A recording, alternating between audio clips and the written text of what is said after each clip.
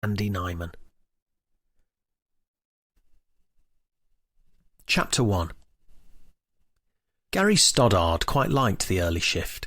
It meant departing Nottingham at 4 minutes to 5 in the morning, but it would see him home not long after lunch.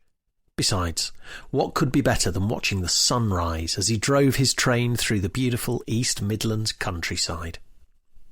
He watched a small number of early morning commuters boarding the carriages as the 5:49 a.m. service came to a brief rest in Oakham, before it would set off again along the south shore of Rutland Water and on to Stamford. There'd been a stunning mist sitting on the fields between Melton Mowbray and Oakham, something which would probably have cleared within the hour, and which drivers working later turns wouldn't get to admire.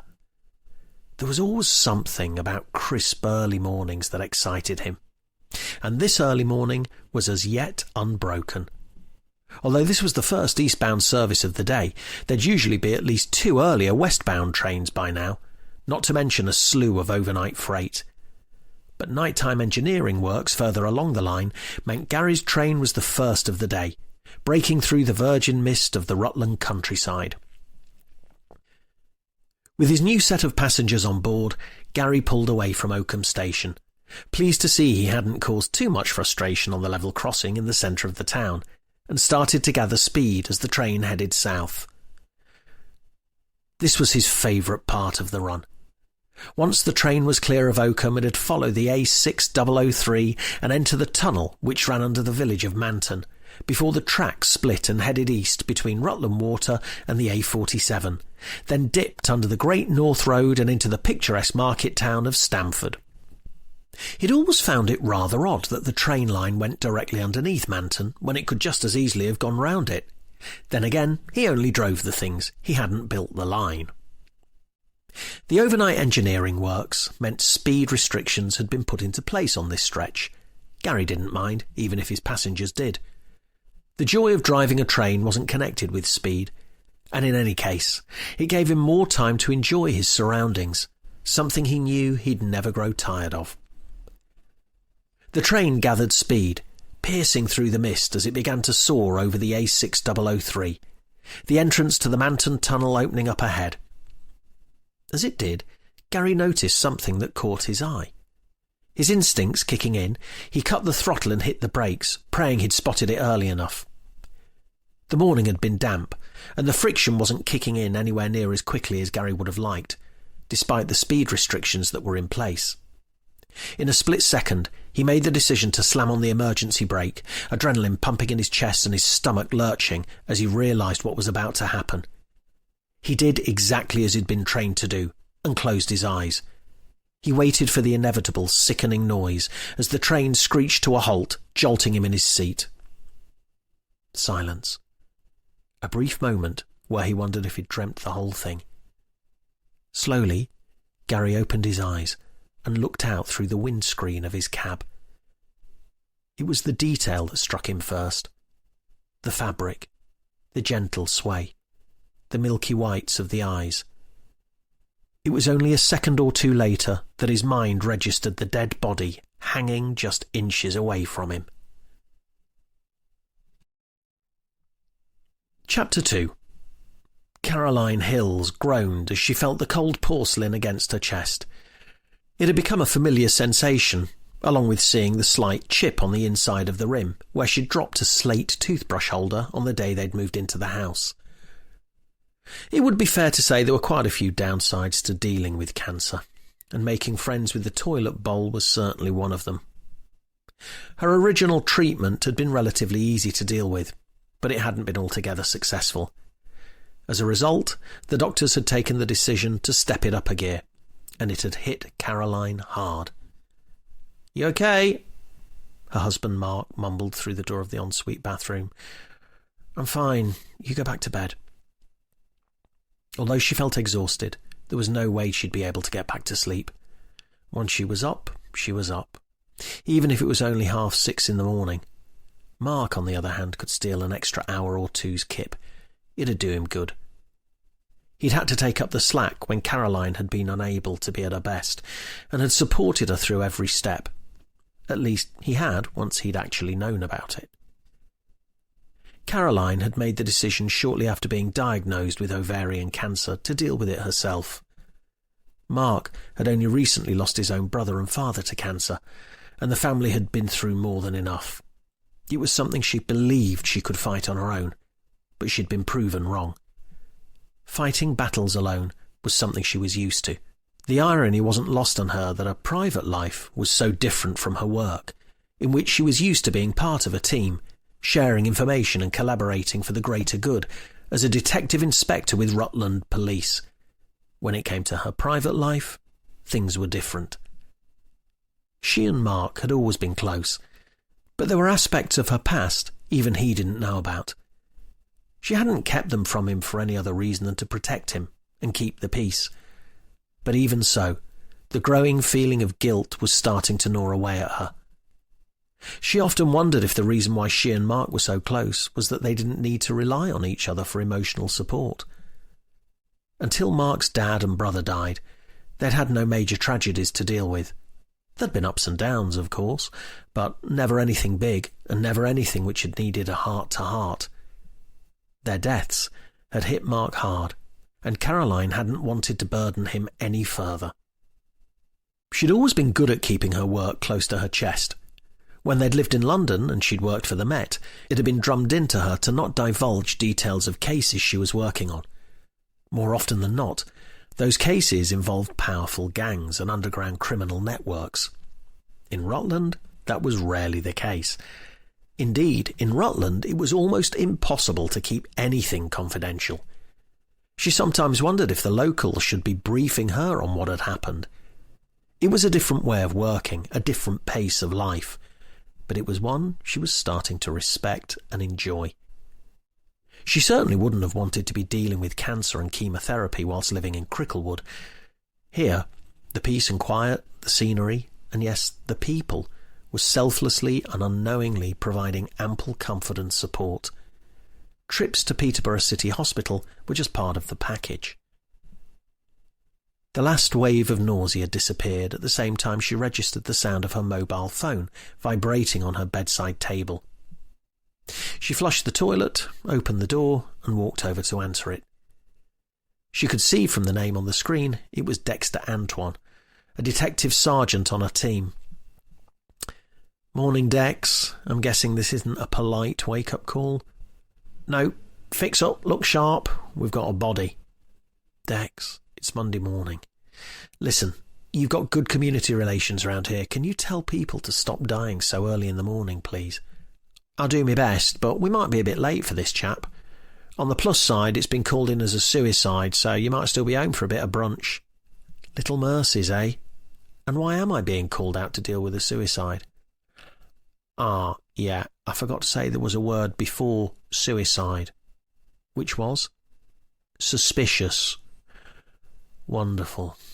Who decided that?" "First responders. One of them reckoned that a couple of things that don't look right. I'm on my way down there now. Apparently they tried to get hold of you, but there was no answer. I told them you'd probably had a heavy night." "Oh, great. Thanks, Dex." "Pleasure."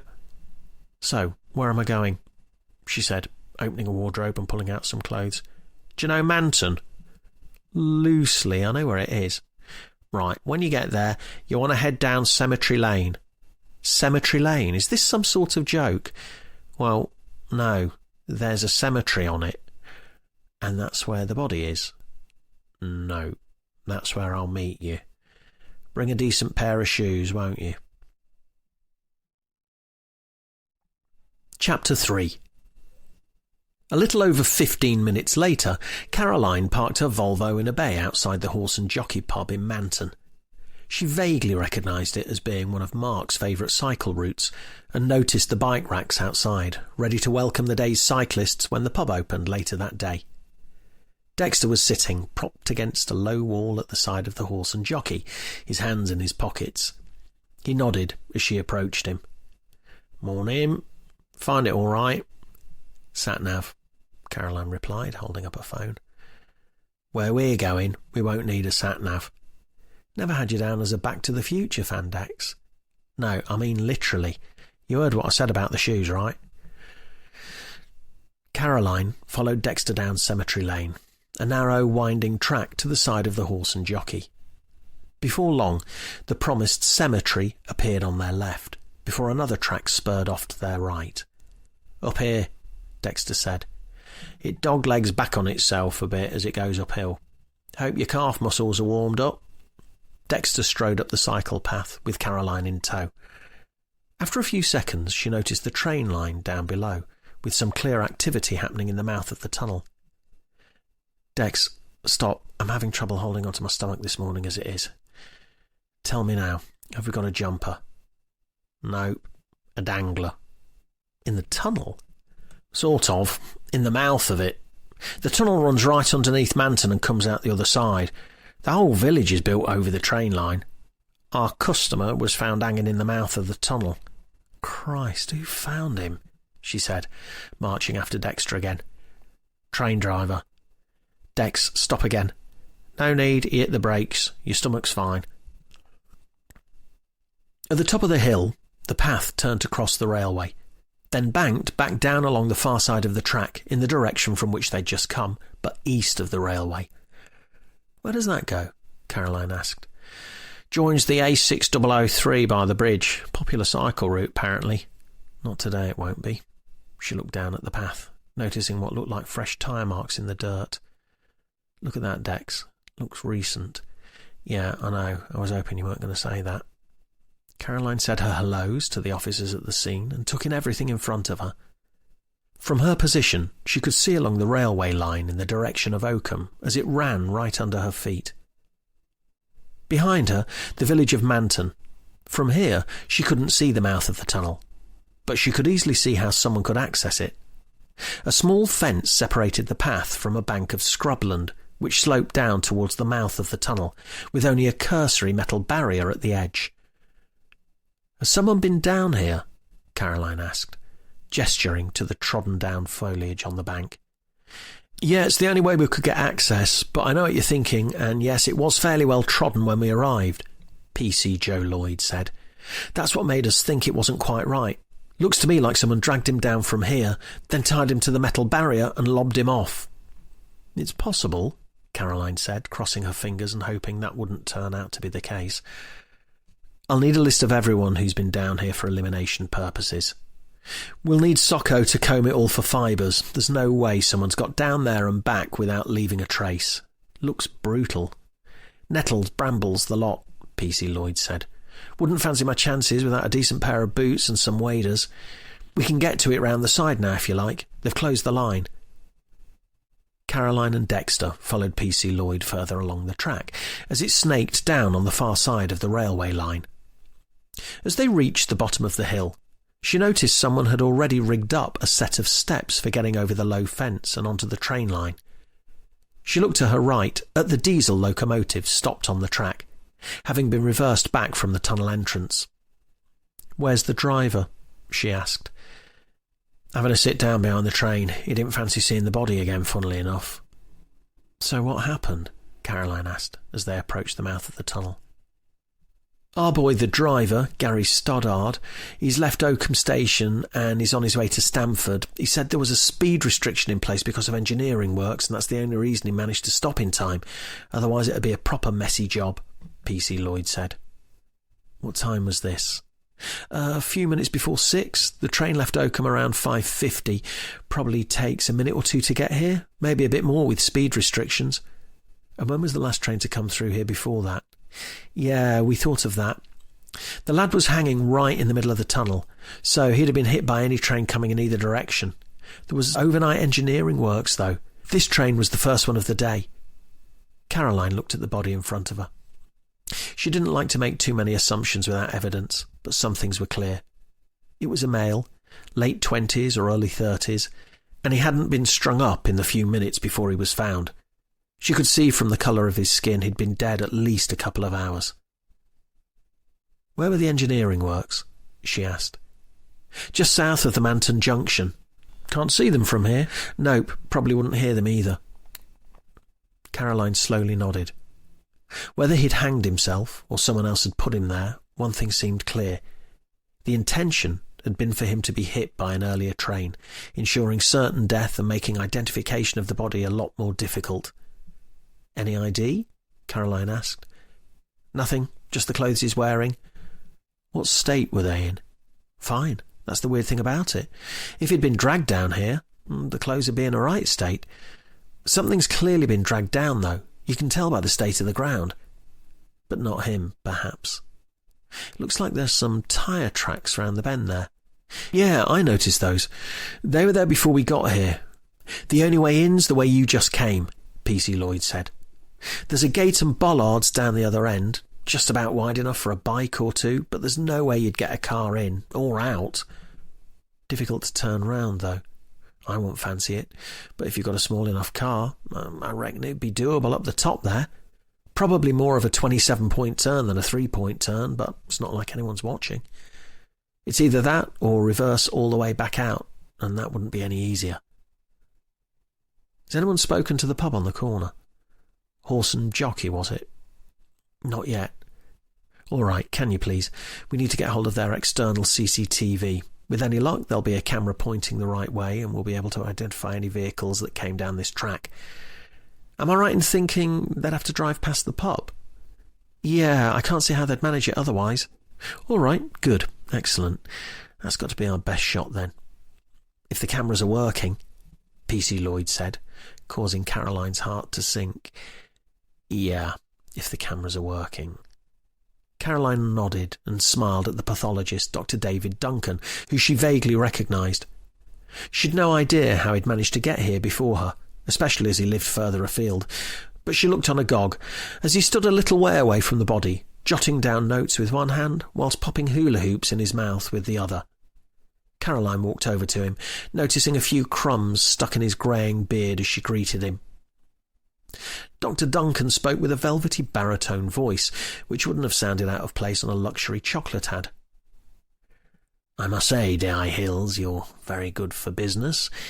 Used to be a rare treat to come out to Rutland, but I can almost set my watch by the murder rate since you've arrived."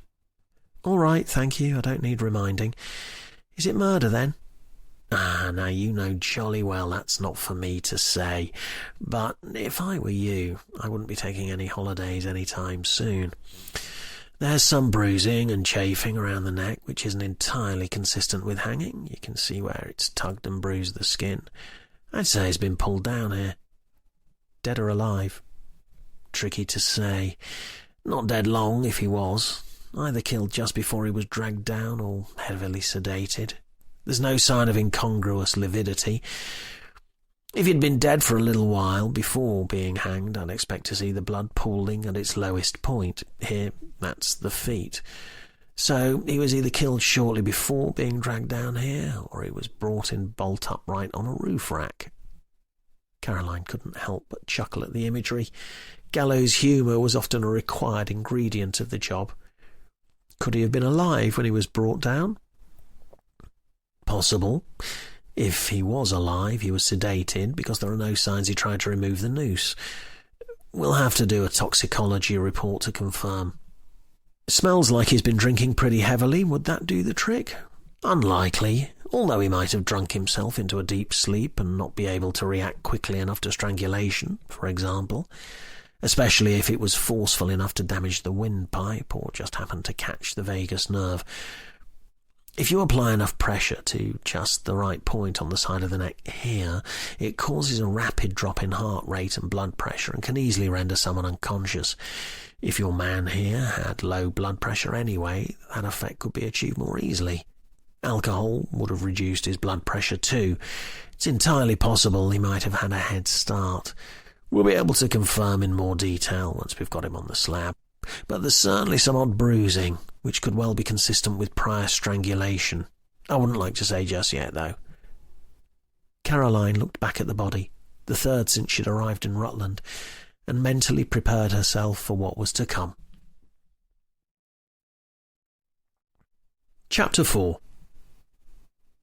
As if a murder case on a Monday morning wasn't enough for Caroline, she arrived at work to a note on her desk, asking her to head to Chief Superintendent Derek Arnold's office. Arnold point-blank refused to phone or email anyone in the same building, and was frequently seen roaming the corridors in search of whoever he was looking for. Caroline, on the other hand, preferred a bit of space and thinking time.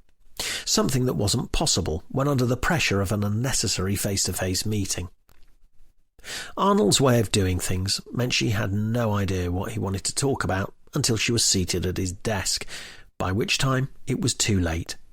It was something else which made him appear daunting and formidable, although Caroline was starting to see something else under that exterior. She knocked on the door of his office and waited to be called in. "Morning. I won't keep you long," he said. "I hear you've got a bit of a job on your hands. How's it all shaping up?" "Very early days, but we're making fast progress. I think once we've got an ID, we'll be a lot closer." "Is there any possibility it wasn't murder at all?" "Well, yes, sort of. There are fresh tyre tracks. I suppose they could have been there longer, but you'd expect them to be gone by then, due to the amount of foot and bike traffic that the path gets.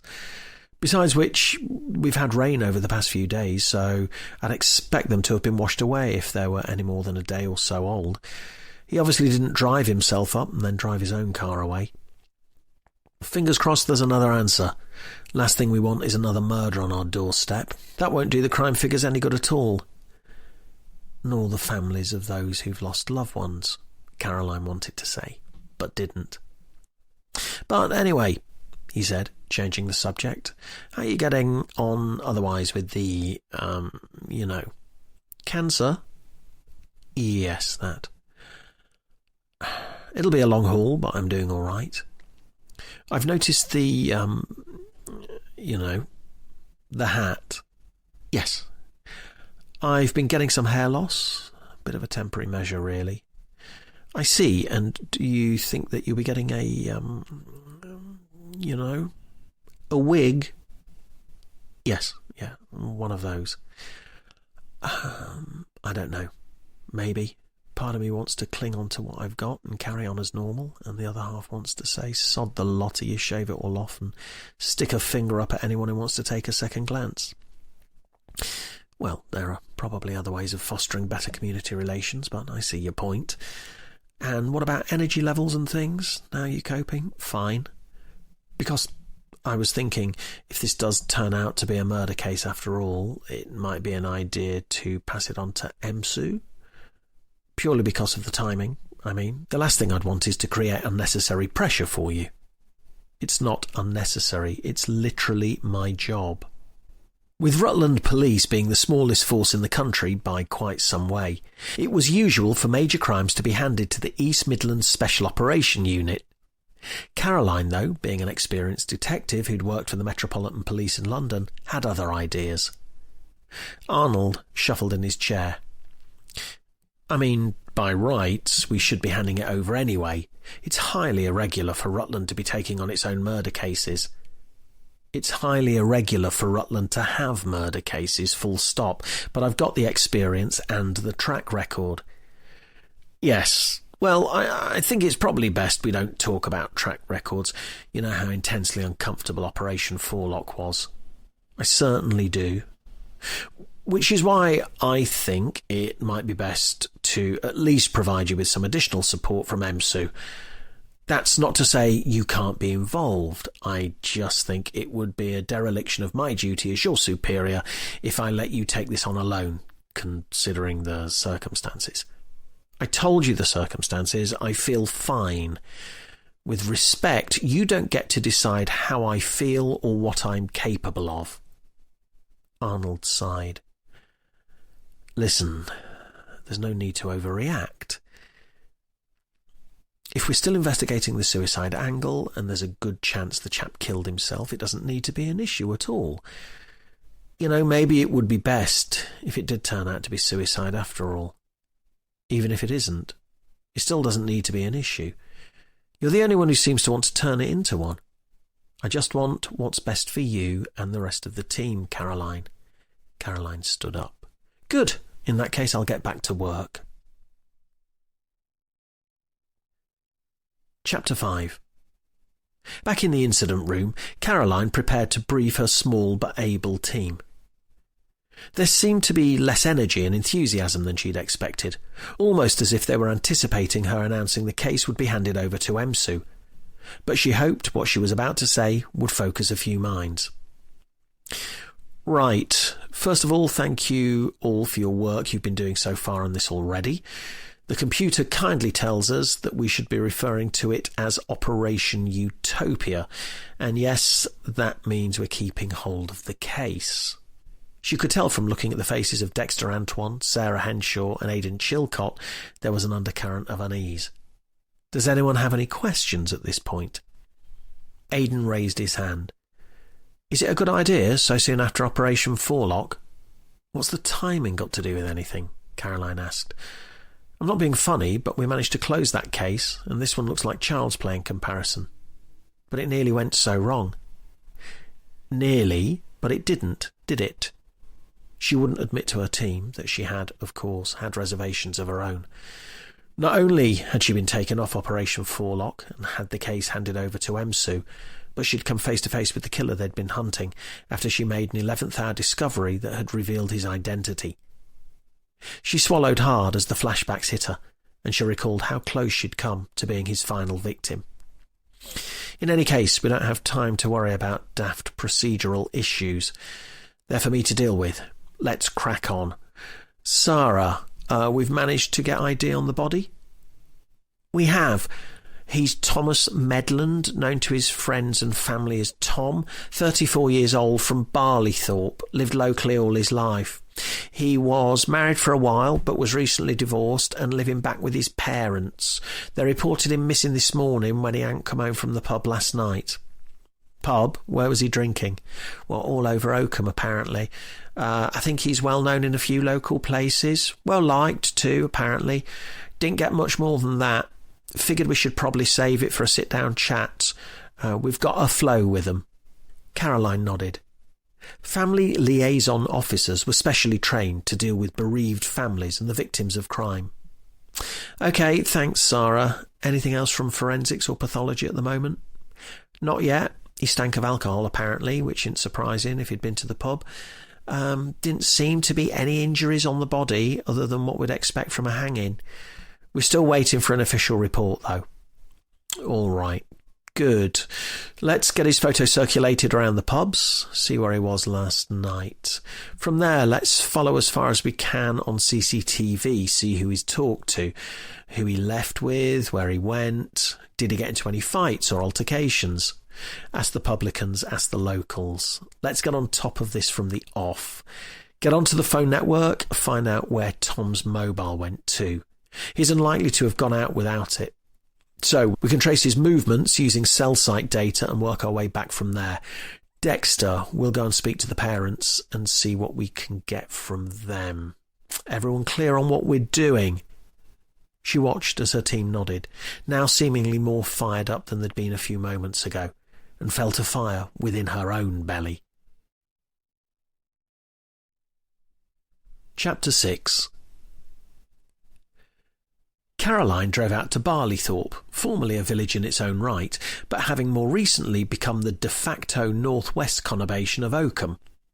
As they approached Tom Medland's parents' house, Derek Arnold's words rang in Caroline's ears. Maybe it would be best if it did turn out to be suicide after all. She couldn't help but read between the lines, even if they didn't exist. Was he suggesting that she should try to write Tom Medland's death off as suicide, regardless of her suspicions to the contrary? Proving murder might well turn out to be difficult in itself, never mind identifying a killer. But what if her suspicions turn out to bear fruit? She couldn't, in all conscience, bring herself to sweep anything under the carpet to save Arnold's precious statistics and crime figures. As far as she was concerned, justice had to be done at all costs. It was the only way the circle of life could continue unpolluted. They pulled up outside the house of Jerry and Lorraine Medland, and Caroline switched off the engine. Nice enough place, Dexter said. If there's one thing I've learned over the years, it's that the amount of money and size of the house you've got means absolutely nothing when it comes to things like this. Murder transcends social boundaries, and when it doesn't, it's usually money that's caused it in the first place. The family liaison officer was already waiting for them when they arrived, disappearing into the kitchen to make cups of tea and leaving them to speak to Jerry and Lorraine in peace. "First of all, can I say how sorry we are for your loss?" Caroline said, affecting a reaction in Lorraine Medland, which sounded like it was the first time she'd heard the news. "Sorry," Jerry said, comforting his wife. "It's just it hits us every now and again. Doesn't quite sink in, you know. Your brain sort of adjusts for a minute or two, then wallop, there it is." Tom's parents were older than Caroline had imagined them to be. If Tom was 34, she'd expected Jerry and Lorraine to be somewhere around 60, but she estimated they were a good 10 years older than that. "I understand you've already been told what happened." Jerry nodded. "Yes, but it doesn't make any sense. There's no way Tom did that to himself. He wouldn't. He had no reason to." "He was divorced, wasn't he?" Dexter asked. In an instant, Jerry's face turned sour. "We'll not talk about that. But you can take it from me, Tom never let things like that get to him. He used to pick himself up and go on with it. Always happy, always chipper. There's no way he would have done a thing like that." Tom's mum started wailing again at the thought, and Caroline felt a stab of pain in her own chest. The thought of losing a child was unbearable, and at times like this she had to separate her own motherhood from the job in hand. If she let her thoughts run away with her, she'd never be able to do anything. "Does his wife still live locally?" Caroline asked. Jerry shook his head. "Buggered off back to China." "She was Chinese?" "As they come. She was only over here for the university. Tom met her on a night out in Leicester, weaseled away and got married, then lost interest and decided she didn't fancy the green card after all and jumped on the first plane home." "Has she been back since?" "Not bloody likely. Haven't heard hide nor hair of her since." Dexter took down the wife's details and made a note to check with the border authorities that there was no record of her being back in the UK. They'd have to track her down and speak to her as a matter of course, but that would be a matter for Interpol. "Do you know who Tom was out with last night? We understand he was at the pub. Do you know which one, or if he'd arranged to meet anyone?" Again, Jerry Medland failed to hide the disdain on his face. "I don't know, but I've got me suspicions." "Go on." "His cousin Charlie Ford. Lad's an absolute scumbag if you ask me." The name rang a vague bell in Caroline's mind, but she wasn't sure. "What makes you say that?" she asked. "You check your computers when you get back to the Nick and see for yourself. Off the top of my head, burglary, car theft, shoplifting and assault." "He's got a record." "Record? Got more records than the Woolworths. And if you ask me, I reckon he's moved into drugs. Always flashing the cash about, driving new cars, swanning off on holiday. You don't manage that on a bit of burglary and nicking the odd tea towel from Wilco's." "And did Tom hang around with him regularly?" "Too regularly for my liking. Charlie came round here yesterday looking for him, but I sent him away. Wouldn't surprise me one bit if they met up later. Not much I can do about it, though, is there? Tom's a grown man. Was." Caroline watched as the act of correcting his son's existence into the past tense almost sent Jerry over the edge. "I'm sorry to have to ask you this, but was Tom ever involved in any crime? Do you think he might have been into drugs in some way?" "He wouldn't do crime. No. He was the sort of lad who liked to live and let live. He wouldn't have had a go at Charlie for it, but there's no way he'd do it himself." "And drugs?" "Well, you never know, do you? I wouldn't have said he was that sort of lad, but how can you ever know what's going on inside someone else's head?" Caroline had to agree. She shared a look with Dexter, the unspoken possibilities passing through both their minds. Had Tom been involved with the drug scene? It was an unfortunate truth that drug debts often led to violence. A man who was recently divorced and forced to live with his parents would be a prime candidate for falling into that trap. Or had drugs contributed to a spiralling depression, causing him to take his own life? Either way, what had initially seemed to be a fairly straightforward case was now deepening and getting more sinister by the minute. Chapter 7. Jerry Medland had told Caroline and Dexter that Charlie Ford lived on a farm just outside Tinwell. He'd been keen to point out that Charlie only rented an outbuilding, and that any delusions of grandeur on his part should be taken with a rather large pinch of salt. As they made their way over, Aidan called to say Tom's mobile phone appeared to have been switched off since late last night, and that the phone network was sending over the data, which could be used to triangulate his location the previous evening. When they arrived at the farm, they were surprised to see how run down the place looked. It wasn't immediately clear whether it was still a working farm, and it seemed to Caroline as if something else might be going on under the surface. They parked up in the gravel yard next to a shipping container, and Caroline looked around the scene in front of her. There was a rusty, mouldy old caravan in one corner of the yard, as well as what looked to her like some sort of empty cattle shed. The main farmhouse was separated from this area by a high wall, having been sold off some years earlier.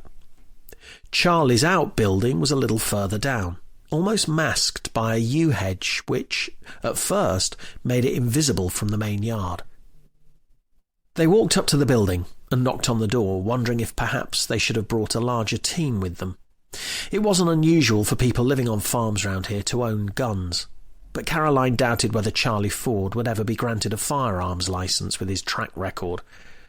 A short while later, the door opened. The man who answered simply stood and looked at them, as if waiting for them to speak first. "Hello, Charlie Ford?" Caroline asked. "What about him?"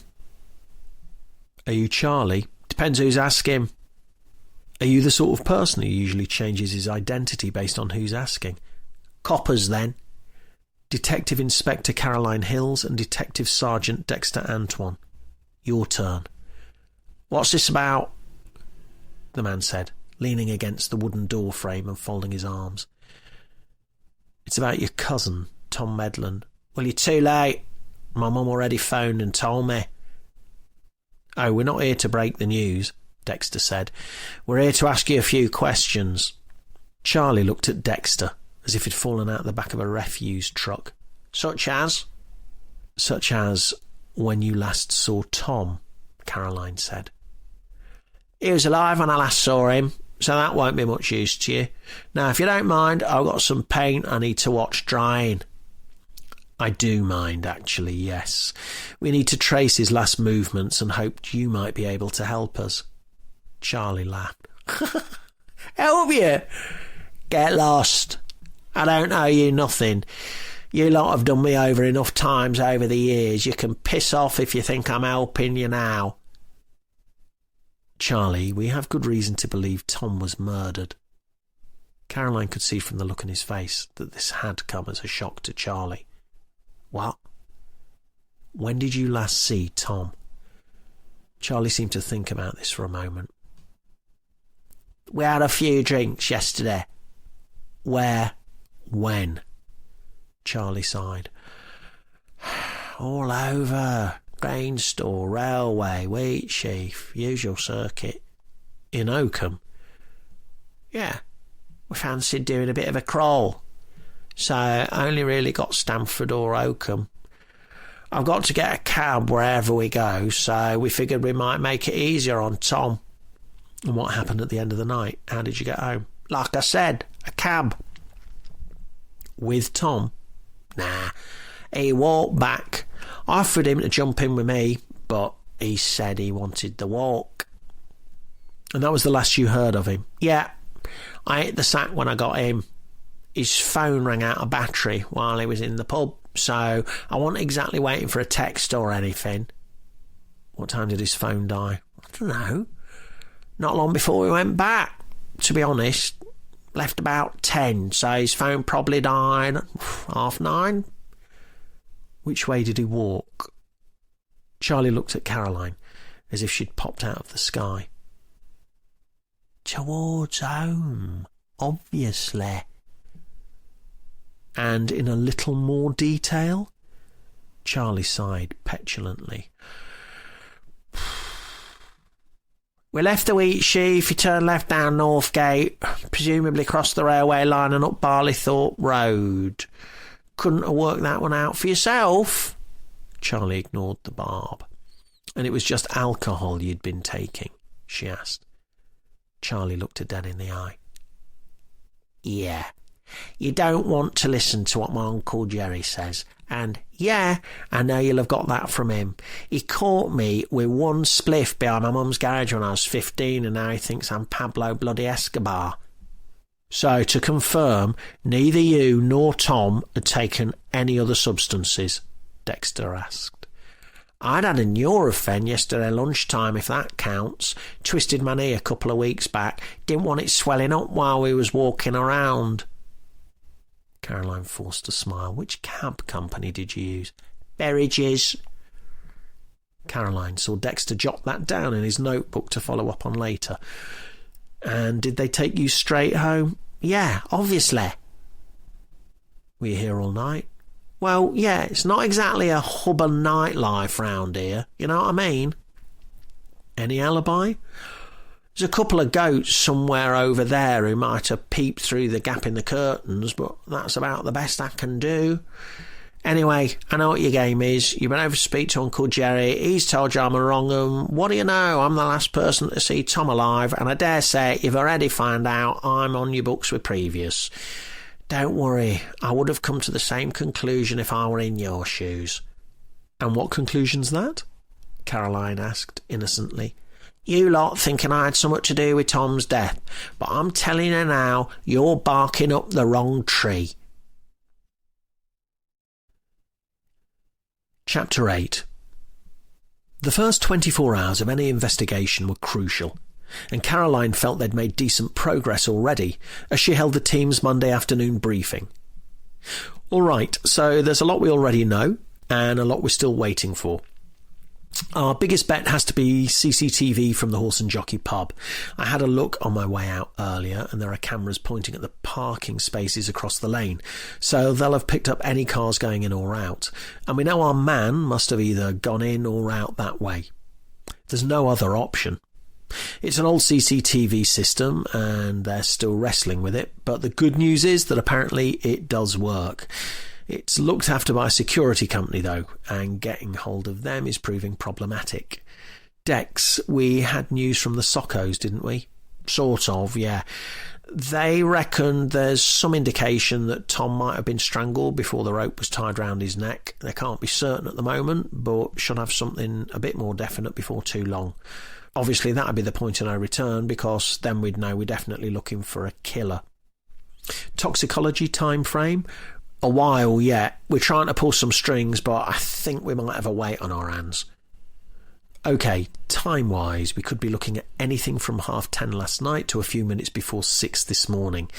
Engineering works at Manton Junction meant there were no trains running between those times. He wasn't there when the last train yesterday went through the tunnel, but was there when the first train did today. Sarah, Aidan, did we get anything from the pubs Tom went into in Oakham? No, nothing of any real note, Sarah said. We know went into the grain store at around 6:15, and Charlie arrived a few minutes later. They've stayed there for 2 pints, then went to the railway just before 7. They left there about 8 and went to the wheat sheaf, where they stayed until closing time, which is 10 o'clock on Sundays. And Tom's phone goes off in the wheat sheaf at 9:40. Which is when Charlie said Tom's battery went. It also means it's unlikely he got to Manton before the Horse and Jockey closed for the night. What we need to find out is how he got there. Did he leave the wheat sheaf on foot? Yeah, they both waited until Charlie's cab turned up to take him back home. Then CCTV shows Tom turning left and heading down Northgate, presumably to cross over the train line and head home. CCTV at the station never picks him up, though. We have no idea how he got from Northgate to Manton. Right, OK, Caroline said. I'm still confident the footage from the Horse and Jockey will be the key here. If we can identify a car on that, we can trace the owner. Either that, or we can cross-reference that with CCTV from Oakham.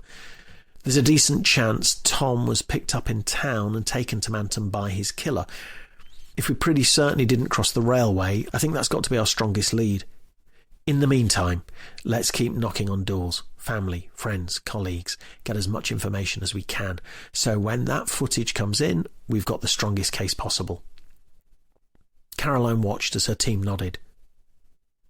What about his ex-wife? Have we managed to track her down yet? She asked. She's been informed, Sarah said. She's not left China since she arrived back from the UK after the divorce, and there's no indication she had any reason to want Tom dead. She didn't even want any money after the divorce. Sounds like she just wanted to put the whole thing behind her. Right, Caroline said, sighing. Then it looks like we've got some work to do. Chapter 9. The low evening light streamed in through the large window in the Lord Nelson as the sun started to set. Sophie Lawson dipped her head slightly to avoid being dazzled and took a sip of her gin and tonic. She'd been trying to limit her alcohol intake amongst everything else she'd been trying to do, but one wouldn't hurt. In any case, she was a couple of days past the peak. If it hadn't worked this time, and it hadn't worked the previous 84 times, the countdown would begin again for next month.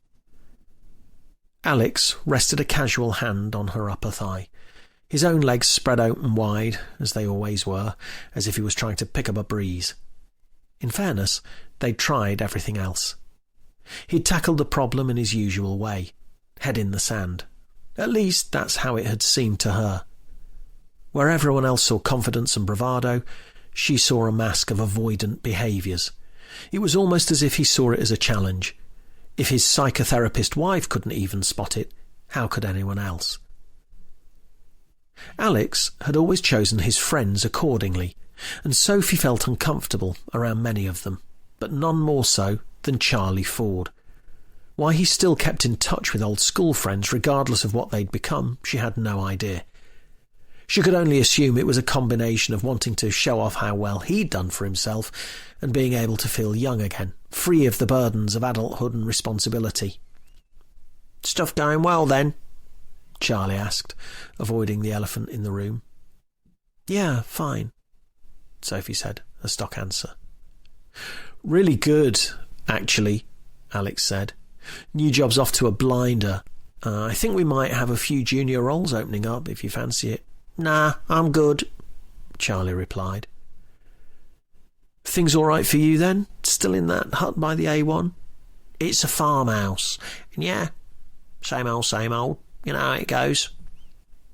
"So what's happened?" Alex said, after a short silence. Charlie let out a sigh. "I don't know.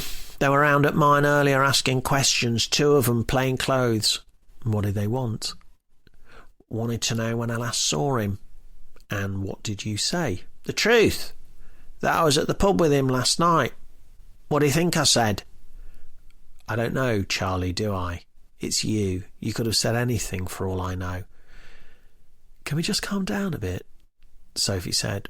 "We're all, well, shocked by what's happened. The last thing we need to do is be at each other's throats." Charlie rolled his tongue around the inside of his upper lip. "Yeah, well, I don't like the police, do I? Not exactly had the most functional and fruitful relationship over the years. Know what I mean, Doctor?" "I'm not a doctor." "They think someone killed him," Charlie said, looking at Alex. "What's that meant to mean?" "I don't know, but think about it. Look at it from their point of view. Yeah, he'd had a few drinks, but that were Tom, wasn't it? He knew how to handle it. In any case, he was happy drunk, not the sort of bloke to go and top himself after a skimful." "Yeah, but they don't know that, do they?" "They can find out. It's literally their job. They'll be talking to all of us, I imagine." Sophie shuffled in her seat. "Well, I haven't got anything to say." "Don't mean they won't ask it. Your folks still live in Manton?" Charlie asked Alex. Alex leaned forward in his chair, propping his hand on his thigh, his elbow forming a perfect 90-degree angle. "And what's that meant to mean?" "It's a question, dipshit." Alex held Charlie's gaze. So was mine. "It's where he died, ain't it?" Just wondering if they might have seen or heard anything. They didn't. All right. Police will be doing door-to-door inquiries anyway, I imagine. Good. Maybe it'll lead to them finding out if anyone else was involved, and if they were, I hope the guy swings for it. Yeah, not the best choice of words, Charlie said, taking a sip of his pint. Police seemed pretty certain someone else was involved anyway. And why wouldn't they? You were the last one to see him, after all. What do you mean by that? Charlie asked. It was a question, dipshit. Right, can we just sit back and take a few moments? Sophie said, raising a placating hand. What, so the guy with the rap sheet just happens to be the last person he talks to, and that automatically means I must have chucked him in my car, driven him down to Manton and lobbed him off a railway bridge? Sophie looked round, noticing a few of the other customers in the pub had clearly overheard the conversation. Guys, let's just take a step back for a minute, all right? Charlie, I'm sure Alex didn't mean anything by it. We're all upset, I guess, by what's happened. Tempers and emotions are running high, but what's the point in getting at each other? It's not going to help anything. It's not going to bring Tom back. It's not what he would have wanted. How do you know what he would have wanted? Charlie said. You hardly ever bloody spoke to him. You leave her out of this, or what? What's going on? A voice said from the doorway. Sophie turned and saw Megan. She stood up, walked over and pulled her into a hug. Why is everyone angry? Megan asked. It's fine, don't worry about it. How are you doing? I hope that's not a stupid question. Megan shrugged. I don't know how I'm meant to be doing. Sometimes my mind sort of clears for a minute or two, and then it just hits me again. I mean, I don't think anyone ever expects to be a widow at 32, do they? Oh, for fuck's sake, you're not a widow, Alex said. You're only together for 2 months. 3, actually. And as it happens, we were very close. Is there anyone you haven't been very close to? We went back 20-odd years. You don't get to own grief. Sophie raised her hand. Can we just calm down, please? Anyway, where's Guy? Wasn't he meant to be here by now? I was at school with you all, you know, Megan said, ignoring Sophie completely. You were at the same school. You didn't go to school with us. In case your memory has failed you, you were in the year below, and most of us had forgotten about you until 2 months ago. 3! Would anyone like a drink? Sophie said, standing up. Megan sighed and looked at her. Yes. Thank you, Sophie. I think that would be a very good idea. Chapter 10. Caroline wondered if all therapists' treatment rooms looked so bland. Perhaps that was the whole idea. Dull, absolutely all sensory input to the point where you had no choice but to open up and reveal all your childhood trauma, like one of those absolute silent sensory deprivation rooms, guaranteed to send anyone mad within 20 minutes. She wondered how many people used the box of tissues that had been not so subtly placed on the coffee table, how many others had sat in the chair before her and counted every single leaf on the watercolour oak tree that hung on the wall opposite. Rachel was only doing her job, but there was something in her over-soothing tone that almost bordered on the patronising. One of Caroline's early jobs in the Met had been as a trained crisis negotiator.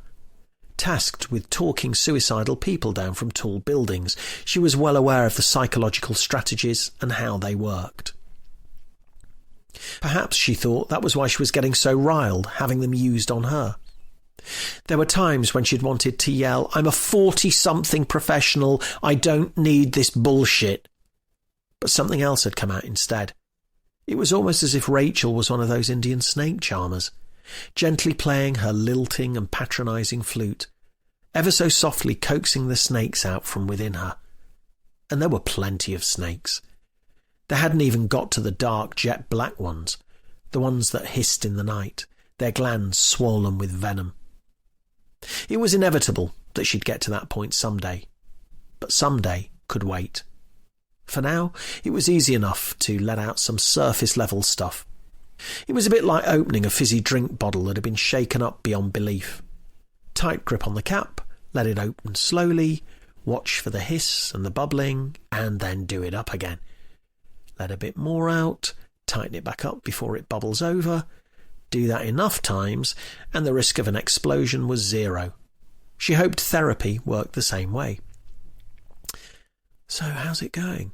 Rachel asked. "Is there a bit less pressure now?" In some ways, yes. I mean, I've taken on a new case, but I think this one will be pretty straightforward. Can't really be any worse than the last one anyway." "And how do you feel about the last one now?" Caroline thought about this for a moment. "I don't know, kind of distant, I guess. Then again, I feel that way about lots of things. I suppose if I push them down far enough or create some mental distance there, it doesn't affect me so much. But it's still there, isn't it?" "Course, it's always there, can't change that. But we can change how we deal with things. Sometimes it's best to tackle things head on. Note how we're feeling. Accept that as part of life and talk about it so we can move on properly. Otherwise, if we keep sweeping things under the carpet becomes very difficult to walk on after a while. There'll be lumps and piles everywhere. You might get used to walking on it and adjusting your gait, but your furniture will look wonky and people will notice that. They might not know why, but something will seem a bit off and not quite right. Does that make sense?" "More than you know. And let's face it, we all have dust. We all need to clean behind our furniture every now and again, or take the rug out for a good beating. None of us are immune from that. No one lives in a dust-free house. Some people like to do a bit of cleaning each day, or perhaps once a week. Others let it build up a bit and do a big spring clean every now and again. I guess it's all personal preference, but little and often does tend to work best. Either way, the dust won't go away on its own. It'll just keep building and building. That's why I tend to get Mark to do the housework." Rachel smiled. "You use humour a lot, don't you? Laugh or cry." "You mentioned Mark helping with the housework. Does he help with the other dusting? Do you ever speak to him and offload problems or discuss stuff that's troubling you?" Caroline tensed her jaw. "Not really. I mean, I don't really see the benefit of burdening him with stuff. He's got enough to deal with." Rachel slowly nodded. "Okay. And if Mark had something which was really troubling him, really eating him up inside and causing him issues, would you want him to talk to you about it?" "Well, yeah." "Why?" Caroline swallowed. "Because I wouldn't want him to feel alone. I'd want him to be able to share his troubles so we could work through them together." "And you wouldn't feel burdened by that?" "Of course not. It's what couples do. But it's not what you do the other way round, is it? What makes you think Mark would feel burdened by your problems if you wouldn't feel burdened by his?" "Quite often we worry too much about what other people think. There's a wise quote I once heard, actually. You're not what you think you are. You are not what other people think you are. You are what you think other people think you are." "Yeah, I haven't had nearly enough coffee to decipher that one, I'm afraid." Rachel smiled. "What I'm saying is that you probably spend too much time worrying about what Mark would think. If there's no evidence that he'd feel burdened or not want you to share your problems with him, there's a concern you're fabricating. We all make our own realities. Our views on the world are entirely shaped by how we respond to events, not by the events themselves. You get to choose your emotions and your assumptions, and by that measure, they can be changed too. That thing I said about coffee, we'll get there," Rachel said, smiling again. "The mind has a wonderful way of altering our memories of what happened based purely on the emotions we felt at the time.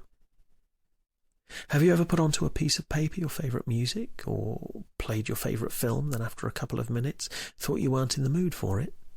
Perhaps the music didn't sound as good as it usually does, or the film wasn't doing it for you that time. That's your mind projecting its emotions. The song and the film aren't any worse or less good than they were the last time you heard or watched them. It's the same song, the same film. What's changed is your emotional state, and that makes you view the film or hear the song differently. You have a different perception of it. If that film or song were objectively good, or if the value you get from them was intrinsic, it would have had the same effect this time as it did the last. But it doesn't. So that reaction, those feelings, that reality must come from inside you. But what about things that actually were bad? Surely we can't just say everything's in the mind. Rachel shook her head. No, I'm not saying that. Of course not. But the severity of it and how much we let it play on our minds weeks, months, years later, that's all down to our minds. It's a form of self-torture. And what if that self-torture is justified? How do you mean? Rachel asked, cocking her head. I mean, what if the thing that plagues you is something you deserve to be punished for? What if those years of mental torture are completely warranted? Do you have an example? Caroline thought for a moment.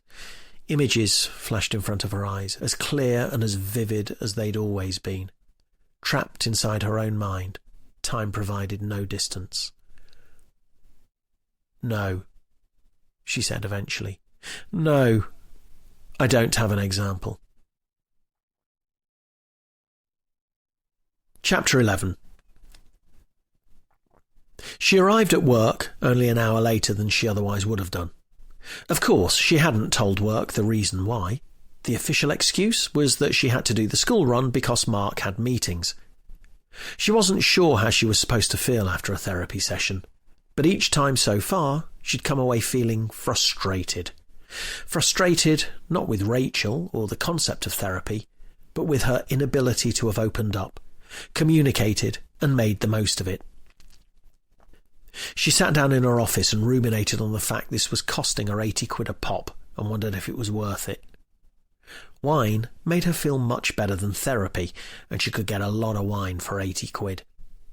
But she needed to do something. At least this way it'd keep Mark happy that progress was being made. A knock at the door made her jump. "Come in." Sarah Henshaw opened the door and stepped inside. "Got something you might be interested in. CCTV's back from the Horse and Jockey in Manton."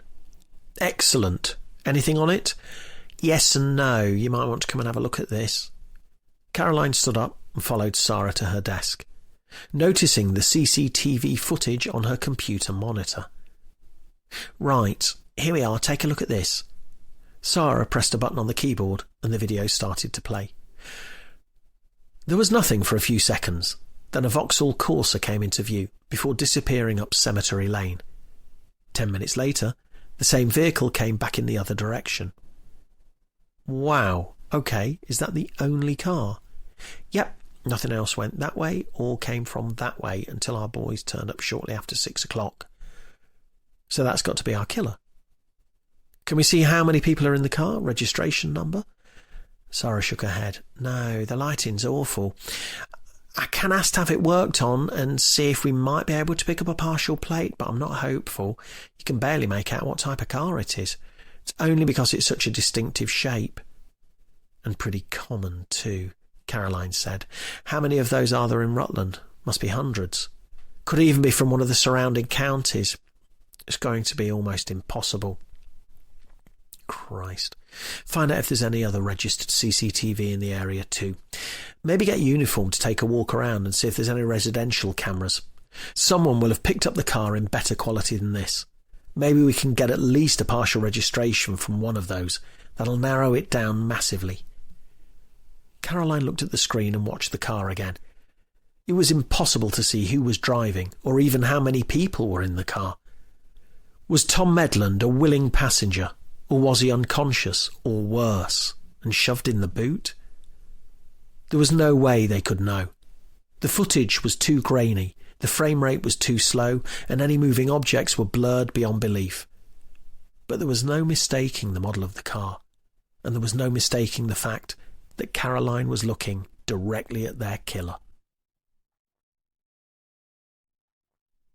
Chapter 12. The inevitable Day 2 slowdown had well and truly kicked in, but Caroline was more than used to that by now. When she was in the Met, this was the point at which they'd open up the investigation further and spend time speaking to wider circles of friends, work colleagues and acquaintances of the victim. With such a small team in Rutland, though, they had to prioritise. That wasn't necessarily a bad thing. Reduced numbers meant everyone knew the details, and laser-tight focus enabled them to get into the nuts and bolts of the investigation. She'd never been the sort of person to take her work home with her. Most police officers weren't. But she'd found it occupying more of her headspace since she'd begun heading up murder investigations here. She felt the burden of responsibility far more than she had working as part of a much larger team in London.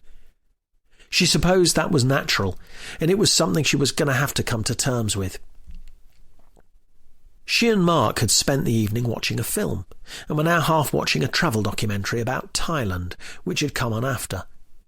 It wasn't an area of the world she'd ever been to, or which had ever appealed to her, but it wasn't particularly challenging viewing, and that was exactly what she needed right now. Winding down wasn't something that came easily to her, but with the clock nudging 11:30 at night, she was at least starting to feel as though it might be time to head to bed. The chemotherapy left her swinging between feeling tired and lethargic and having strange bursts of energy, almost as if her body was saving it up and using it all in one go. It took some getting used to, and she'd learned to take it a little easier even when she felt like she could conquer the world. That way, the inevitable slumps would be more manageable when they came. "I might head up," Mark said, as if he'd read her mind. As he stood up, Caroline noticed something she hadn't even thought about for a long time. She didn't know whether it was the wine speaking or the gradual clearing of her mind, but in that moment she found Mark almost irresistibly attractive. She stood too and pulled him in close, kissing him. "Does that mean you're coming up with me?" he asked. Caroline shook her head. "Oh, no. No, I'm not going anywhere.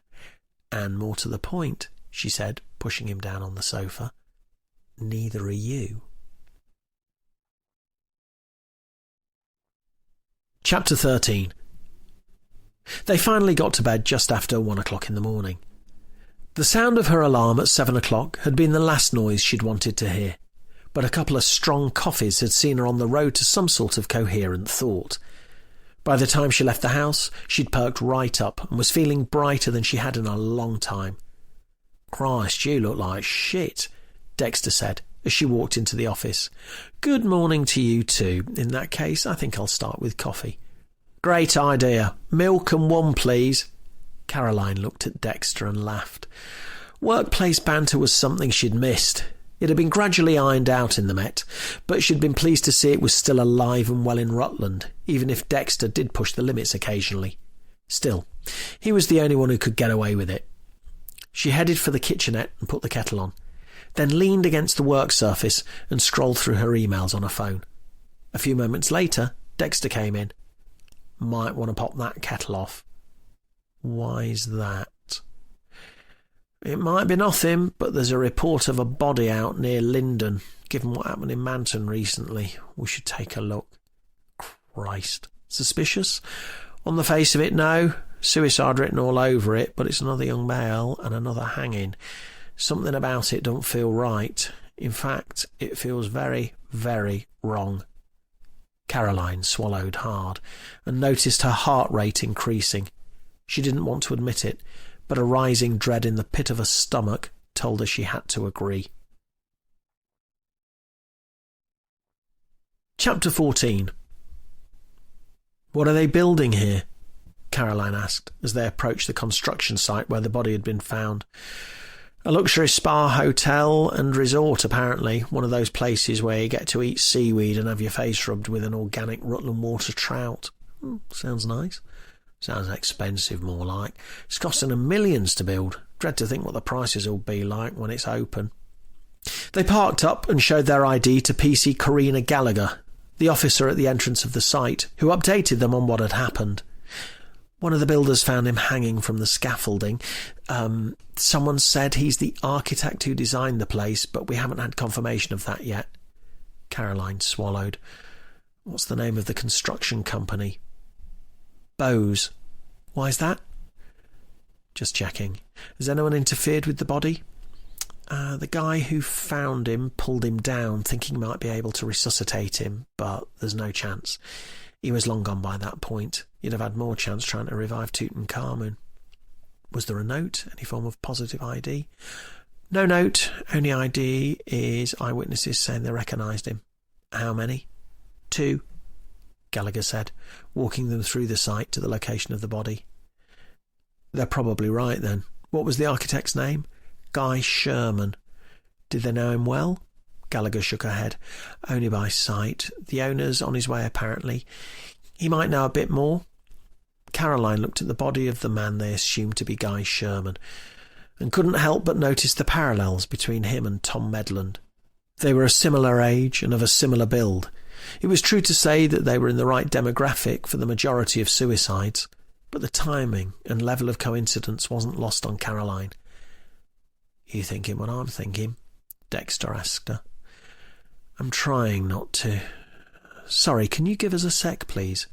She asked PC Gallagher, watching as she walked back to the entrance of the site. Hell of a coincidence, isn't it? Dexter said. Yeah. At the moment, that's exactly what it is. We don't even know for certain Tom Medland was murdered. Those tyre marks could have been anything. Joyriders, someone taking a shortcut. And what about all the foliage and bracken and stuff that had been flattened down? Could be kids messing around, animals even. Tom had no mud or dirt on his clothing, no rips or tears, nothing. If he'd been dragged down that bank, it'd be even clearer from looking at him than at the bank. But there was nothing. And this one doesn't seem to be anything suspicious at all. He works here. You no one would be around at night. Construction's a brutal game. He could have been under all sorts of pressure. Bullying, perhaps. Daft banter that got out of hand over the weeks and months. Maybe he wanted his colleagues to find him, wanted them to see it. Till we get a positive ID and find out more about him, we won't know. Know the victim, Dex. That's always the first priority. Then everything else tends to fall into place. Before Dexter could reply, Caroline noticed Karina Gallagher walking towards them. The owner's here, she said. I've told him he can't come on site just yet, but did you want to have a word? I'll let you deal with him, if that's okay. If he's able to give us a positive ID and details for his next of kin, we'll go and see the family. Caroline looked back at the body of the man they assumed to be Guy Sherman and frowned at the horrors, whether internal or external, that had plagued him in his final moments. Chapter 15. Whilst Caroline relayed what they'd discovered to Sarah and Aidan in the incident room, the site owner, Owen Samuels, confirmed the body as that of Guy Sherman, his architect. They'd need his family to identify the body officially, but Owen's identification meant they could at least inform the family with a strong level of certainty. Caroline remembered a story she'd been told during her training, in which a dead body had been positively identified by a close friend. The officers had gone to tell the man's wife her husband had sadly died whilst popping out to the shops, only for her heart-wrenching sobs to be halted by the husband strolling in through the back door with a selection of Tesco's carrier bags. For Guy Sherman, though, there was no wife. He lived alone in a small rented house in Oakham, although his parents lived on a new estate on the northern side of Uppingham. Keith and Janet Sherman had taken the news particularly badly, with Guy's father sitting in stunned silence as Caroline told them what little they knew about their son's death. I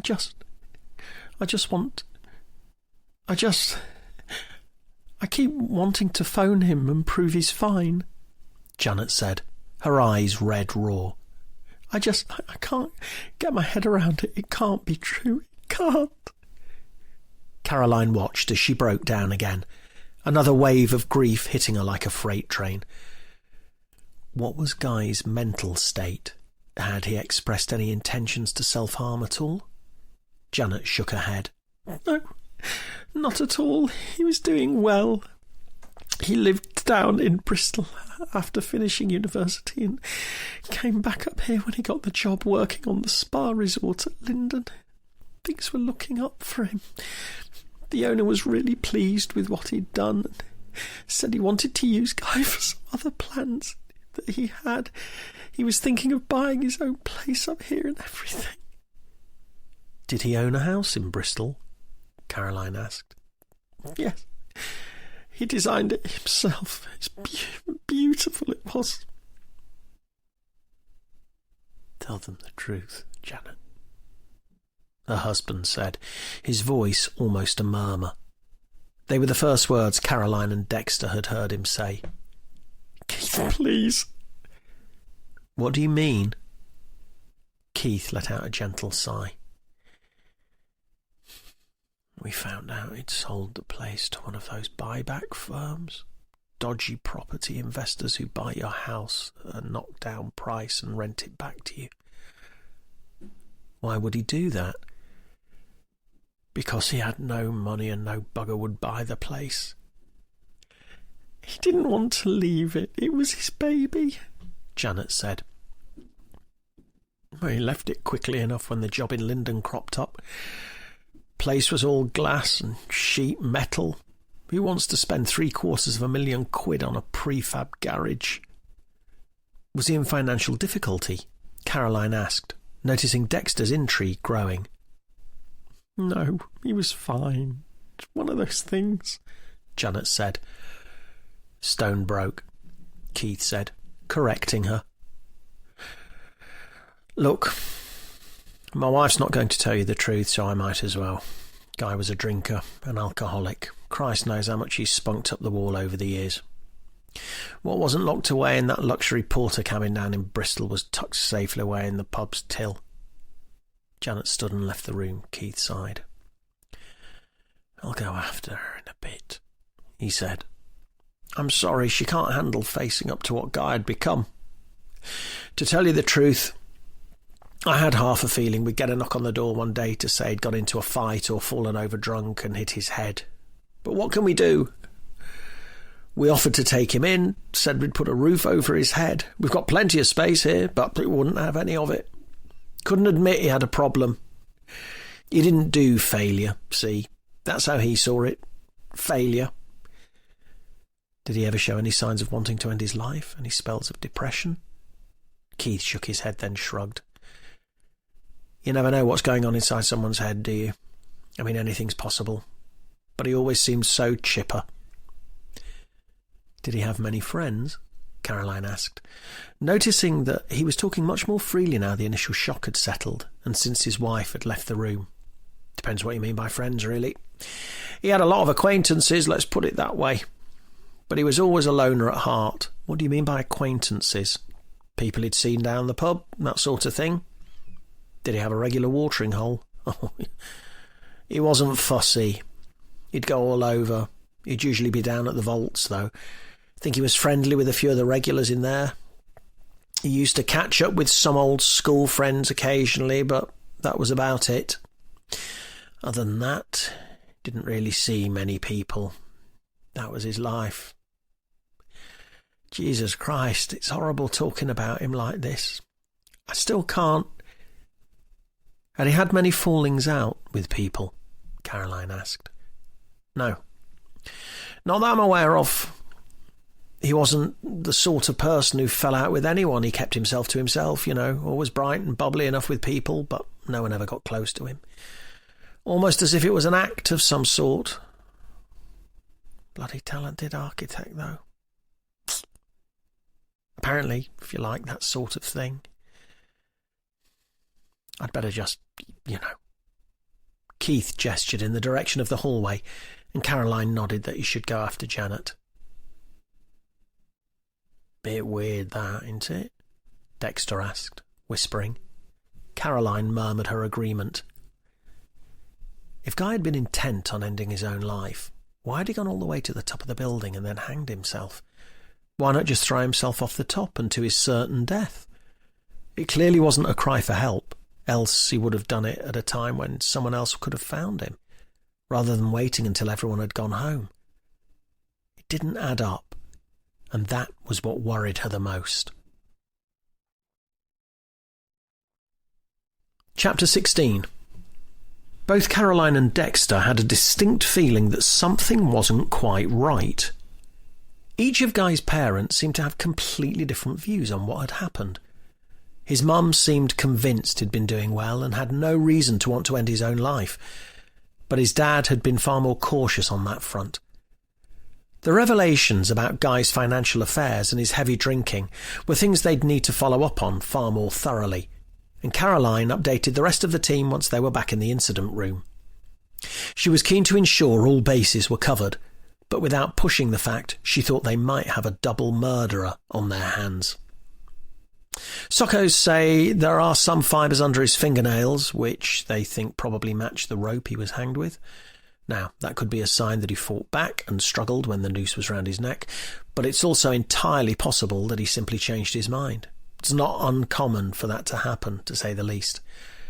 At this moment in time, there are no reasons to suspect that anyone was responsible for Guy Sherman's death other than himself.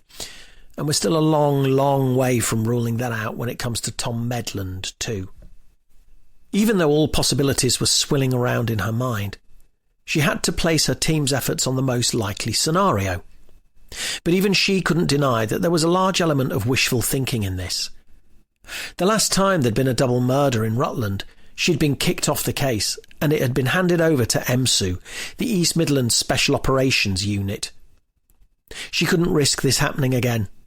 Even one confirmed murder would prick the ears of those higher up and force her to hand the case over.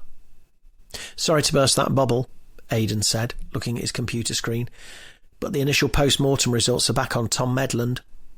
"Go on," Caroline said, knowing she could digest the contents of the email fully once she was back at her desk and had opened her copy. "In short, and in English, there's some potential evidence he was dead prior to being hanged. There was a small amount of lividity, or blood pooling, which shows he might have been killed while in a seated position. Apparently, it's only very mild, but enough to have been noticeable and worth pointing out. Enough to stand up in court?" Aidan shrugged. "No idea. They didn't seem to think it was conclusive, but it's a pretty good starting point. Their main point of concern was bruising around his neck, which they said showed that he'd been strangled prior to being hanged. They were much more certain of that. Whichever way we look at it, I think we can safely say Tom was murdered and then hanged." Caroline swallowed. "Right. Thanks, Aidan." "Gov," Sarah said.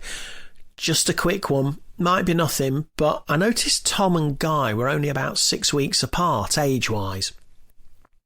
I checked, and they both went to the same school, so would have been in the same year.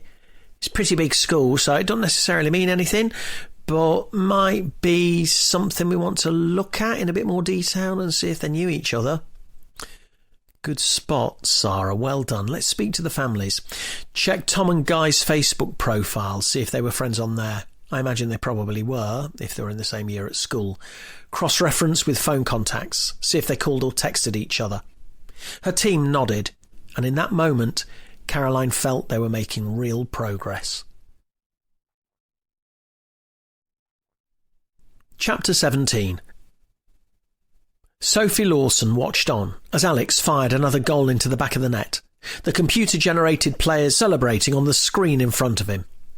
He'd never been good at dealing with negative emotions and tended to push them to one side, but she was sure his cold exterior might crack on hearing of the death of 2 of his friends.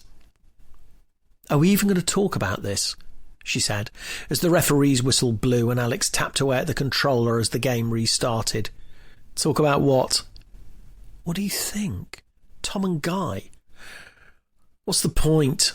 Talking about them isn't going to bring them back, is it?" "No, but it's not normal to react like this, is it?" "Like what?" "Just going and playing a computer game." Alex paused the game and looked at her. "All right, so what is normal? Tell me, how are you meant to react when 2 of your friends die in the space of 2 days? I didn't realise there was some normal way to react to that." Sophie shuffled from one foot to the other. "I just mean, do you even care?" "Course I do, but come on." We were close, but we're all busy adults now. We'd barely spoken to Tom in God knows how long. And Guy was always going to chuck himself into an early grave. He was always the outsider. What good's it going to do for us to start moping around? The police will do what they've got to do. Until then, PMA. What? Positive mental attitude.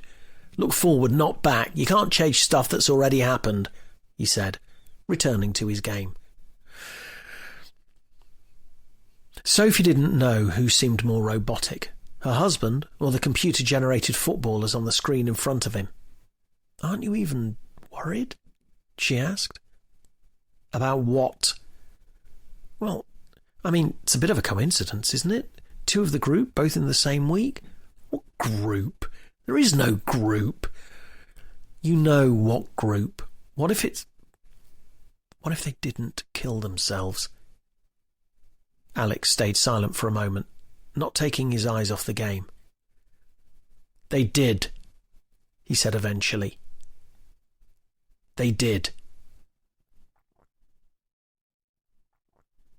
Chapter 18. One of the things Caroline loved most about her husband was that he always knew the right thing to say and do, even if she didn't see it that way at the time. With the benefit of hindsight, she realised he rarely got it wrong. So although she wanted nothing more than to get home after work and go straight to bed, she couldn't help but feel a bit more in love with Mark, as he told her he'd organised a babysitter for the evening and was taking her out for dinner and drinks. As they walked into town that evening, Caroline felt the warmth of the end of the day's sun on her face and wondered how many more evenings like this there'd be. Summer always seemed to disappear so quickly, not like the one she'd known as a kid, which seemed to stretch out for months and years. Those were the experiences Josh and Archie were having now, and she felt a pang of guilt as she realised she was missing large chunks of them. Mark had booked a table at 10 Downing Street, a restaurant which had nothing to do with politics and was actually on the corner of John Street and New Street, but which had been designed on the outside to look like the Prime Minister's London residence. Although they didn't get out for dinner much, takeaways were an almost weekly occurrence, and 10 Downing Street was often their restaurant of choice. The wonderful aroma of spices and curried meats had Caroline's stomach rumbling before they'd even walked through the famous black door, and she found it hard to narrow down what she wanted from the menu. With starters out of the way, she'd begun to relax, something Mark had clearly noticed. "So, how are the sessions going?" he asked.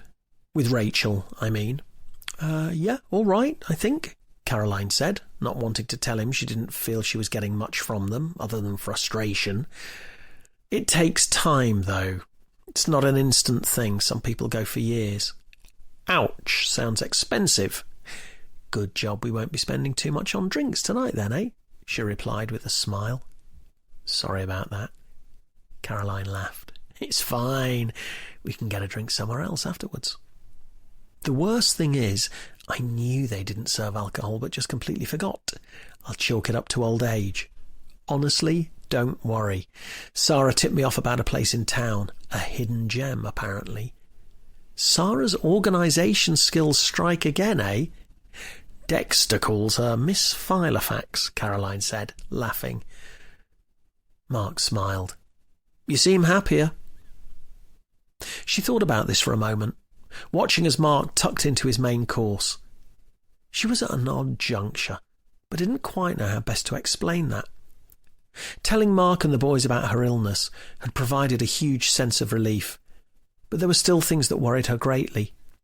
Things were moving, but there was still a long road ahead of her, and more than a few things she was going to need to address. Once the meal was over, the pair ambled slowly towards home, Mark having forgotten all about Caroline's mention of drinks.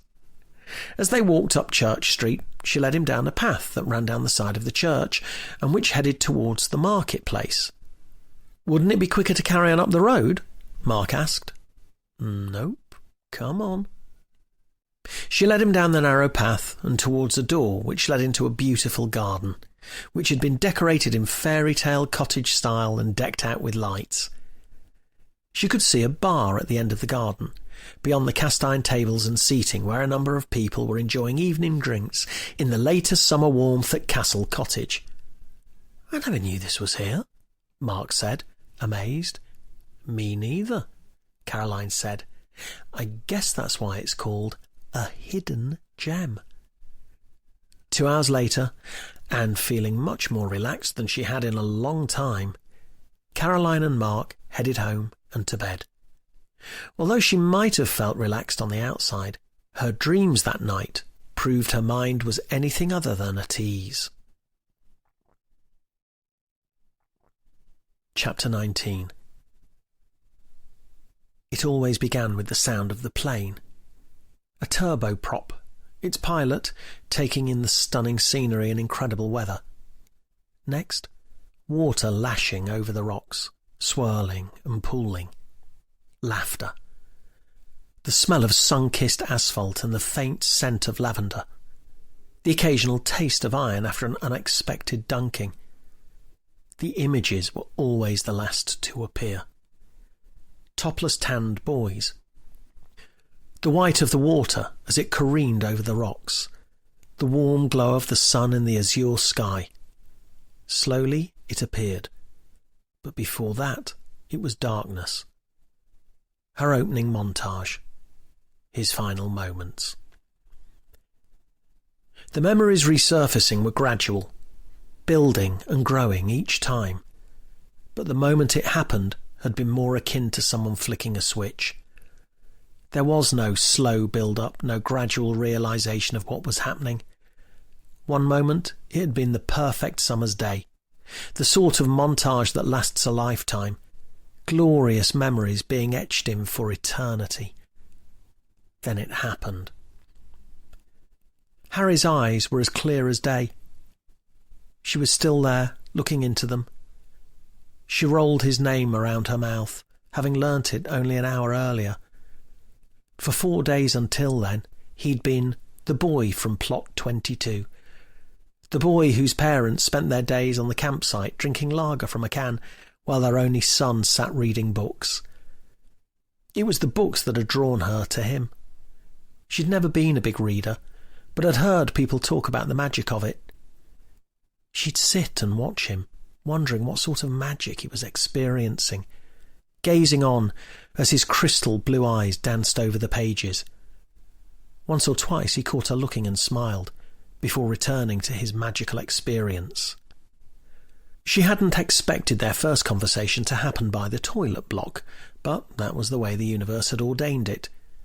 When she told the boy from Plot 22 that she and her brother, Stuart, were going to play down by the river, a part of her hoped he might ask if he could join them, but she never expected he actually would. She walked behind him, watching his hair bounce just above his shoulders as they made their way down the rocky path to the river. There was one part that was like a free jacuzzi, the water cascading over the rocks in such a way that it roiled and bubbled under the surface. She never had any interest in boys before the boy from Plot 22. Harry. She felt his name again now, tasted it.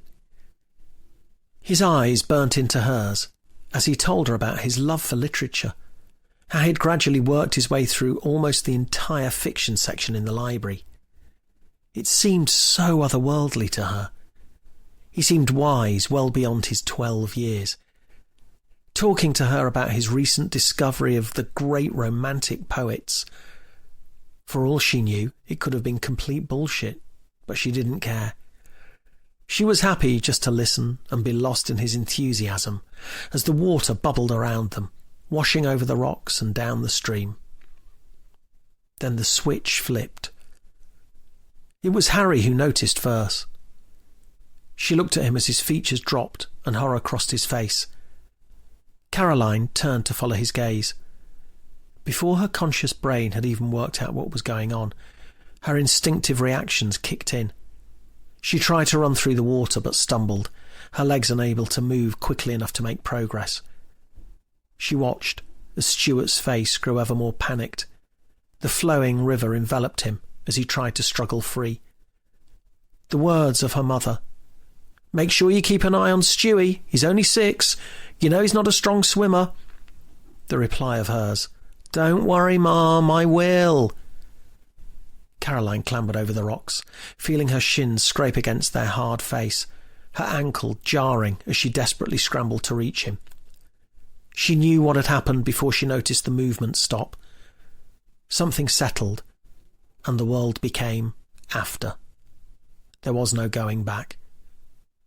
She dragged Stuart to the shore, his limp, empty body bearing more weight than it had in life. She fought to resuscitate him, trying as hard as she could to remember what she'd seen on TV. Chest compressions, mouth to mouth, something about the Bee Gees. She continued and continued, all the while knowing there was no hope, no point, no need. She looked up and over at the river and saw nothing.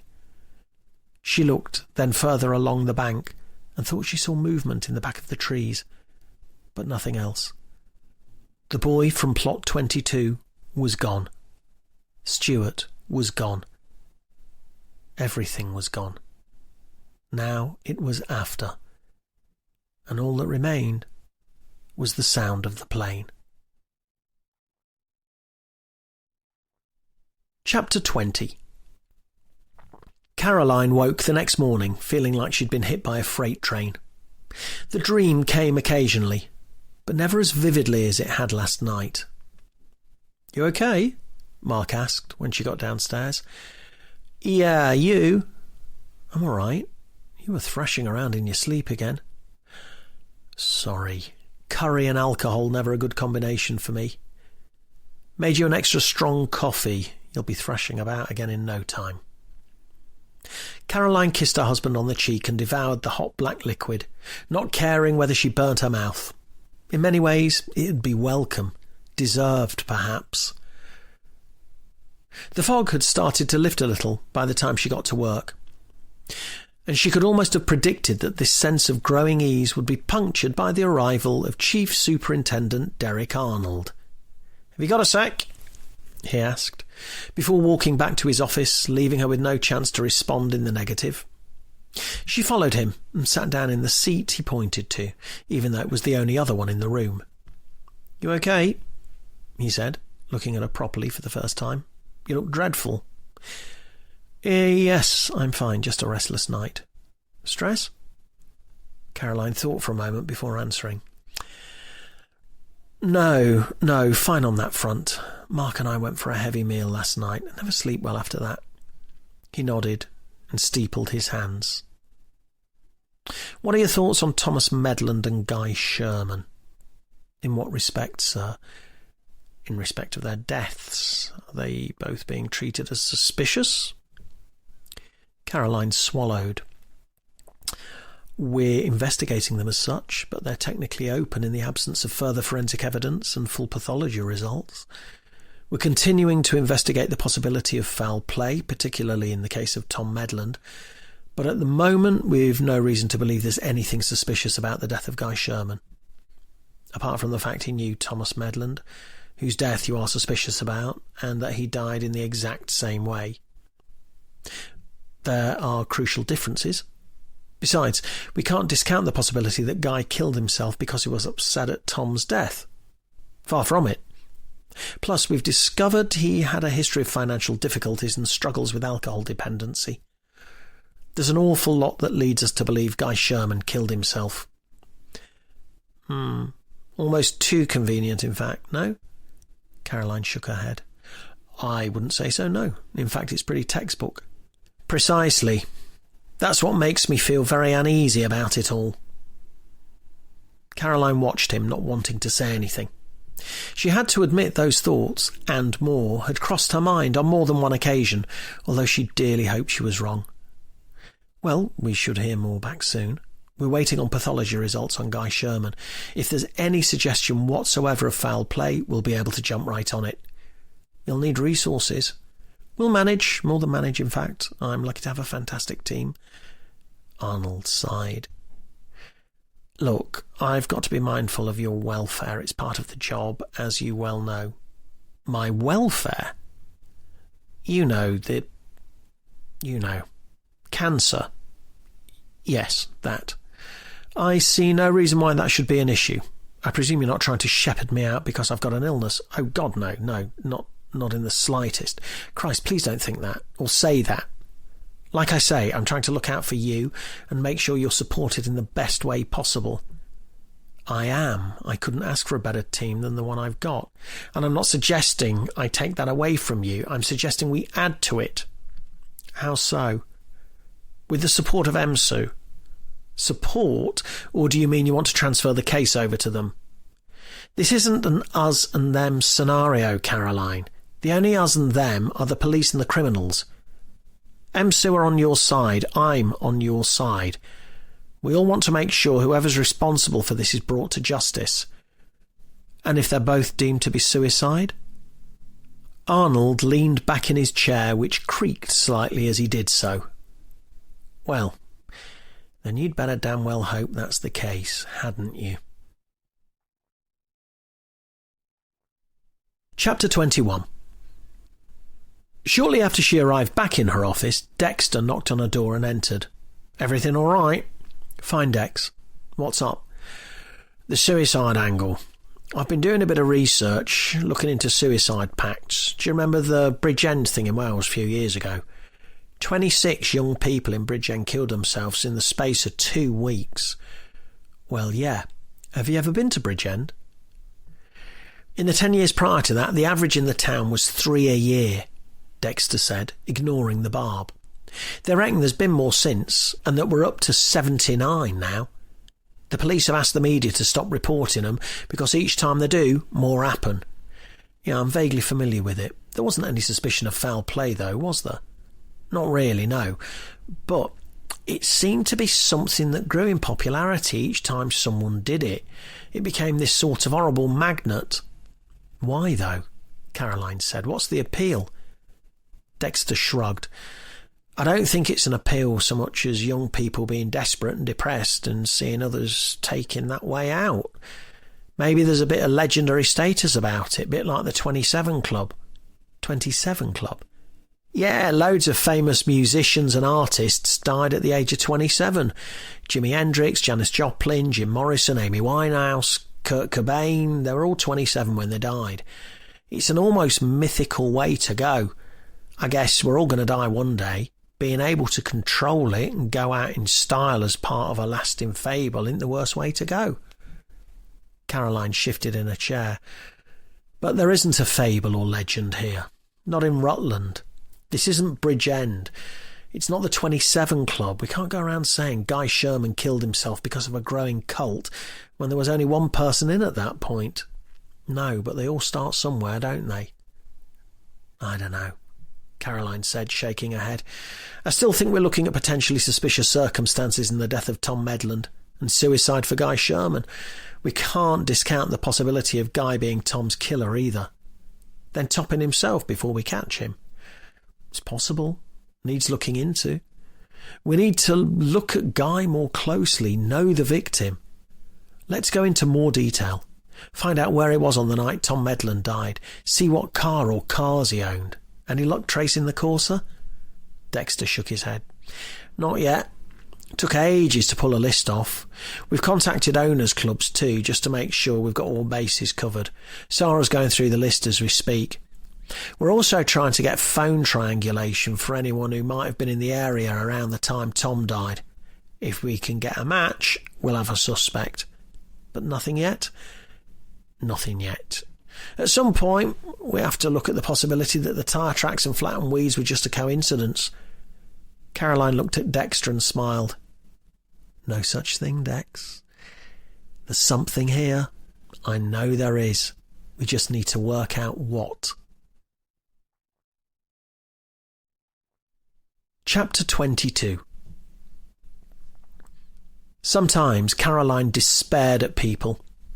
The idea that someone would invest millions of pounds into a brand new spa hotel complex and not spend a couple of £100 on securing the site with CCTV was phenomenal. Untold damage could be caused even before the complex was built. And with so much valuable machinery on site, she was amazed the owner hadn't taken at least basic security precautions. It was nothing unusual, though. She saw it all the time. £1,000,000 houses without an alarm. People wandering around town with Rolex watches on their wrists. It was as if they were so far removed from the sorts of people who were targeting them, they were unable to even see they were the targets. Caroline's strong instinct told her something strange was at play, as much as she didn't want to admit it to herself. She knew many cases didn't necessarily hinge on what could be proved, but instead often pivoted on what couldn't. They couldn't prove that no one else visited the building site after Guy arrived, or that he was on his own. He would have had unfettered access any time he liked as the project's architect. What was to say someone hadn't broken into the site and killed him?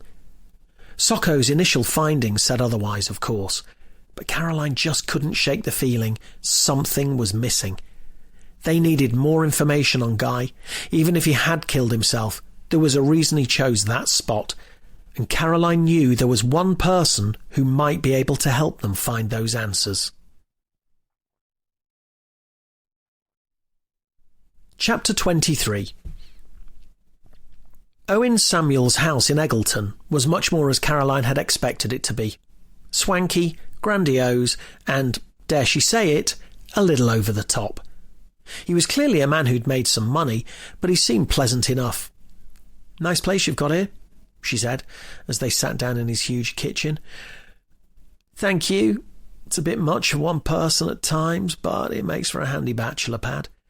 The original house is actually much smaller, but I had it extended heavily and brought up to date. I think they've done a great job." "They have. Is that your game then, building and development?" "No, not really, no. I like to have my fingers in quite a few pies, as it happens. I began by building startups and selling them on. Then I started rescuing struggling companies by buying them out, fixing their problems and making them profitable before selling them on too. Lots of people think business is difficult, but it really isn't. Most of the time, the same rules apply across the board. A lot of people don't realise that. It's only complicated if you make it complicated. The thing about business is you can happily fail 9 times out of 10. You only need to strike it lucky once and everything changes.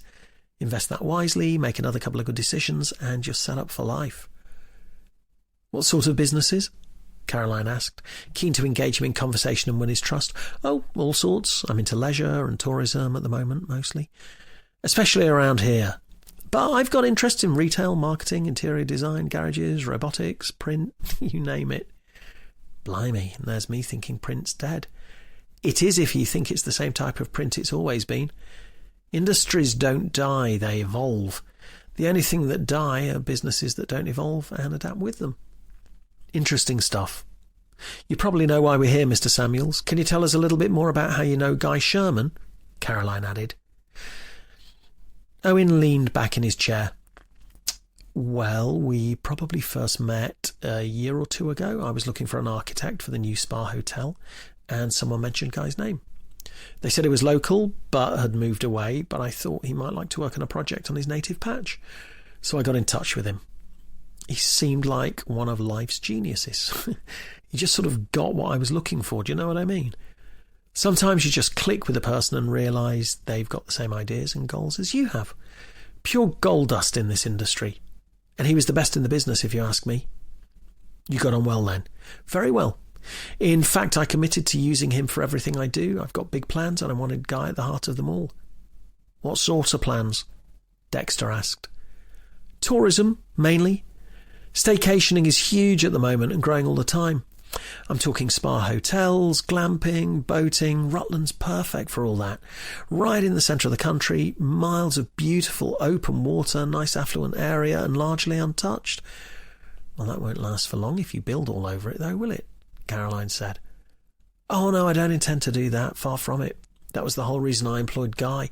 I wanted everything to be done very ethically and without simply concreting over everything. I'm a big believer in morals and doing the right thing. Sustainably sourced materials, local contractors, local employees. Caroline nodded and looked around her. It was clear his approach had worked up until now, at least. And when did you last see Guy? That's the worrying thing. I think I was probably the last person to see him alive. We had a meeting at the spa resort site. Everyone else had gone home by the time we were done. and Guy said he wanted to take another look at one of the views from the scaffolding. I had another meeting at 7 p.m, so I left him to it and headed off. That was the last I saw of him. When did you leave? Caroline asked. About 6:45, I reckon. The meeting was at the Exeter Arms in Barrowden, and I didn't want to be late. Was there any sign that Guy was depressed or upset? No, nothing at all. That's the scariest thing about it. Our meeting was very positive. We discussed how the build had progressed and how it was shaping up. I talked him through preliminary plans I had for other projects, and when I left he was smiling. I had absolutely no idea what was about to happen. It's come as a huge shock. Caroline knew from experience that truly suicidal people often did an incredible job of hiding their intentions from their friends and loved ones. Did that indicate the deaths of Tom and Guy weren't connected? On the face of it, it didn't seem so. But at the same time, she had a horrible sinking feeling that all wasn't as it seemed. Chapter 24. The first thing Sophie wanted to complain about was the fact the others had gone to the grain store first and chosen a table outside.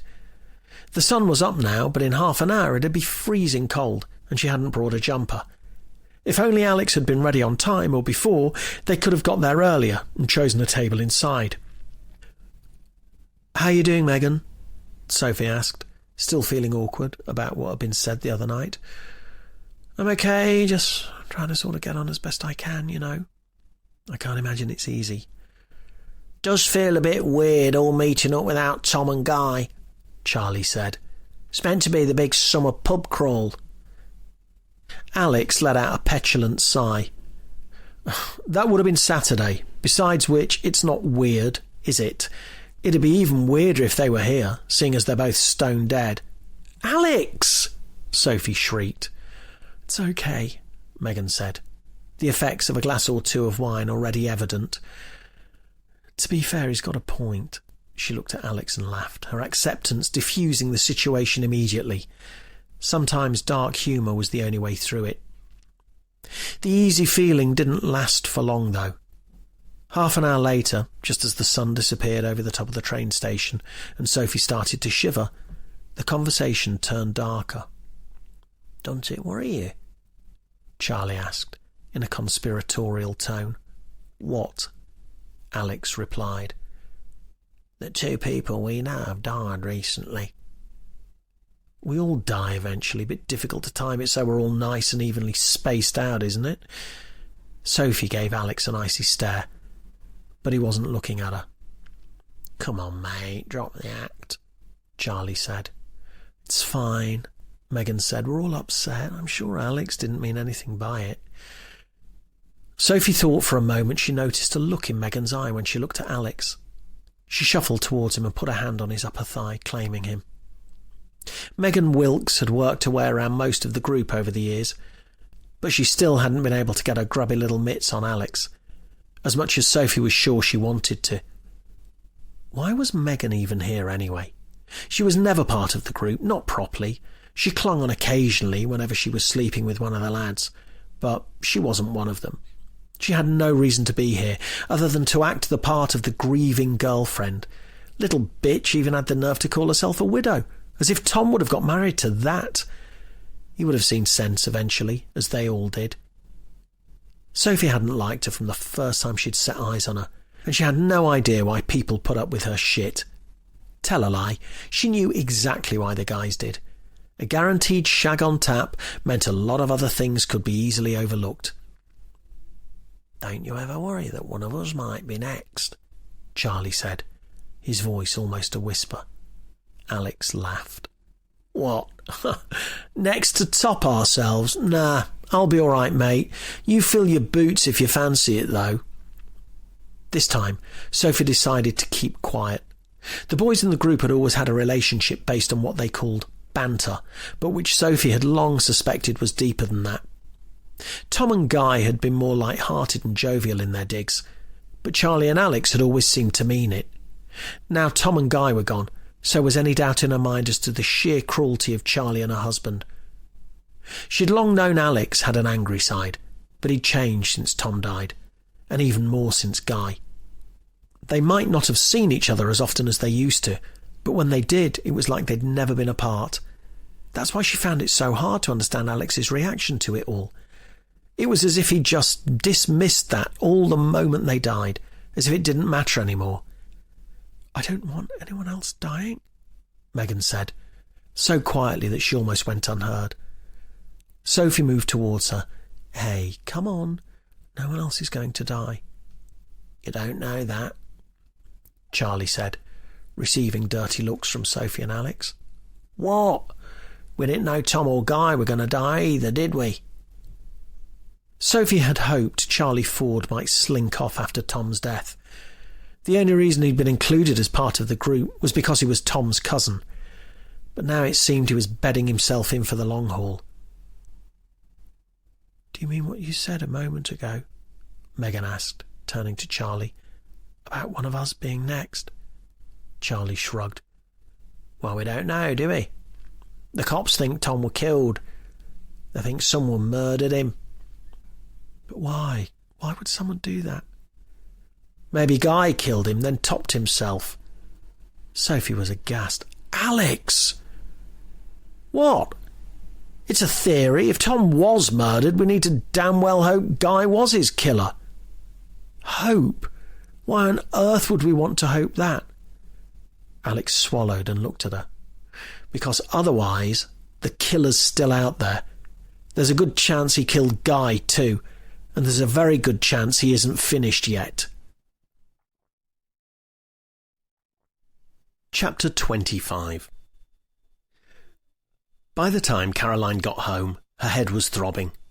She'd started to feel her energy levels dropping earlier, and she knew she was in for a rough couple of days. Still, she'd deal with it as best she could. Her brain, though, was far from tired. Her mind was rarely in sync with her body, it seemed. If she was tired, her mind was active.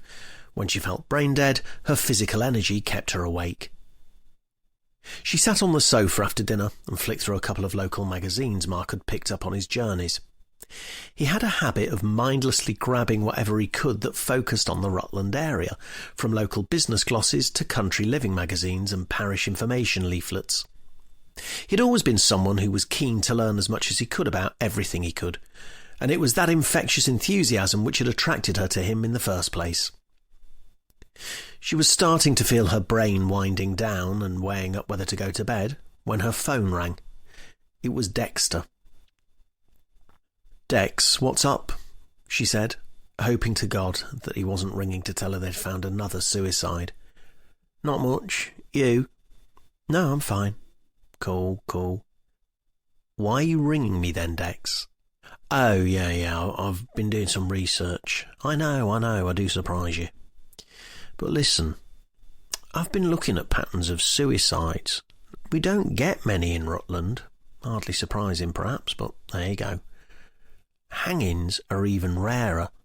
But Tom Medland and Guy Sherman aren't alone. There've actually been 3 in the past couple of years. The other one was actually just a few weeks before I joined." Caroline's jaw tensed. "Go on." "Never any suspicious circumstances in that one, though. Man of a similar age, but not quite the same, 2 years younger. Left a note, expressed suicidal tendencies for a while, 2 previous attempts. So not really the same thing at all, is it?" "No. But what if he was the first and Tom Medland and Guy Sherman killed themselves because of it? What if he started the suicide cult?" Caroline sighed and rubbed her head. "Dex, I think we should both get some sleep." Dexter was silent for a moment. "You still think Tom Medland was murdered, don't you?" he said eventually. "Honestly, I don't know. I'm almost certain Tom Medland and Guy Sherman's deaths are linked somehow. It's too convenient otherwise. Same age, same school. We'll get there, Dex. We will." "All right," Dexter said eventually. "All right, there's something that worries me." "What's that?" she asked. She heard Dexter swallow at the other end of the phone. "What if they're not the last to die?" Chapter 26. Charlie Ford lit his joint and watched as Megan climbed out of the bed, admiring her body as she put her clothes back on. "At least open the windows," she said, waving her arm about and curling up her nose as if he'd just sparked up a dog turd. "What's the problem? Worried someone might smell something on you? Don't think it's a bit of weed you want to be worried about, love. You could have at least waited until you were cold. Just open the fucking window, all right?" Charlie looked at her for a moment, then got up and pushed open the top pane of glass, the arm creaking and squeaking as he pulled it out to prop the window open. "Not many women of your age who can still look like that in tight jeans." Megan turned to look at him. Why do I get the feeling there's some sort of dig hidden in there somewhere? "I dunno," Charlie said, shrugging. "Low self-esteem, maybe?" "Fuck off." "What, from my own house?" "It isn't yours, and you know it. You don't have anything." "I just had you." "Like I said, fuck off." Charlie laughed. "It's not what you were saying 5 minutes ago. Besides, have a little courtesy. I've waited nearly 20 years for this moment." "You're sick." 20 years ago, I was 12. "I said nearly 20 years. You were probably 15. Not that that ever stopped you." "And what would you know?" she said, tying back her hair. "I never went anywhere near you. Hardly surprising, really. Look at the state of you." "Yeah, you just did. Mind you, I guess I was probably just next on the list. You went through everyone at least once, even all the nerdy kids. Is it true you noshed off Simon Butler behind the science block? Maybe it was just my turn, eh?" Megan strode toward Charlie and slapped him across the face, taking him by surprise. Charlie stood for a moment, looking at the wall, feeling the ache starting to develop in his jaw. Then he slowly nodded. "Like I say, once a slapper, always a slapper." Chapter 27. It took all the strength Caroline had to haul herself into a sitting position, her muscles tight and aching as she stretched her legs out in front of her on the bed. She hated waking up feeling like this, but on the plus side, at least she was waking up. Without the chemotherapy, that might not have been a daily certainty. She'd taken to sleeping with a bandana on, unable to face finding clumps of hair on her pillow each morning. Her consultant had warned her the side effects would be more severe with the new course of chemotherapy, and he'd been right. Her previous treatment had felt more concentrated.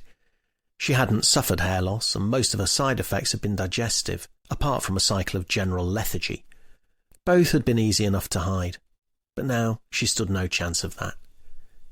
In a way, she felt thankful her hand had been forced. There was no way to cover the destruction the chemotherapy had caused to her body, and particularly, she hoped, the tumour on her ovary.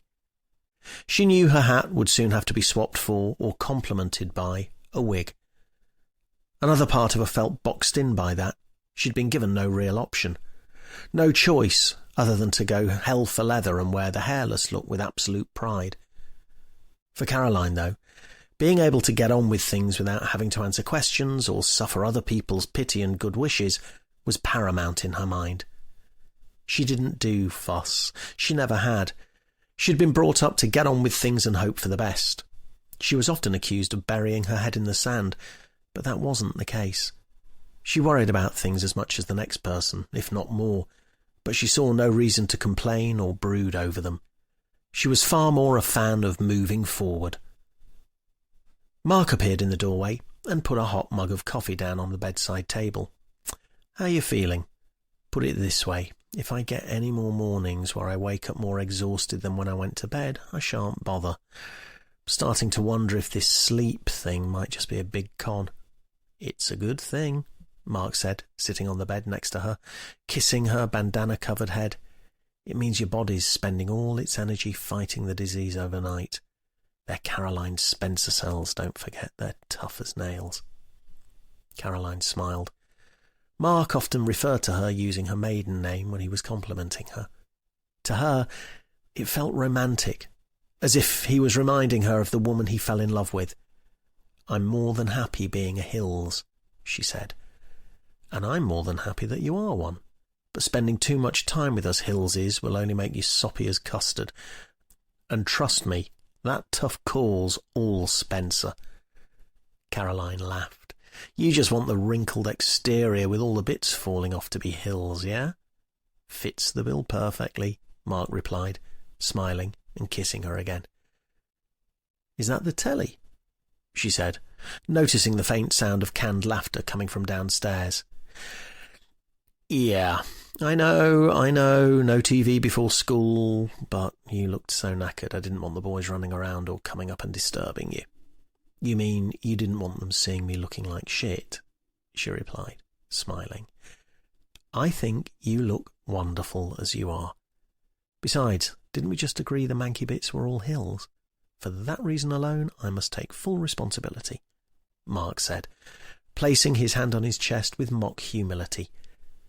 Caroline smiled again, and in that moment she realized energy didn't just come from her own body. Chapter 28. Caroline arrived at work hoping it would be a good day. She needed it to be. She was in an hour or two later than normal, having had a hospital appointment first thing. They'd done a scan to see if the heavier chemotherapy had been working, and told her she should have the results within a week or two. Although she felt positive on that front, her frustrations with work were growing exponentially. With pressure from up above and Derek Arnold and Sue breathing down her neck, she was desperate for the breakthrough which would let her show her superiors she was making good progress. She was thankful nothing had got into the media, other than brief mentions that 2 men had been found dead. The link had not yet been publicly made by anyone, but she knew it was only a matter of time. At that moment, the pressure would really be on. They were still reeling from 2 recent murders which had rocked the county and its residents. Although that case had been solved, it wasn't without unnecessary bloodshed, public unease, and a growing discomfort with the actions of the local police. Detective Superintendent Derek Arnold could have thrown her under the bus. She'd been the senior investigating officer in charge of that case. It had been her decision not to refer it to the East Midlands Special Operations Unit. She'd chosen to break with protocol on that, leaving herself solely responsible. It was she who'd been put on gardening leave, then chosen to access confidential police information and apprehend the killer in his own home. But still, Arnold had protected her. She couldn't quite work this man out. He'd made a point of putting the pressure on her a number of times, suggesting the case be passed to Sue, berating her for not making progress, removing her from the case when the second murder occurred. Why had he not pounced on it with both paws and had her transferred, demoted, or sacked altogether?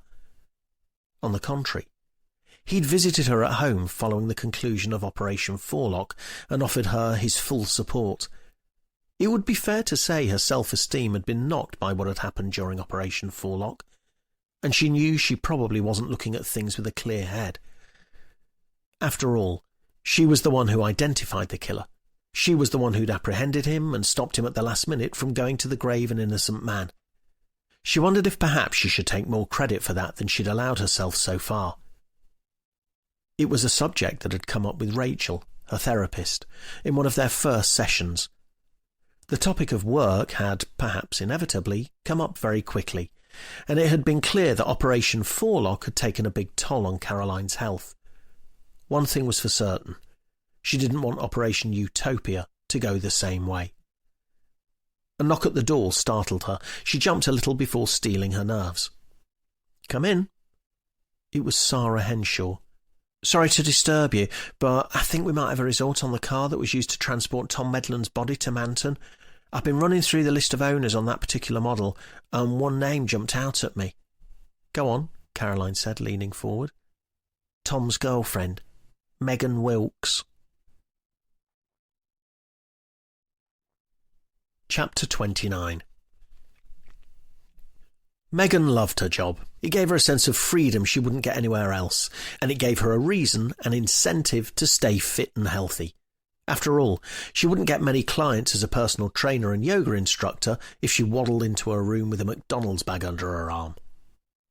She noticed the police officers at the back of the room a few minutes from the end of the yoga class she was teaching. They had the good grace not to come in uniform or to disturb the class, but they still stood out like a sore thumb. Within minutes, she was sitting in the back of their car en route to Oakham Police Station. Megan was clearly unhappy to be in the interview room, but it seemed to Caroline this was more a feeling of irritation at having had her day disrupted and her image tarnished than any real shock and disbelief that she was being interviewed under caution in relation to her boyfriend's murder. Once the interview had begun, Caroline got straight into it. "Can you describe your relationship with Thomas Medland for me, please?" Megan took a deep breath, then sighed heavily. "He was my life partner. We'd not been together all that long, but we'd known each other for years." "And how did you get together?" "Tom was married for a while, but he got divorced recently. He got treated like shit by her. Lost pretty much everything. We got chatting a bit more, then gradually got closer and ended up as a couple." "Were you happy?" "Very," Megan replied pointedly. "And you'd known Thomas for how long?" "I'd known Tom since school." "Secondary school?" "Yeah." "So you were, 11 or so?" "Probably, yeah." "Were you friends immediately?" "Christ, I don't know. Maybe. I don't remember the exact date. We signed the Great Friendship Treaty, if that's what you mean." "All right. And fast-forwarding a lot further, did you and Tom live together?" "No, Tom was living with his parents." "And you?" "I've got a flat." "Were you never tempted to move him in with you? You called him your life partner earlier." "So, doesn't mean we have to live together straight away, does it? Anyway, it's a small flat, and I like my space sometimes." Caroline nodded. "All right, so you've got a flat. What about a car?" "Yeah, obviously I've got a car." "What make and model?" "A Vauxhall Corsa." "Oh, I like those. New model?" "Previous one." "Why?" "Did you ever drive it out to Manton?" Megan looked at Caroline, then at Dexter. "Why Manton?" "That's where Tom's body was found." "I know, and we believe it was taken there in a Vauxhall Corsa, a dark one." "What colour's yours?" Megan swallowed. "Black?" "Pretty dark, then." "Where were you between 10 o'clock on the evening of the 13th and 6 o'clock on the morning of the 14th, Megan?" "That's the night Tom died." "I'm aware of that. Can you answer the question, please?" Megan thought for a moment before speaking. I was at home. It was overnight. Where else would I be?" "Well, that's what I'm asking." "Does your car have a tracker?" Caroline asked, already knowing the answer but wanting to crank up the pressure on Megan. "No." "I see. Do you have CCTV at home?" "No." Caroline nodded as she pretended to jot a few words down on her notepad. "And what about witnesses? Do you have an alibi who could corroborate your statement that you were at home?" I live on my own, I told you," Megan said. "So in other words, no alibi either." Megan looked at the table and dropped her head, then lifted it slowly before speaking again. "Well, look, there is someone was with me. But if I tell you who, you have to promise me you'll never tell a soul." Chapter 30.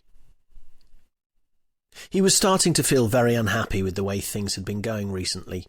He'd made one or two mistakes, who hadn't? But now he was beginning to feel everything unravelling around him.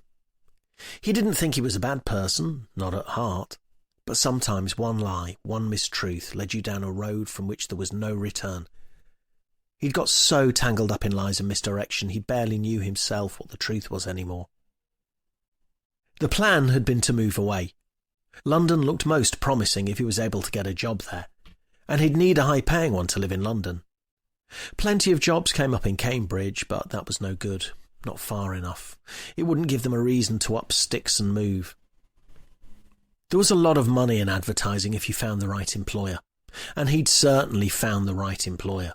He'd been on the verge of accepting a job in London, although the salary wouldn't allow them to buy a place any more central than Croydon at best, when he was headhunted by Charnley and Walker, His first instinct had been to turn the job down.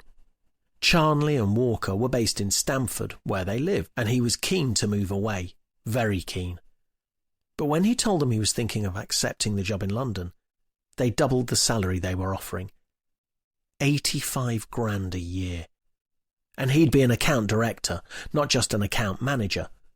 Even in London, he'd be lucky to earn 60. It had been a no-brainer. Take the Charnley and Walker job, get that position and salary on his CV, then start looking for the really big payday in London.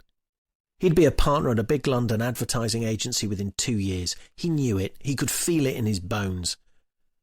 Staying in the area had its risks, though. Risks that could be more easily overlooked for 85 grand a year, but risks that were nonetheless still there. It wouldn't be long before tongues started wagging and people started probing, and he had far too much to lose to risk that. But at the end of the day, when all was said and done, money talked. He was a big fan of clichés. In many ways, his life had been one big one. But he found there was often a perfectly good cliché for almost every situation. Advertising execs loved them, and for good reason. Why invent new words and phrases when everyone knows what you mean by never look a gift horse in the mouth? The idea that everything needed to be fresh or original made him squirm. It was horse shit, and everyone in advertising knew it. What worked was familiarity, relevance. Give them comfort, something they know and love. But things had been getting a little too familiar and comfortable for him recently, and he was going to have to do something about it. The ringing of the doorbell jolted him from his reverie, and he walked downstairs to answer the door. "Alex Lawson?" "Yes," he replied. "Detective Inspector Caroline Hills. This is my colleague, Detective Sergeant Dexter Antoine. We'd like to have a little chat, if that's okay." Alex tensed his jaw. Yeah, sure. Come in." Caroline smiled as Alex stepped aside to let them in. The house was, like most houses in Stamford, built in traditional sandstone, and the interior was fresh and clean. "Sophie's not in," he said, gesturing to an empty space in the hall. "She's at work. Should I call her?" "No need," Caroline replied. "Day off yourself?" "I work from home on Fridays." "Nice work if you can get it. Only saves me a 3-minute drive, to be honest. It's one of these new initiatives the bosses came up with to make the company more modern. Nothing at all to do with the fact that they like to play golf on Fridays, of course." Caroline smiled. "No, I'm sure that's just a huge coincidence. Can we go and sit down?" she asked, pointing through to the living room. "Oh, right, yeah, of course, sorry." Although Caroline was a fan of hard flooring, she was yet to be convinced that anything other than a thick pile carpet should be on a living room floor. The Lawsons had gone for hard flooring and a large rug, which did nothing to soak up the cold echoes that bounced around the room, making it sound more like a prison cell than a comfortable, cosy living room. "We just wanted to ask you a few questions, if that's okay. We understand you were a friend of Tom Medland. Is that right?" Yeah, I guess so." "You guess so?" Dexter asked. "Well, I mean, we knew each other, went to school together. Didn't see each other as often as we used to, though." "What about his girlfriend, Megan?" Caroline asked. "What about her?" "Do you know her well?" Alex shrugged. "Known her a while. She comes and goes." "Do you see her often?" "Not really, no." "When was the last time you saw her?" Alex looked towards the window and sighed. "Christ, I've no idea. I don't have a specific date, if that's what you mean." "Okay," Caroline said, nodding and looking down at her notepad. "And Guy Sherman was a friend of yours too, wasn't he?" "Well, yeah. Again, he's someone I knew from school and saw maybe a few times a year." "Were you close at school?" Dexter asked. "Closer. We all were. Everyone drifts apart as they get older. Close enough to be upset that they're dead, if that's what you mean." "And when did you last see Guy?" "Now, that one's a bit easier. I saw him maybe a week or two ago, sitting outside the vaults in Uppingham. He was having a drink with a friend, so I didn't hang around, but just had a quick, 'Hi, how's it going?' sort of thing." "How did he seem?" Fine. But like I say, I was probably only with him about 10 or 20 seconds. He didn't manage to squeeze in a mention of his plans to top himself, if that's what you mean. And Tom, did he seem okay in himself? No sign that he was thinking of harming himself? No, he seemed fine, but as I said, I hadn't seen him in a while. Not depressed at all. No, quite the opposite. He was always a really happy-go-lucky kind of guy. He hadn't found out that you were shagging his girlfriend then. Caroline looked at Alex and waited for a response, but he looked like a rabbit caught in the headlights. I mean, that's where you were on Sunday night, isn't it? At Megan Wilkes's flat. I don't remember. What did you tell your wife? How did you manage to explain that one away? Alex looked at the floor, then held his head in his hands. A few moments later he spoke. She was at her mum's in Bourne. Sophie wasn't at work on Monday, so her and her mum went out for dinner and some drinks on Sunday night because it was her dad's birthday. It would have been anyway. He died earlier this year. Oh, I see. So while your wife was commemorating her dead father's birthday, you were out shagging Tom Medland's girlfriend. Why didn't you join them for the meal? Alex swallowed. I had a load of work to get done on the Sunday, and I was in the office first thing Monday. Plus her mum doesn't really like me. How strange. I wonder why. Look, I don't need your judgment, all right? I know how it looks. I'm not proud. How long's it been going on? Dexter asked. Tom sighed. Too long. It's been on and off for years. If you've met Megan, and I presume you have because no one else knew I was there, you'll know what she's like. It's convenient? Caroline asked. Complicated. And Sophie doesn't know about this. No, of course she bloody doesn't. She doesn't need to either. I'll deal with that myself. I'm sure you will, Caroline said. I'm sure you will. As far as she was concerned, she had everything she needed. Megan Wilkes's car matched that which was used to dump Tom Medland's body. She and Alex Lawson had been seeing each other behind their respective partners' backs. There was more than enough in terms of motive, means and opportunity. Although the case of Guy Sherman would take more investigation and exploration. She had more than enough reason to bring Lawson in over Tom Medland's death. That way they could seize assets and evidence which could link him to both men's deaths. Alex Lawson, she said, standing up and gesturing for him to do the same. I'm arresting you on suspicion of the murder of Thomas Medland. You do not have to say anything, but it may harm your defence if you do not mention when questioned something which you later rely on in court. Anything you say may be given in evidence. Chapter 31. Caroline and Dexter had prepared their line of questioning for the official interview and felt confident they could make strong progress. They had 24 hours to either charge or release him, and Caroline was sure that would be more than enough time, especially now Lawson knew he was on the ropes.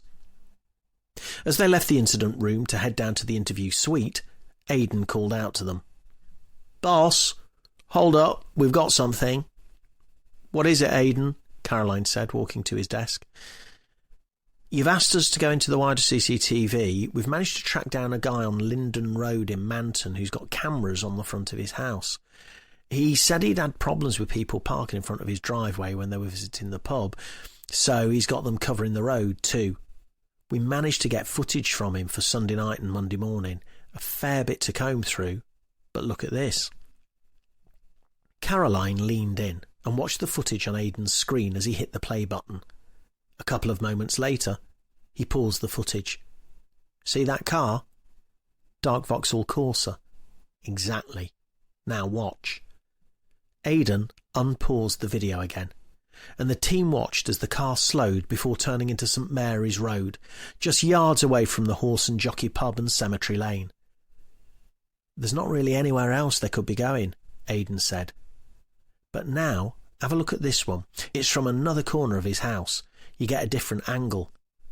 Aidan played the video, and they watched as the same footage played again from another viewpoint. As the car came into shot, he paused the playback. OK, so at this point we've got a decent view of the back of the car. Number plate, the lot. The plate's just a massive white blob, though, Caroline said. At this moment it is. It's infrared camera, see. The light above the plate has interfered with it. So what I did is take the screen grab and run it through here, he said, switching to an image editing program Caroline didn't recognise, and adjust the lighting levels. If we bring the contrast right down over the plate, as Aidan spoke, the registration number of the car became visible. Jesus Christ, you learn something new every day, Caroline said. Have we done a look-up on the registration? We have, Aidan replied. Vehicle licensing comes back as being registered to a Miss Megan Wilkes. Caroline felt the hairs stand up on the back of her neck as she and Dexter realised the enormity of the evidence in front of them. Megan Wilkes's car, heading straight to the dump site of Tom Medland's body in the early hours of Monday morning. In that moment, she felt more certain than ever that they had the killer. Chapter 32. Alex Lawson didn't look at all comfortable sitting in the police interview suite, but then again, not many people did. He opted for the services of the duty solicitor, something which was either smart or foolish, depending on your line of defence and the lawyer that happened to be on duty at the time. Megan Wilkes's car had been seized and was currently being swabbed by forensics for any trace that Tom Medland's body had been transported in it. If the results came back positive, they'd have solid grounds to charge Alex and Megan with Tom's murder. Caroline decided they should get the interview with Alex Lawson started. Meanwhile, Sarah and Aidan would interview Megan to see what she had to say for herself. Caroline kicked off the interview in the usual way, then detailed what Alex had told them at the house. So you stated that you'd been in an on-off sexual relationship with Megan Wilkes, recent girlfriend of the deceased Thomas Maitland, for a number of years. You also stated that on the night of Sunday the 13th of September, you stayed at Miss Wilkes's flat and returned home on the morning of Monday the 14th of September. Is that correct? Alex glanced at his solicitor. Caroline knew the brief would, no doubt, have advised him to reply with no comment to that, as it would only be admissible evidence when said under police caution. To her surprise, Alex then looked down at the table, then up at her. "How much of this will get back to Sophie?" he said. "Well, we can look at it two ways. If you're innocent and we don't charge you, everything remains confidential and you're free to tell her as much or as little as you want. Only your conscience can dictate that. If there's enough evidence to bring you to court, or if you're guilty, then it'd almost certainly come out in the courtroom. But at that point, I don't think admitting to having a bit on the side is going to be your biggest problem." Alex seemed to think about this for a few moments, then slowly nodded. "OK, yes, that's all correct." Caroline could see his solicitor squirming beside him as he raised an eyebrow and jotted down a few notes on the papers in front of him. "Good, thank you," Caroline said. "Can you tell me a little more about what happened that night? What did you do? What, do you want a diagram?" "That's very kind, but I've got 2 children. I can work that bit out. Just a brief overview will be fine." "We watched a bit of TV, then we had sex." "Quite a romantic evening. And you slept there?" "Yeah." "In the same bed?"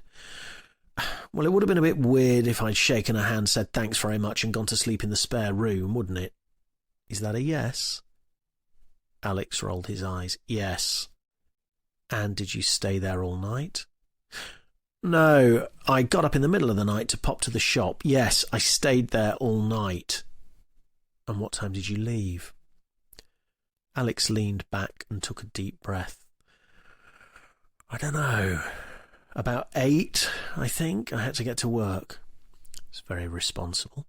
Tell me, Alex, what car does Megan drive?" A Corsa, I think. Yeah, a black one." "A bit like this one," Caroline said, passing a printout of the CCTV imagery to him. "Well, yeah, that's a Corsa. It's not a great picture, though." "Do you know her car registration number?" Alex laughed. "No, Obviously not. I'm not even sure of my own. Do you think you might recognise it if you saw it? I doubt it. And what if I told you a dark Vauxhall Corsa was seen in the early hours of Monday morning, heading for the location where Tom Medland's body was found a few hours later, and that this particular car is registered to Megan Wilkes, the girlfriend of Tom Medland and the woman you'd been sleeping with? Alex swallowed. His solicitor leaned over and whispered something in his ear. No comment, Alex said. Caroline smiled. It had only been a matter of time. You should know we've arrested Megan too, Alex. We've put the same evidence to her. Only difference is she's talking. It was a cleverly worded sentence from Caroline.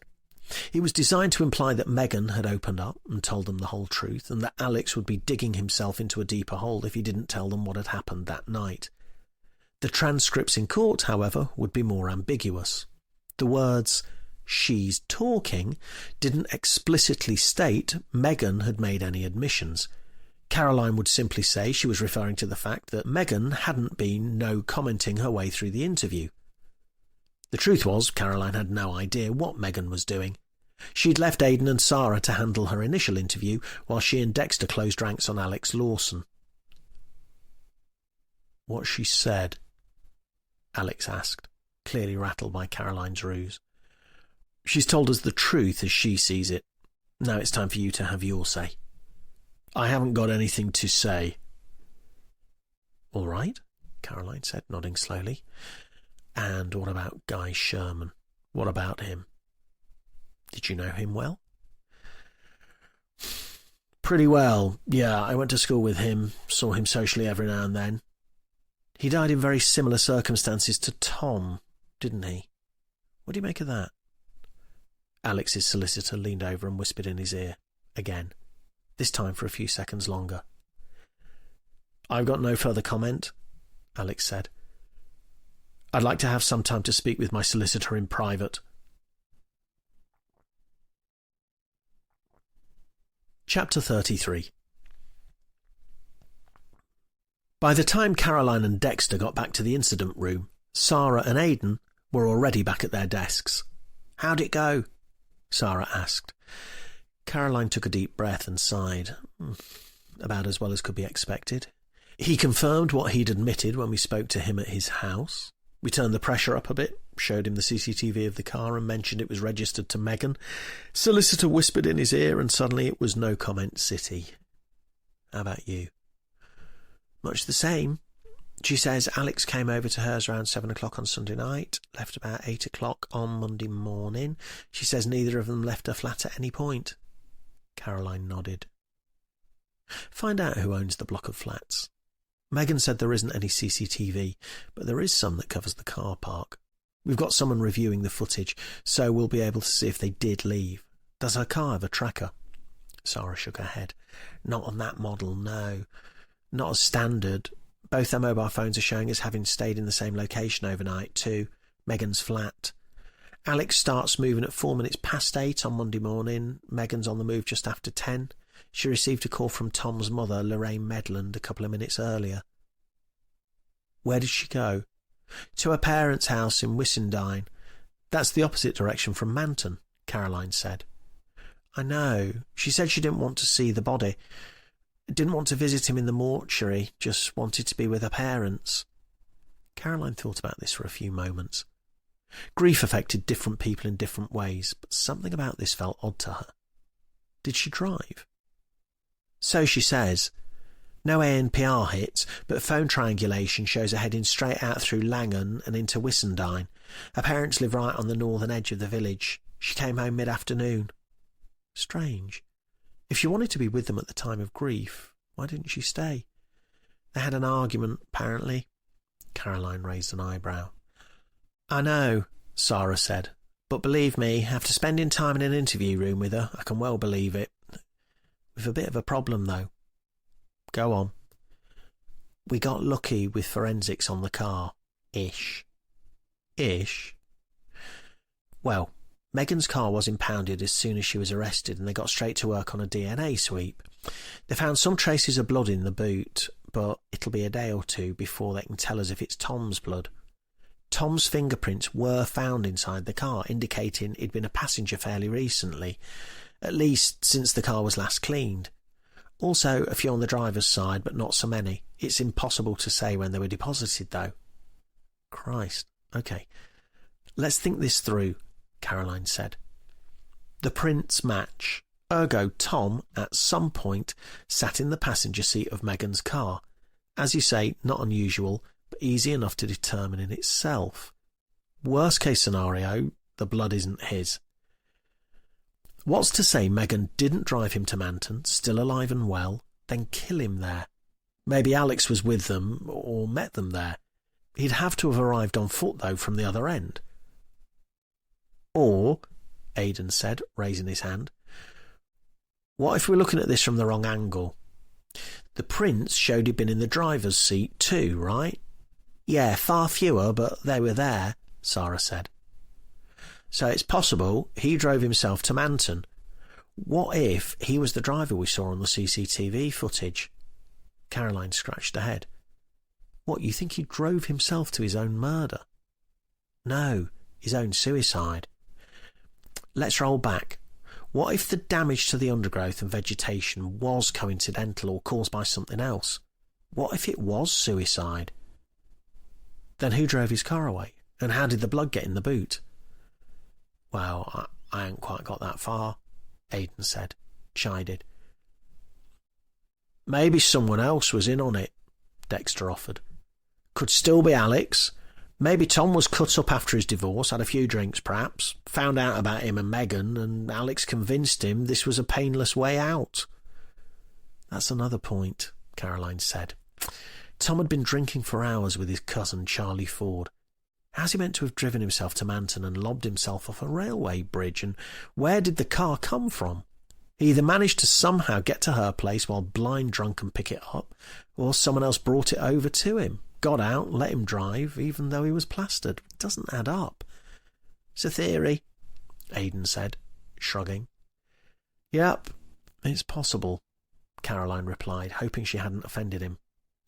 But I don't think it's strong enough to go to the CPS with.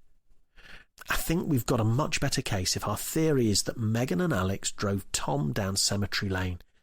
Maybe Tom found out about them. Alex had the most to lose. What if Tom threatened to tell Sophie what had been going on?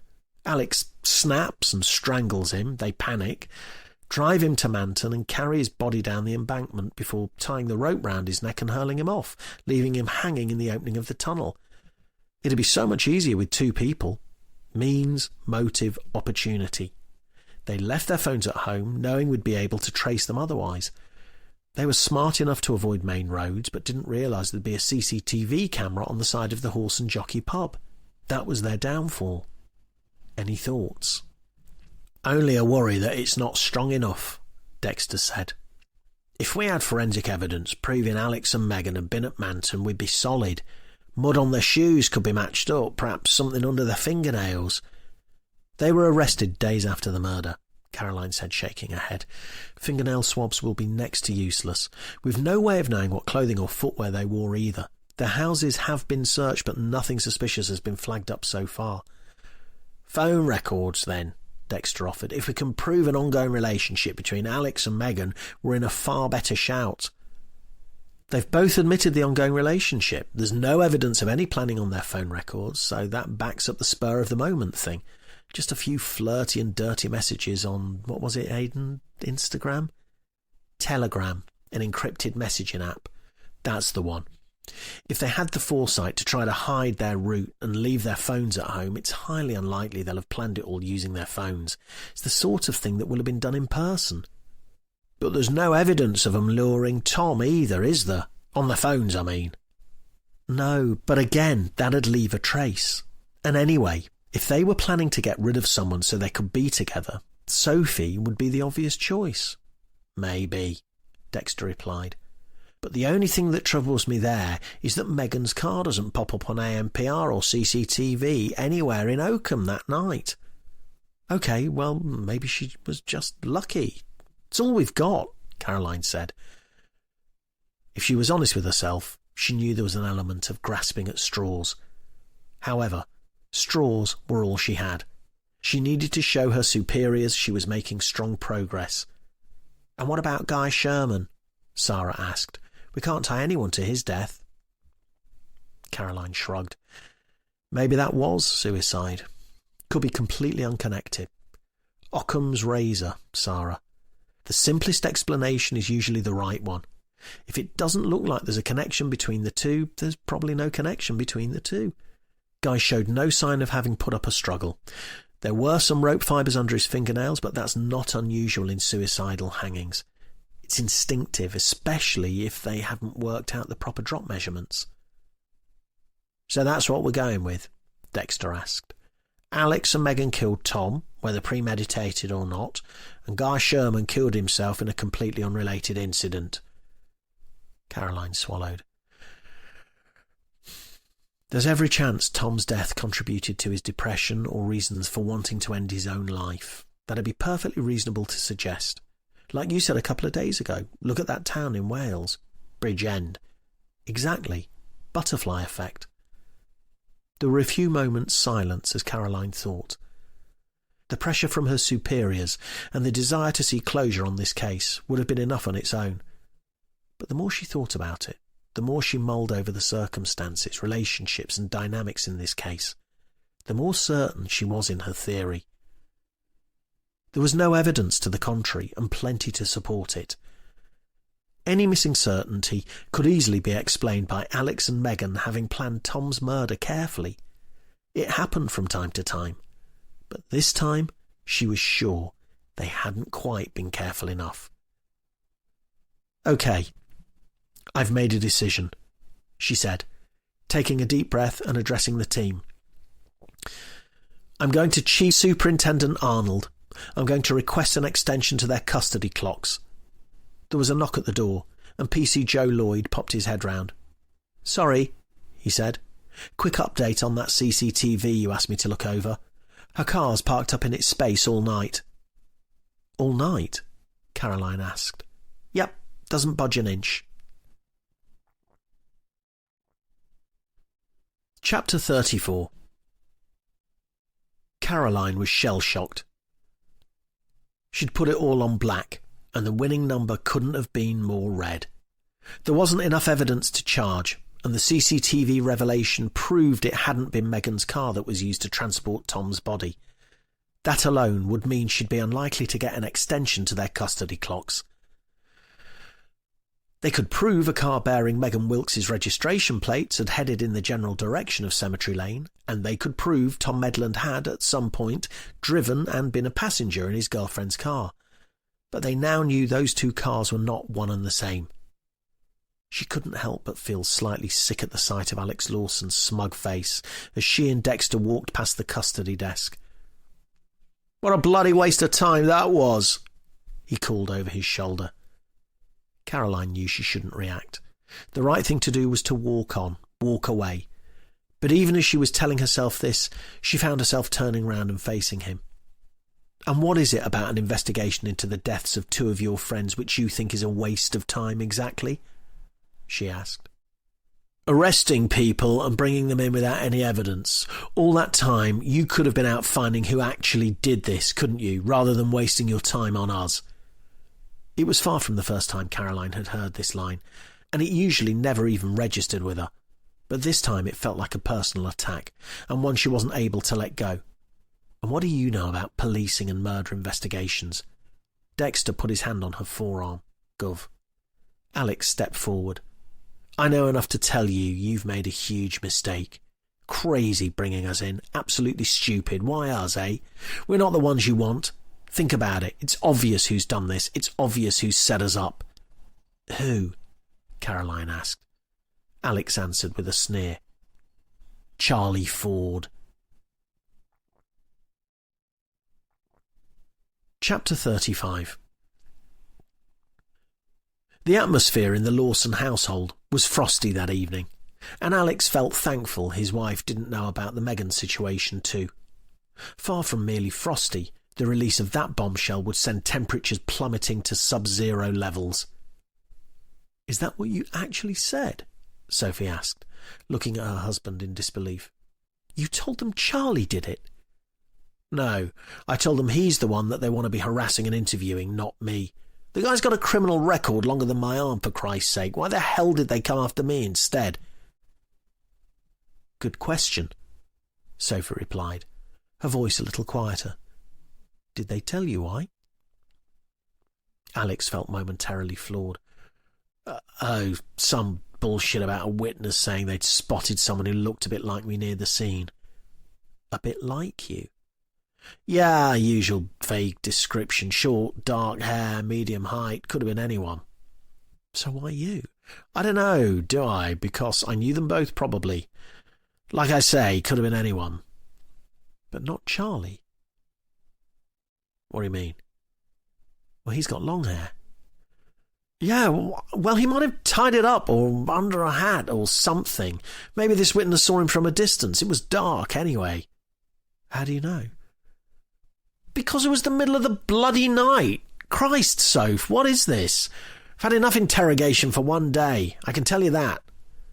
Sophie blinked a few times, then thought for a moment. So they think it's definitely one of us, then? How do you mean? You said the police arrested you because you fitted the description and because you knew Tom and Guy. Alex sighed. Yeah, well, it makes sense, doesn't it? It's the only connection.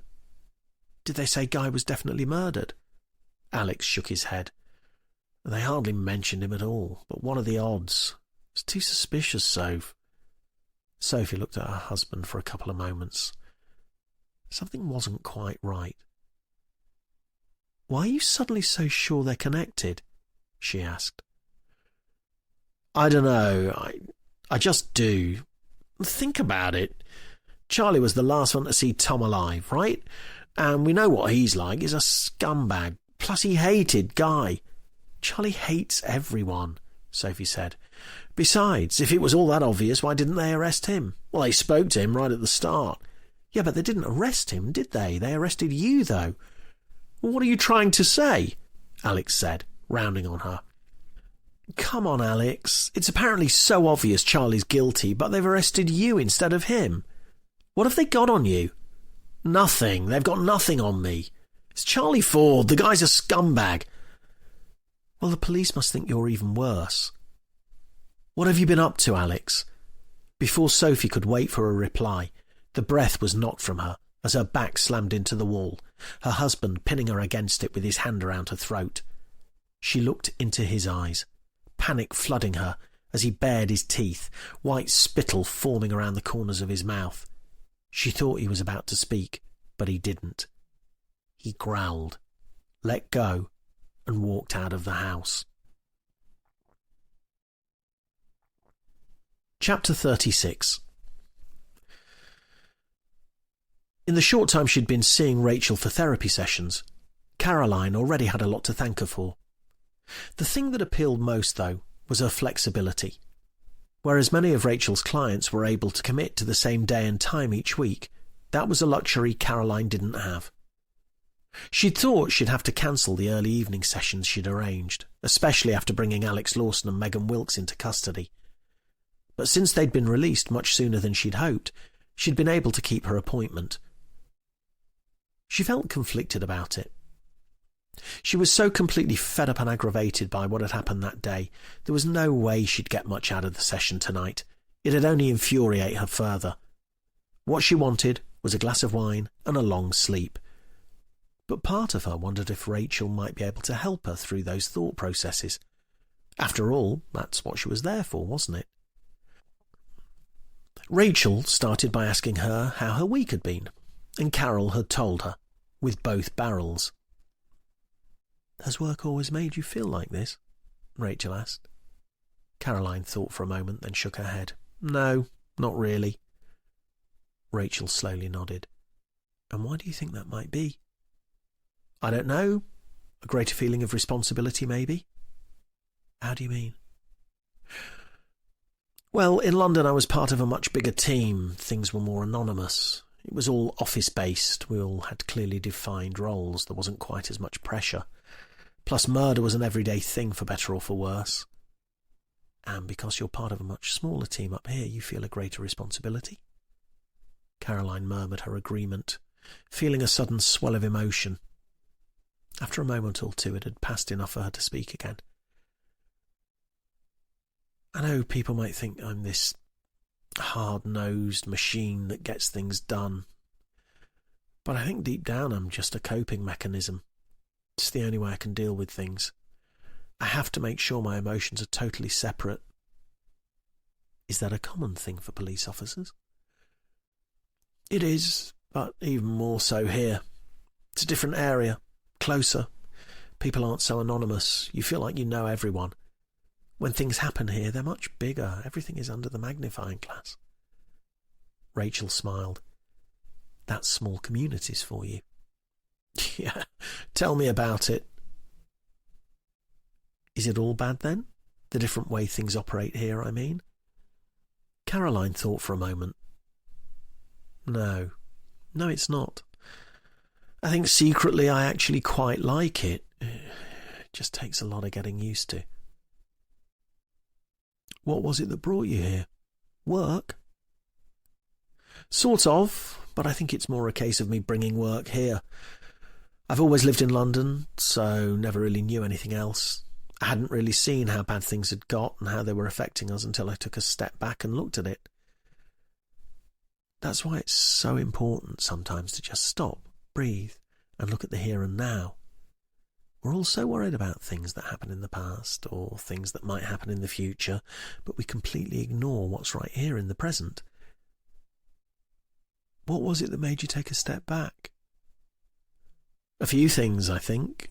My eldest son, Josh, had been having trouble at school for a while, bullying. There were a couple of knife crime cases I'd worked on which got a bit too close to home. It just didn't feel safe anymore. It felt like the world was closing in on us. Then Mark's dad and brother died not far apart. It made us reevaluate life. I think Mark's always been a country boy at heart.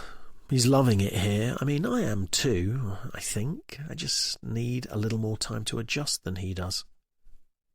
And why do you think that might be? Caroline felt her heart beating harder. I don't know. It's interesting that it sounds like it was your idea to leave London. You mentioned it felt like things were closing in on you, but at the same time, now you're away from there, I get the sense there's something pulling you back. Her palms were sweaty now, and she could feel a fluttering in her chest. I don't know, maybe. I don't know. Is there a connection somewhere which has made you feel guilty or ashamed for leaving, do you think? Maybe, perhaps, I don't know, Caroline said, a lump rising in her throat. You still have family in London, don't you? Caroline put her hand in her jacket pocket. I'm sorry, that'll be work. My phone is vibrating. It'll be important. I need to go, she said. I'll call you. She stood up and left the room before making her way back towards her car. There, she threw her phone on the passenger seat beside her, the screen lighting up to show no missed calls and no messages. Caroline put her head in her hands and cried. Chapter 37. By the time Caroline got home, she felt numb. Feelings and visions from the past came to her often, but recently they'd got far more vivid. She wondered if the physical distance she'd created by moving to Rutland had forced her mind to focus on it more. It was almost as if creating an emotional and physical distance was a snub to what had happened, whitewashing it from the tapestry of life, and her mind wouldn't let her do that. "Good day," Mark asked as he walked into the house, the familiar smell of chicken curry wafting through the hallway. Yeah, not bad," she replied, keen to avoid having to think about what had really happened. "I've made a jalfrezi, not quite as good as Dining Street, but I think I'm getting closer. Thank you, it smells lovely." And it did. Although the chemotherapy had ruined lots of smells and tastes for her, she was pleased to discover Mark's chicken curry still had the same mouth-watering appeal. In that moment, as her stomach gave a growl, she realised how long it had been since she'd last eaten. They all sat round the table. The first time she'd had a proper family meal in days, and Caroline tried to ignore the clock on the wall that told her the boys were up past their bedtime. She knew Mark had kept them up so they could eat together, and that thought meant more to her than an arbitrary time for sleep. In any case, it was Saturday tomorrow, so they wouldn't have been up early for school. She wished she could have had a lie-in herself, but she'd been in the office at the crack of dawn, pushing on with Operation Utopia. Caroline noticed Archie looking at her and smiled. He was looking at her hair again, or lack thereof. The hair loss had accelerated over the past couple of days, but she felt awkward wearing a hat or head covering inside the house. "It'll grow back, sweetheart," she said, skewering a piece of chicken with a fork. "It looks weird," Archie said. "You can't say that," his older brother, Josh, replied with a scowl. Caroline had noticed him becoming much more protective over her recently. Part of her wondered whether it was his way of acknowledging the efforts she and Mark had made to relocate the family and make them happier. "It's fine, honestly," she said, giving them both a smile. "Trust me, it looks weird to me too, and it feels weird, but I'd rather have my hair fall out than the alternative. At least this way I'll get better." "Will you, though?" Archie asked. Caroline blinked a couple of times, then forced another smile. "Course! Why wouldn't I?" She felt a rising lump in her throat and excused herself, heading upstairs. She closed the bathroom door behind her and sat on the closed toilet, trying to stifle her sobs so her family wouldn't hear. She was scared, angry, regretful, frustrated. She just wanted everything to be over.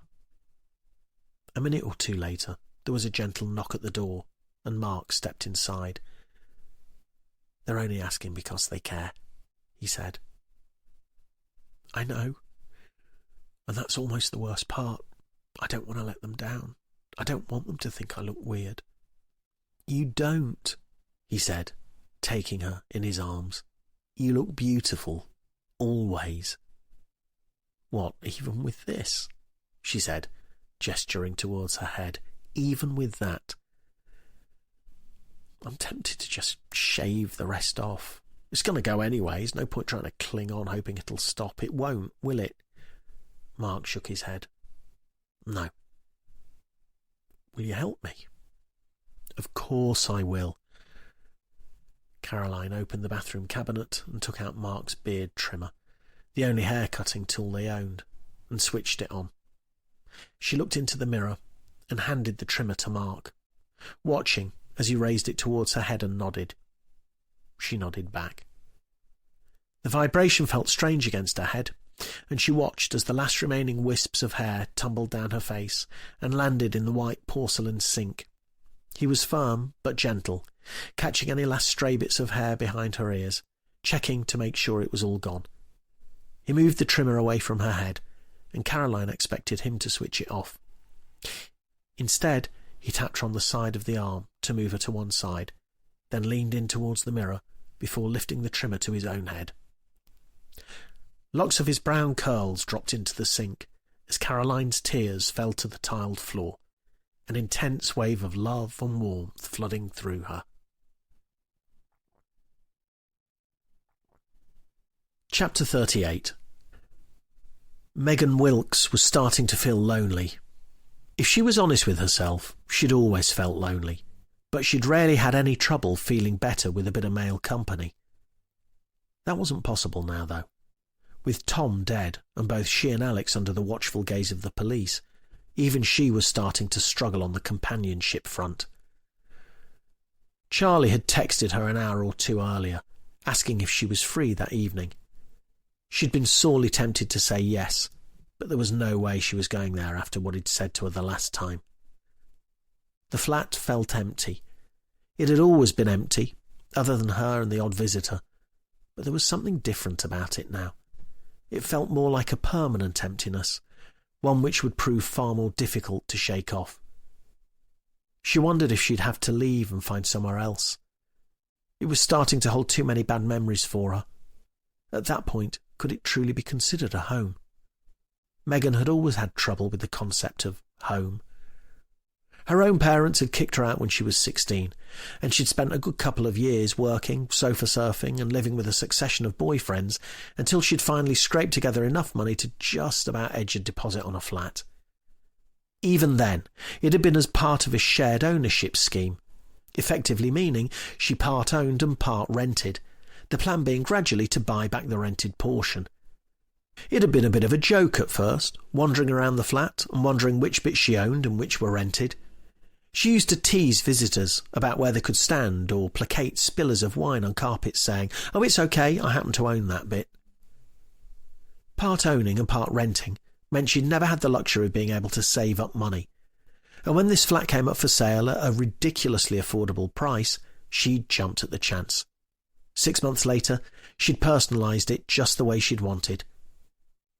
She'd often thought about moving away, getting away from it all, but she wasn't sure she was the sort of person who could just up sticks and start again. Rutland was far from being the liveliest place in the world, but it was comfortable, and comfort went a long way with her. It was a sentiment the group seemed to share too. Guy, good old Guy, had moved away for university and set himself up in Bristol, but had been lured back for work as an architect on some big local tourism project. Alex and Sophie had planned to relocate for work too. Alex told Megan it had been Sophie's idea, but when he'd been offered silly money by a local company to stick around, Sophie had had no choice. Now that she thought about it, it didn't make much sense. Why would Sophie have wanted to move further away from her mum and everything she knew? Sophie had always seemed comfortable where she was. She wondered what reason Alex would have for wanting to move away, but no matter how much she scratched her head, she couldn't think of anything. She knew the others had never really considered her to be part of the group. Alex had tried to keep her at arm's length, particularly around Sophie, but Megan always got her way. After all, Alex wouldn't want her to accidentally mention that they'd been sleeping together on and off for the past few years, would he? Imagine what sort of damage that'd cause. She hadn't ever put it in exactly those words, but she made damn sure he didn't exclude her and kept her as part of the group. Once everyone began to drift apart and see each other less, she spotted her chance. Tom. The timing of his marriage breakup and divorce was ideal, and she'd virtually thrown herself at him. She knew she was a rebound case, at least at first, but she was pretty good at making men fall for her. All she'd ever wanted was company and friends. She'd never felt accepted as a kid, and her parents throwing her out at 16 had cemented that feeling in her mind. She just hoped they'd be able to keep the group together now. She felt sure they would. After all, Alex had too much to lose to risk letting her get ostracised, especially now. The ringing of her mobile phone reverberated around the flat, making it feel emptier than it ever had. She went over to the work surface of her kitchenette and picked it up, looking at the screen. It was a mobile number she didn't recognise. She wouldn't normally answer unknown numbers, but what if it was the police? The detective, the woman one, had said she'd call her if they needed anything else. Maybe this was her. She should answer it. The last thing she needed was them turning up and chucking her in the back of a police car. That would not look good with the neighbours. Tentatively, she answered the call. "Hello?" "How do you feel, Megan?" The voice was deep, definitely male, but she didn't recognise it. "Sorry, who is this?" she asked. "Can you feel the neck closing in?" By now her heart was racing. She knew exactly what he meant. One or two of the others had made remarks about members of the group being picked off one by one, but this was the first time she'd ever taken it seriously, and in that moment it dawned on her. "Charlie, grow the fuck up." "Call him." "What?" "Call Charlie." I don't want to." "You don't want to find out for certain I'm not him?" She swallowed hard, trying to rack her brains and work out who the caller might be. As she did so, the man continued to talk. "No, of course you don't. You never were interested in the truth, were you? Only whatever truth suited your narrative. Do you remember how many times you told boys at school your nan had died the night before?" The only person I ever knew who had 30 grandmothers. Impressive. Do I know you from school? She asked, narrowing down her field of suspects. Oh, I very much doubt it. In fact, I'd say almost certainly not. What do you want? I'm getting it, Megan. What, by trying to scare me? I don't have to try. Walk over to the window. Megan's heart lurched. What? Why? Walk over to the window. No. Walk over to the window, Megan. There was something in his voice which told her she had no option. Slowly, tentatively, she stepped her way in silence towards the window. I do like to see the fear in your eyes, Megan. You can't see my eyes, she whispered. Oh, I can. They look bluer than ever, set off against that orange top. Megan reached for the curtains with both hands and pulled them shut before taking a few steps back. She knew she should hang up the phone, but she had a worrying feeling that that would only make things worse. Oh, come on, Megan. It's not even dark yet, the voice said. You're scaring me, she said, her voice cracking. Of course I am. How does it feel? How do you think it feels? She replied, almost yelling. I know perfectly well. That's why I want to know how it feels for you. It's your turn now. Did I do something to you? She asked, realizing this must be the only possible reason someone would be treating her like this. Who had she wronged, upset? You really don't know, do you? No, I didn't think you would. In fact, I knew you wouldn't. I know a lot about you, Megan. No, you don't. Oh, I do. I know you're holding the phone to your right ear, for example. Well, you just saw me before I closed the curtains, Megan said, switching the phone into her other hand. Now your left ear. She span round, looking for another window she knew damn well didn't exist. How could he still see her? He was bluffing, he had to be. He knew which ear she'd been holding the phone up to, and knew there was a good chance she'd switch it after he mentioned the right ear. That's all that was, a bluff. She walked over to the fruit bowl on the work surface of the kitchenette and picked up an orange. "Okay," she said. "What am I holding?" It matches your top beautifully, Megan. Megan threw the orange in the bowl and picked up a banana. Must be a familiar sensation, that one, although you're probably used to them feeling somewhat warmer. "How are you doing this?" she asked, her voice a whisper. "Where are you?" Watching, as I always have been. In that moment, Megan felt less safe than she ever had in her life. He was here. He could see her. She had to get out, go somewhere, anywhere. She hung up the phone, reached for her keys and dashed out of the door, not caring for a second that she didn't even have any shoes on. She needed to get out of here as quickly as possible. She didn't know where she'd go, but she knew she had to. She only lived a stone's throw from the town centre. She could sprint to the police station, anywhere. She just had to be away from here. She slammed the door to her flat behind her and took the stairs 2 at a time until she was down on the ground floor. Her heart hammered in her chest as she opened the heavy front door to the building. Just as she stepped onto the tarmac, a hand clamped itself over her mouth and she was dragged backwards, her heels scraping against the floor as she realised she'd already taken her last breath. Chapter 39. If Caroline had been given £1 for every time somebody told her a dead body had been discovered by a dog walker, she wouldn't have needed to spend her Saturday mornings looking at dead bodies that had been discovered by dog walkers. She smiled inwardly to herself as she realised death had yet again introduced her to what would otherwise be a wonderful place to spend an afternoon walking with her family. She'd been reliably informed that the area of woodland between Oakham and Braunston was affectionately known as Betty's Bottom, another local fact she'd have little trouble forgetting at any point in the future. When it came to the body, though, Caroline didn't need to wait for formal identification this time. She recognised the corpse immediately.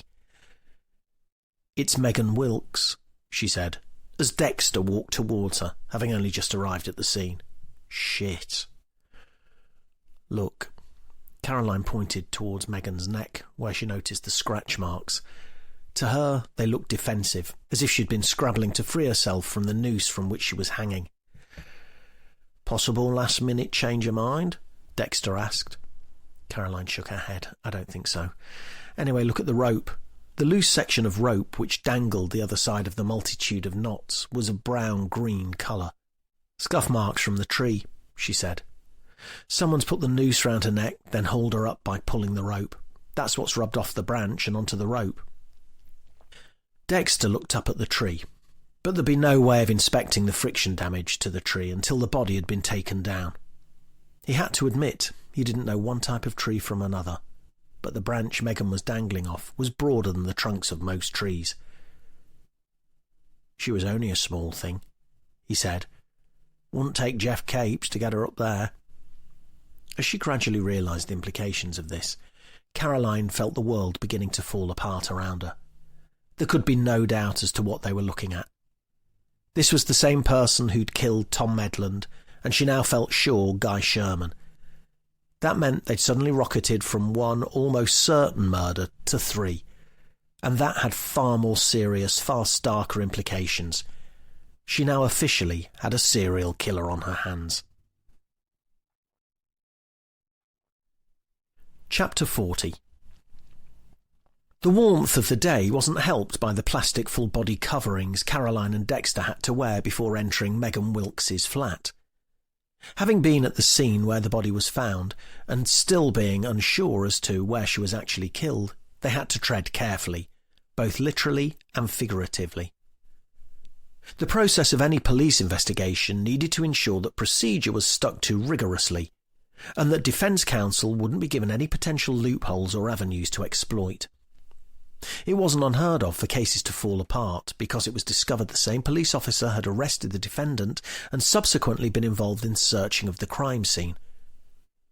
That was the sort of chink in the armour a defence brief could drive a bus through, pointing out the distinct possibility that the hair or fibre from the suspect found at the scene might not have been left during a murder, but inadvertently and accidentally transferred by the police officer. It was a stretch to claim this, of course, but entirely possible. And in circumstances where a court jury is told they must only deliver a guilty verdict when they can be absolutely certain of the defendant's guilt beyond all reasonable doubt, this was exactly the sort of situation in which a case could collapse immediately. As they assembled in the car park of the block of flats where Megan Wilkes lived, Caroline looked around her. "Is there any sign of forced entry into her flat?" she asked the building's manager, who introduced himself as Nigel Gibbs. "No, nothing," Gibbs said. "Her front door wasn't locked, but some people don't. You can't get into the flats from the outside without a key anyway. And what about the building itself? Would someone need to be buzzed in?" "Unless they pressed the trades button, yeah, that'd let them straight into the lobby. We can get CCTV footage from the car park, but there's nothing on the building itself because most of the flats are privately owned to one extent or another." Caroline nodded and thanked him. "You ready?" she asked Dexter, as they prepared to enter the building. "As I'll ever be." The unspoken but clear atmosphere now seemed to be that it was inevitable Sue would get involved. There'd be little chance of anything else, especially with a rising death toll and no clear suspect whatsoever. Megan's flat was neat and tidy and tastefully furnished, even if it was clear she hadn't spent a great deal of money on it.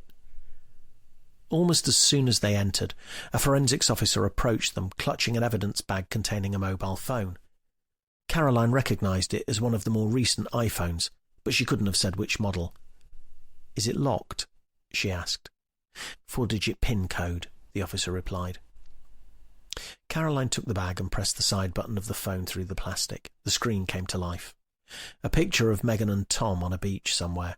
The current time superimposed on the top of their heads, with a couple of Instagram notifications in the middle of the screen. She swiped up the screen to unlock the phone, seeing the pin entry screen. What year was she born? Caroline asked Dexter. Dunno, she was, 32? Caroline tapped the numbers 1988 into the phone through the plastic evidence bag. The screen unlocked. Every time, she said. Every bloody time. She navigated to the Messages app and flicked through, but there was nothing out of the ordinary. It seemed she rarely sent or received text messages, a sign of another keen WhatsApper. Caroline opened WhatsApp on the phone and immediately saw that her most recent conversation from the previous evening was with Charlie Ford. He'd sent her the first message. "Bored and lonely. You free?" Megan's response couldn't have been clearer. After last time, no chance. So who killed her? There was no sign of forced entry in the flat. So did she know the killer and let him in? Or had she gone out of her own accord and been killed while she was out? In that case, where had she gone? Who had she gone to meet? And why did she leave her phone at home? Either way, one thing was almost certain. Megan Wilkes wasn't their murderer. She was now the latest victim. Had Charlie reacted badly to a message and killed her? And that made no sense to Caroline. It wasn't strong enough. In any case, they'd be able to check the CCTV from the car park and, she hoped, see if anyone had made their way into the building that way. For Caroline, attention now turned back to Alex Lawson. Was he their man after all? Had he panicked that Megan might blow his cover and land him in it? But try as she might, she couldn't quite see Alex being released from custody, then almost immediately killing Megan. It was almost too convenient. But they'd do their due diligence in making sure that was the case. These were the questions she was forcing herself to focus on, because there was one enormous dark question at the back of her mind which scared her far more. How on earth was she going to deal with Rutland's first serial killer? Chapter 41. Caroline assembled her team in the incident room and relayed the latest information to them.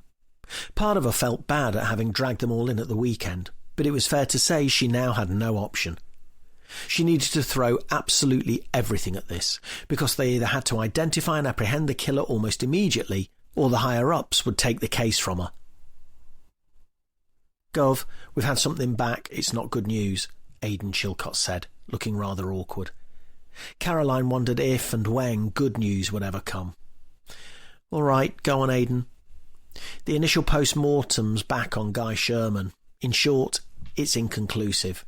They've confirmed he died by hanging and wasn't dead prior to that. They've mentioned the fibres under his fingernails, which they said could have been either in a change of mind or a potential struggle. Again, inconclusive.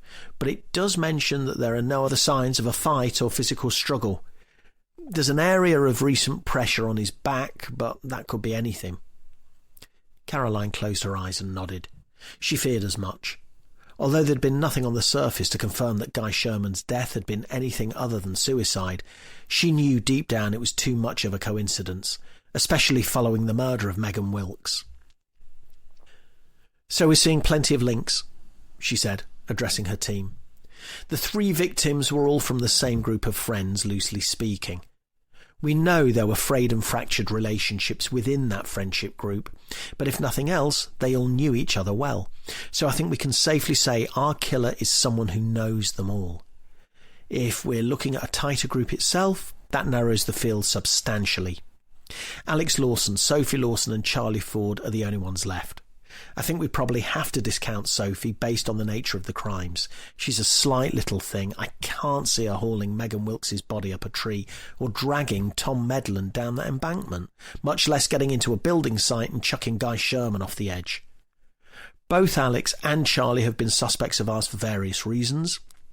Ford is a previous customer, but there's nothing to suggest he killed either Tom, Guy or Megan.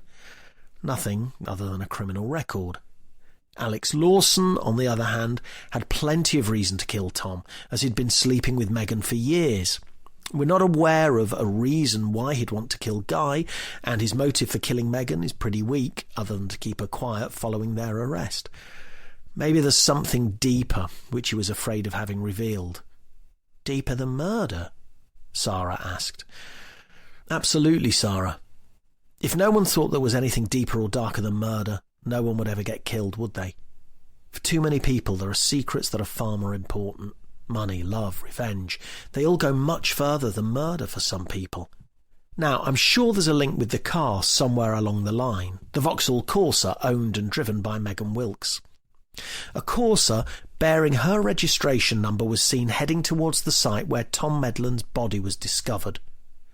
Forensically, we can't prove it was her car until we get results back on the blood. We can't get a match on mud from her tyres, although the tyre marks at Manton are from a Corsa. But at the same time, we know her car didn't leave the car park outside her flat on the night Tom was murdered. I think there might be an explanation for that. It was a Corsa bearing her registration plates, but not her Corsa. You mean someone stole them? Dexter asked. Caroline shook her head. It's too risky. Possible, but too risky. My theory is that someone had a new set of registration plates made up. Safest option would be a friendly local workshop who'd be willing to do it off the record, but that's a lot harder nowadays than it was. But go online and there are dozens of companies willing to make what they call show plates. Basically, you can get anything made up on a number plate. Your own name, a word, whatever. There's a legal disclaimer on the site which says you can't use the plate on the road, but there's nothing to stop anyone from doing that. My theory is that our killer used one of those sites to get replicas of Megan's Corsa plates made up, which he then put on an identical vehicle which was used for the murder of Tom Medland. Aidan, can you check out those online sellers and retailers of show plates, please? Get them to check their records and see if they've sold plates bearing Megan Wilkes' registration number at any point. As she spoke, Caroline heard her office phone ringing. As much as she didn't want to, she knew she should answer it. She was half expecting a call inviting her into a meeting in which she'd be told Operation Utopia was being handed up the food chain. But it could just as well be a vital piece of evidence coming in, or a witness with some information which could land Caroline her killer. Sorry, one moment, she said. Dex, can you fill in for a minute or two, please? She stepped into her office and closed the door behind her before picking up the phone. D.I. Hills? Ah, hi, said a friendly female voice at the other end of the phone. My name's Leah McGregor. I'm a reporter with the Rutland and Stamford Mercury. Have you got a couple of minutes for me, please? Caroline sighed. It was an inevitable part of the job that the press would be keen to get their information on crimes happening locally. It made for good news stories, of course, but it wasn't just sheer sensationalism. The relationship between the police and the press was key, as more often than not, the coverage a crime got would lead to witnesses coming forward with information which helped progress cases. It was something which needed to be carefully handled, though, and at that moment in time, Caroline wasn't sure she had the time or the patience. I really don't, sorry. Can you call back tomorrow, please? Is that wise? Leah McGregor asked. Sorry? Well, there could be another victim by then, couldn't there? Caroline felt her heart racing as she listened to the reporter's question. Sorry, she said, trying to play the innocent. I'm not quite sure what you mean. Oh, that's strange, Leah McGregor said, because the story we're hearing is that Rutland has its first serial killer. Chapter 42. Sophie Lawson's hands shook with terror as she watched Alex leave again. This time, though, he hadn't been angry at her. He'd come back late last night and hadn't said a word about pinning her up against the wall. She wasn't about to bring it up either. She'd already seen what he was capable of when he was under pressure. That was Alex's problem, she'd come to realise. He'd never been under pressure before, not really. He claimed his job was stressful, but it wasn't. It was just busy. For the first time in his life, the walls were closing in on him, and he didn't know how to handle it. That wasn't his fault. But when she'd seen him resort to violence as his only answer, she knew he wasn't the person she'd married. He didn't seem like a man who was panicking because he was about to be caught as a serial killer. He seemed more like a man who was panicking because he thought he might be the next victim. But then again, she couldn't say that for sure. How many serial killers did she know? She'd already seen what a bad judge of character she'd been, looking solely at Alex's behaviour yesterday. She'd felt a growing distance from her husband for some time, but she'd never quite been able to put her finger on it. She felt like a hanger-on, an incidental part of Alex's life, and that she was merely coming along for the ride. He'd always been so focused on his work and moving on in his career, and at the start she'd admired that. She thought maybe he was doing it for her and their future family. But as time had gone on, she'd come to realise his desire for money was just about all there was to him. Everything else fed into his ego and his need to keep moving on. Was that what this was all about? Had his arrest and the interview bruised his ego in such a way that he didn't know how to handle it? That still didn't tell her whether her husband was a serial killer. Wasn't narcissism meant to be a classic sign? Right now, she desperately wanted to get out. Not just out of the house, out of the marriage, out of everything. But where could she go? She had no money, nothing of her own to speak of. The logical step would be to go to her mum's, but she was genuinely frightened of Alex finding her there. That realisation was what told her she needed to get away from this man once and for all. And knowing where he'd gone and what he was likely to do, she had an idea as to how she might manage it. She picked up her mobile phone, then looked at the small piece of card before carefully, with shaking hands, dialing the number that was printed on it. Chapter 43. Alex Lawson was thinking of nothing other than kicking Charlie Ford's head in. If the police weren't going to take him seriously and arrest the scumbag, what other choice did he have? In any case, choices weren't looking like a luxury when it came to dealing with Charlie Ford. Alex pulled his car up on the country lane and looked again at the message on his phone. Charlie's taunts and threats had been clear. He wanted Alex to know that he wasn't the only one who'd been having his fun with Megan, and that he was perfectly willing to let Sophie know that too. It was a message that had enraged Alex, and, he felt sure, was designed to stop him from urging the police to investigate Charlie. But if Charlie thought that's how Alex was going to react to threats like that, he could think again. He drove a little further up the lane before pulling into the farmland just outside Tinwell, where Charlie Ford lived in his glorified cattle shed. Not that there was much glory about it, even when compared to a shitty one. Feeling the rage swelling inside him, he opened his car door, stepped out onto the gravel and locked the car. If Charlie wanted to play the big man, he could damn well do it face to face, like a proper man. He wasn't afraid of his record, he knew the real truth. That Charlie's assault convictions were times when he decided to pick a fight with the smallest, weakest, drunkest guys in the pub. Was hardly a sign that he was any sort of big man, despite what he liked to claim. Alex marched up to the front of Charlie's shithole and hammered his fist on the door. He wanted the man to be under no illusion that he meant business. A few moments later, the door opened, and Charlie appeared in the entrance, clad in a white vest and shorts, looking as though he hadn't washed for weeks. Alex shoved both hands into the man's chest, pushing him backwards, before launching himself at him, raining punches down on him, just as he heard the tyres on gravel and the gentle whoop-whoop of the police officers tapping their sirens to announce their arrival. Chapter 44. With Alex Lawson being carted away in handcuffs by PC Joe Lloyd, Caroline closed the front door to Charlie's farmhouse and sat down on the sofa opposite him.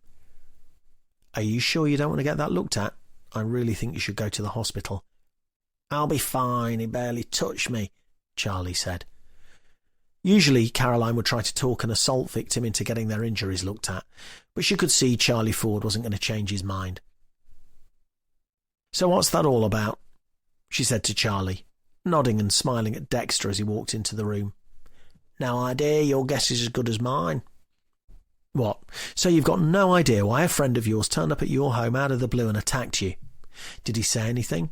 "Nothing, just went for me the second I opened the door." "OK.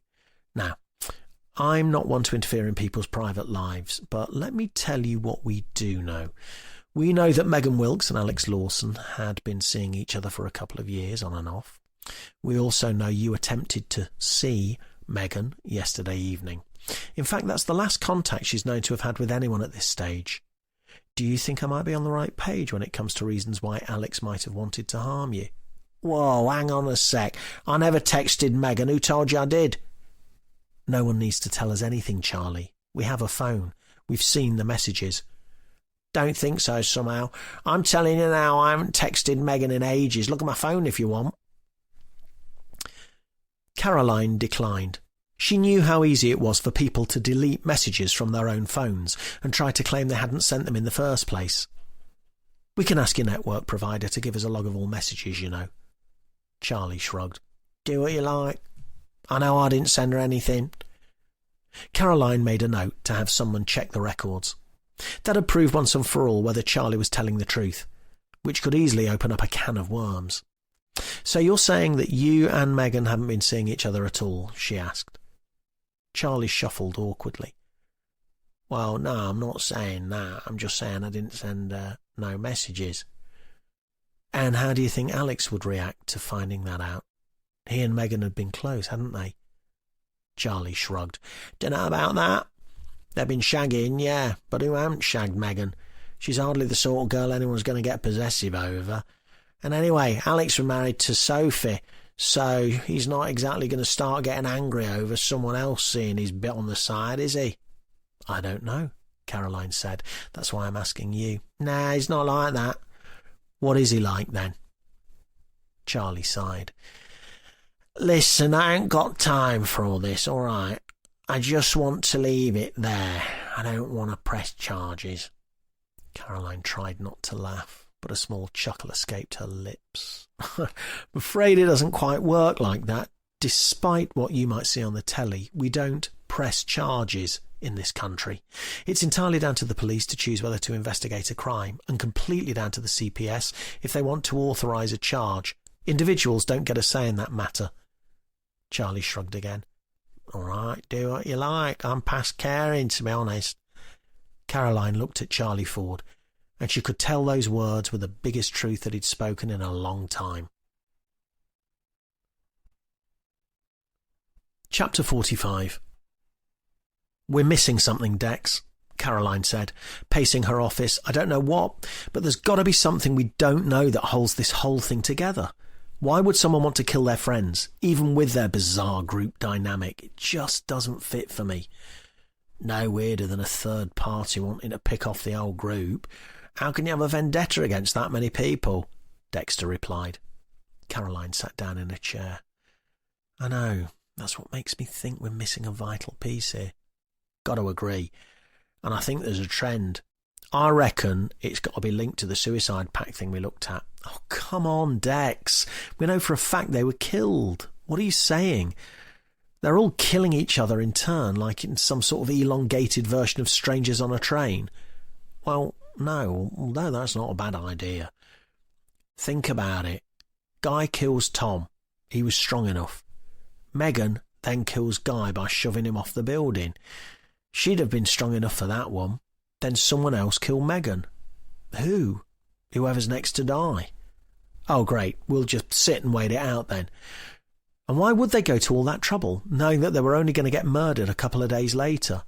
It's not my theory, Gov. You're the one who said it. No, look, forget it. I shouldn't have said anything. What's your theory?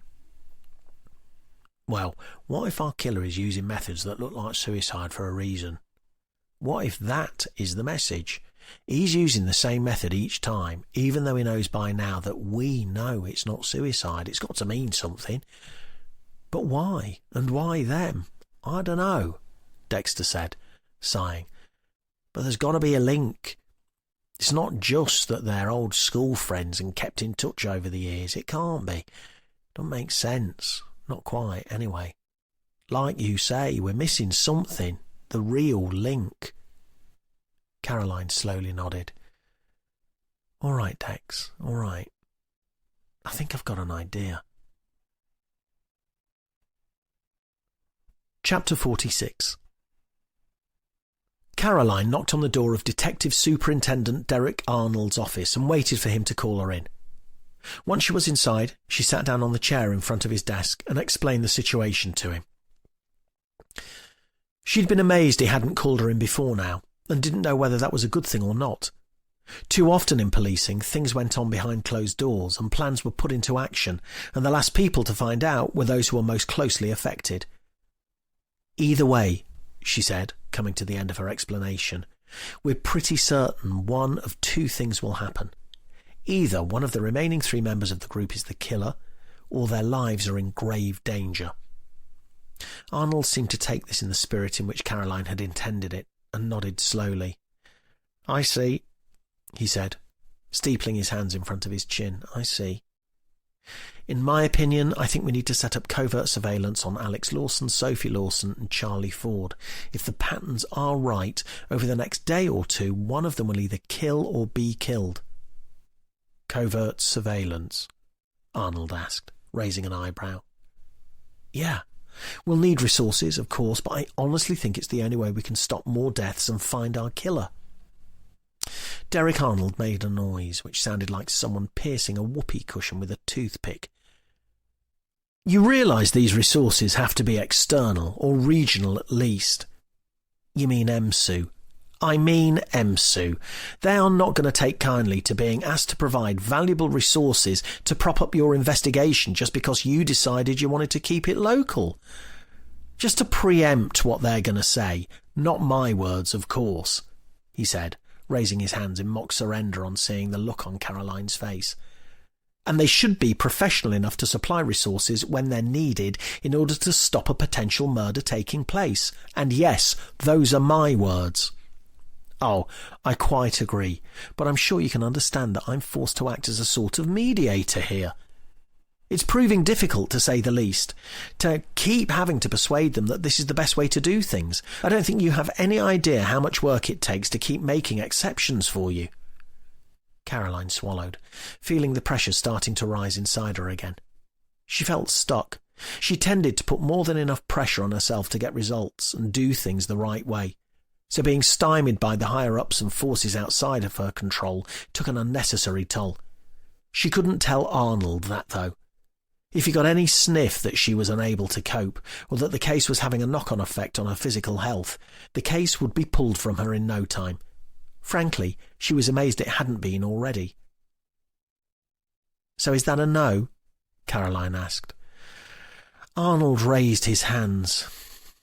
"I'm quite happy to say yes, Caroline. You know I am. I'm just letting you know the predicament I'm in.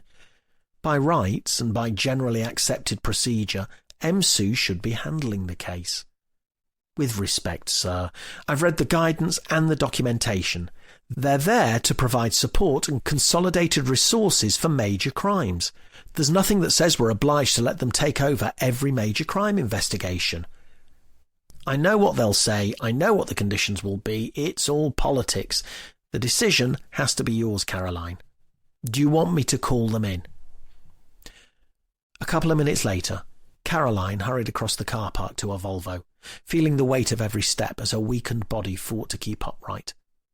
Her consultant had told her she needed to keep external stresses to a minimum because her body wouldn't react well in her current situation. What he hadn't told her is how quickly she'd see the damage it caused. She sat in the driver's seat, one leg still hanging out, unable to summon the strength to close the door for another minute or two, feeling the breeze whipping across the front of her face. She took some deep breaths, calmed her heart rate, then closed the door, opening the window for fresh air, and started the car. She needed to be at home. She hated leaving her team in the lurch, but she wouldn't be far away. She was there if they needed her, even if she knew they wouldn't. As she reached Ashwell Road and passed the convenience store, a sudden wave of nausea hit her. She pulled the car over as quickly as she could, its rear end sticking out into the road, opened the door and managed to lean just far enough out to avoid ruining the interior of her car. Thankful there was no other traffic, but aware of the look of disdain on the face of the elderly gentleman who'd been pruning his privet hedge on the other side of the road, Caroline closed the car door and continued on home. Chapter 47. Caroline woke the next morning having slept like a log for 12 hours straight. Heavy stress tended to make her a light sleeper, and she took it as a sign of her weakening body that she'd gone to bed so early and managed to get so much solid sleep at a time of such high stress. She'd been awake barely 10 or 15 minutes when Dexter called, his name flashing up on her mobile while she was reading a news article about medical trials for lymphoma treatment. She was busily wondering if there might be aspects that could be used in treating other cancers, ovarian at the forefront of her mind, when she answered his call. "Morning, Gov.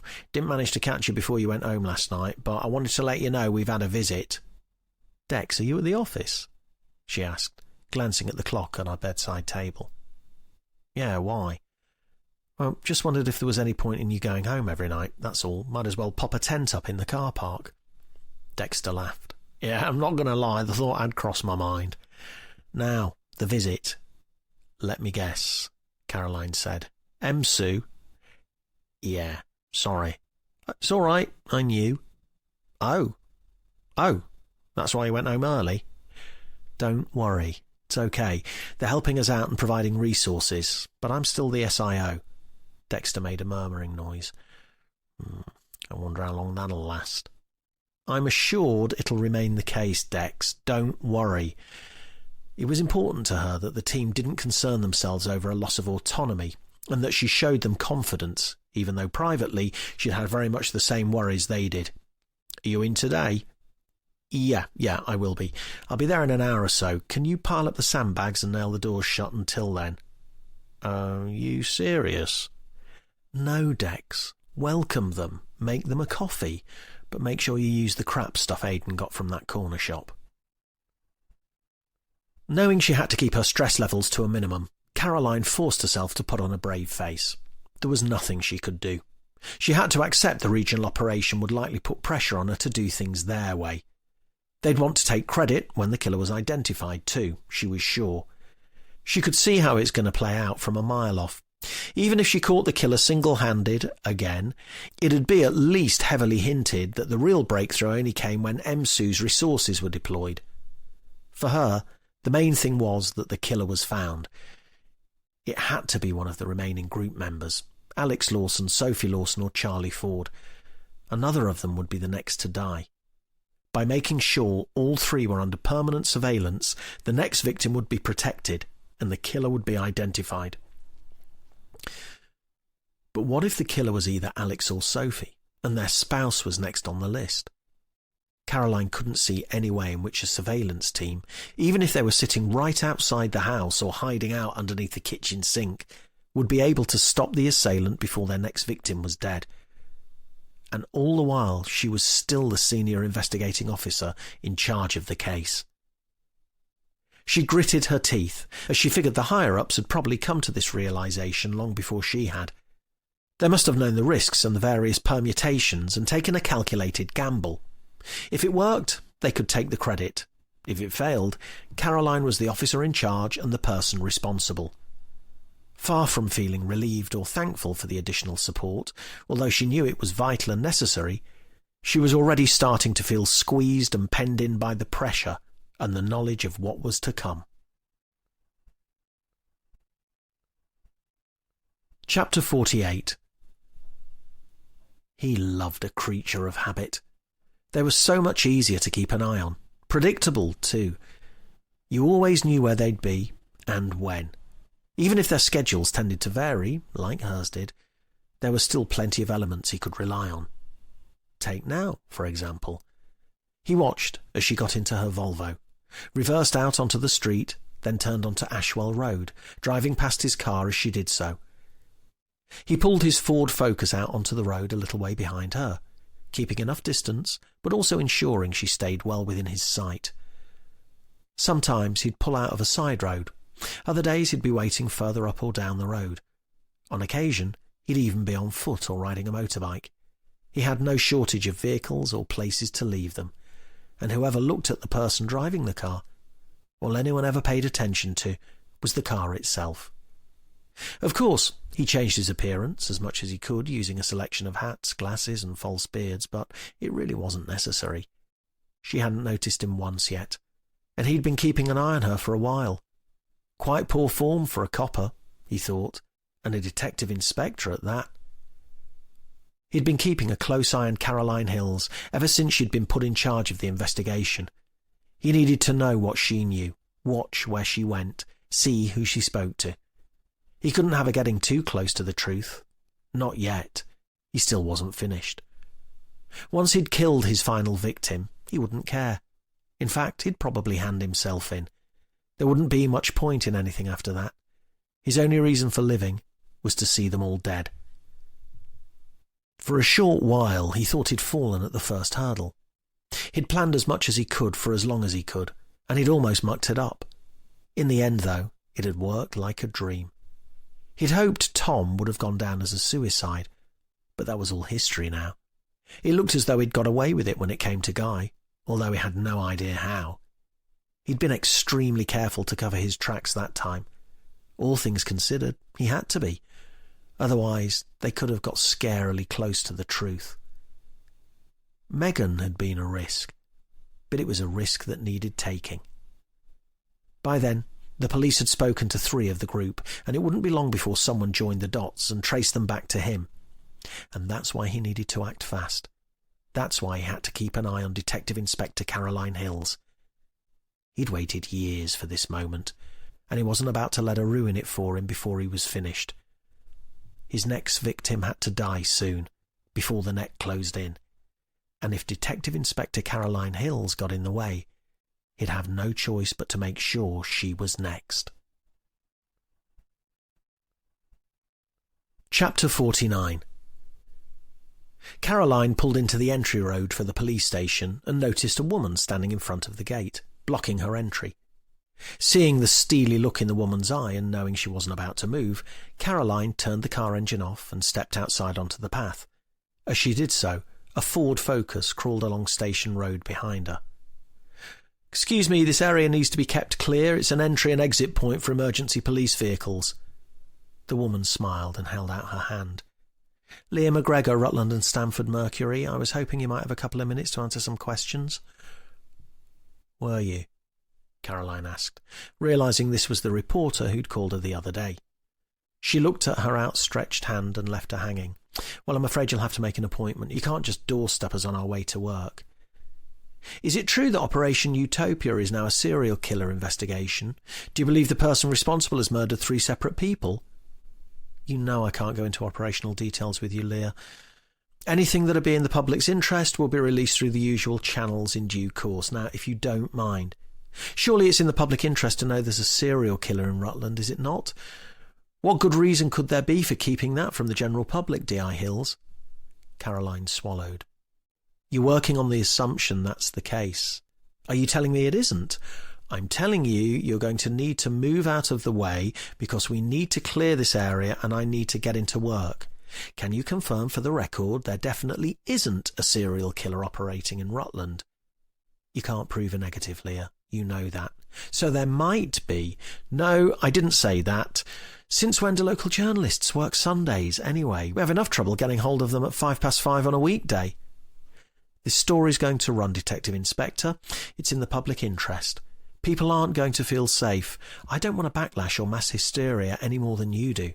That's why I'm so keen to get the facts rather than just speculating. Don't you think it'd be best to set the record straight properly so you can control the narrative?" Caroline was stuck between a rock and a hard place. If she agreed, it became public knowledge that Rutland had its first ever serial killer. If she declined, McGregor would run the story anyway and fill in with her own opinions and speculation. And although she knew the Mercury, as Britain's oldest newspaper, was one of the most esteemed and trustworthy publications around, tight control over communications was absolutely key when it came to cases like this, and she couldn't afford even the slightest risk of incorrect information getting out. "All right. Have you got a card? I'll get a press conference organised as soon as possible. I'll make sure you get the first question. No limits?" Caroline clenched her jaw and gave a small nod. "No limits." Chapter 50. They must have thought he was stupid. How could they possibly think he wouldn't notice them? They couldn't have looked more obvious if they'd tried. If they were there as a visual deterrent, it could be argued they might be successful, but he wasn't going to be deterred. He'd been ultra-aware of his surroundings for some time now, and felt both humoured and angry to see the man and the woman sitting in an unmarked BMW down the road from Sophie's mum's house. Did they really think he was thick enough not to notice them? It was almost insulting. The good news, though, was that they didn't seem to have noticed him. That said it all as far as he was concerned. He was 100 times better at this surveillance malarkey than they were. He noticed the front door of Sophie's mum's house opening, but it wasn't the door he was watching, nor was it Sophie. He was watching the two people sitting in the car further up the road, noticing how excited and animated they got, all the while completely unaware of his presence. He hated the Volkswagen E-Up with a passion. Even its name was stupid, but it was perfect for the job. He turned the key to start the car. An audible ping-pong, letting him know the electric motor was now active. He clicked the car into drive and hovered his foot over the accelerator pedal. He'd need to time this perfectly. He'd had lots of practice with the car and a good idea of when he needed to floor it. From this direction, Sophie would walk across the street to her car, diagonally and away from him. She wouldn't hear the car until it was too late, but he had to get it right. He turned his attention to her, watching as she walked down her mother's footpath and opened the gate. The moment her foot first hit he was off. She was on the pavement, and the VW was moving forward. Just another second and she'd be crossing the road, not noticing him moving slowly, lights off, ready to floor it. She gave a quick glance to her right, not long enough to take anything in, and purely through habit, then she was on the asphalt. He knew he only had a couple of seconds. He pressed his foot hard against the accelerator pedal, feeling the car's 80-odd horsepower doing what it could, watching the gap narrow between them. Then, in the split second before the collision, Sophie turned her head in his direction and looked straight at him. That millisecond seemed to last an age, and he could have sworn Sophie looked straight into his soul. All she would have seen was a pair of eyes peering out from under the baseball cap, a false beard covering the rest of his face. There was no way she'd recognise him. Surely not. She moved. Shit! But not enough for him to miss her entirely. There was a thud as the car clipped her, knocking her to the ground. He didn't slow down, didn't stop, didn't look behind him. He knew exactly where he had to get to, and he had to get there fast. Chapter 51. Caroline had spent much of Sunday finalising their approach for the next morning's press conference. Although she had done plenty before as part of her role in the Met, it was a new approach for Rutland police, who'd barely had a murder trial to deal with in the years before she joined. Getting the messaging right was crucial. They needed to ensure the general public was suitably concerned to rack their brains for any information that might help, but at the same time they didn't want to cause unnecessary panic and alarm. After all, Caroline was certain the next victim would be either Alex Lawson, Sophie Lawson, or Charlie Ford. For the other 40,000 Rutlanders, there was no need for undue distress. It was a fine line, and one which needed treading carefully. The rest of the day had been spent briefing the MSU surveillance team on what they knew so far, and gearing up to start immediate surveillance on Charlie Ford and the Lawsons. They'd be watching not only physically but digitally. Their phones would be monitored for any incoming or outgoing calls and text messages, and their live locations would be tracked. That side of things probably wouldn't do much good. It hadn't for any previous victims, and Caroline felt sure that traditional visual surveillance would prove the key to catching their killer. But as she answered her phone that evening, she was brought down to earth with a crash. "You're fucking kidding me," Caroline said, as Detective Superintendent Derek Arnold relayed the news to her. "I wish I was." "How the hell did that happen? I thought they were meant to be watching her." "They were. They watched the whole thing," Arnold replied. "The car flew past them at a rate of knots, hit Sophie Lawson, then carried on going. They couldn't pursue the car because she was lying in the middle of the road. They put an immediate call out, but there's been no trace of the car." "Shit. What about the reg plate?" "Goes back to some old boy in Peterborough. Car was tucked up nice and snug under his carport 20 minutes later, gleaming and sparkling new. It isn't the car we want." "Cloned plates?" "Looks like it." Caroline sighed. Another falsified registration number. The methods and style of the killer were becoming clear, but his identity was still as unknown as it had ever been. In theory, 2 sets of cloned plates should help them enormously. If they could track down the manufacturer of them, they'd be able to cross-reference both orders and, hopefully, discover the identity of the killer. But Caroline had a horrible feeling it wouldn't be that simple. So far, the killer had proven to be clever. He was forensically aware, at least, and appeared to have chosen his victims and planned his murders in advance. But how much exactly did he know? A bolt of terror shot through Caroline. What if there were very good reasons why their killer was forensically aware, planned in advance, and seemed to know what the police were doing at every step? What if he was... No. She couldn't entertain that possibility. "How is she now?" Caroline asked. "She'll be okay. She took quite a wallop, but landed the right way. Could have been a whole lot worse. Got away with lots of bruises, from what I've been told." A thought passed Caroline's mind, and in that moment she was able to articulate the thought that had been floating on the edge of her consciousness since the start of this conversation, but which hadn't been fully formed until now. "That's a point," she said. "Why did they call you?"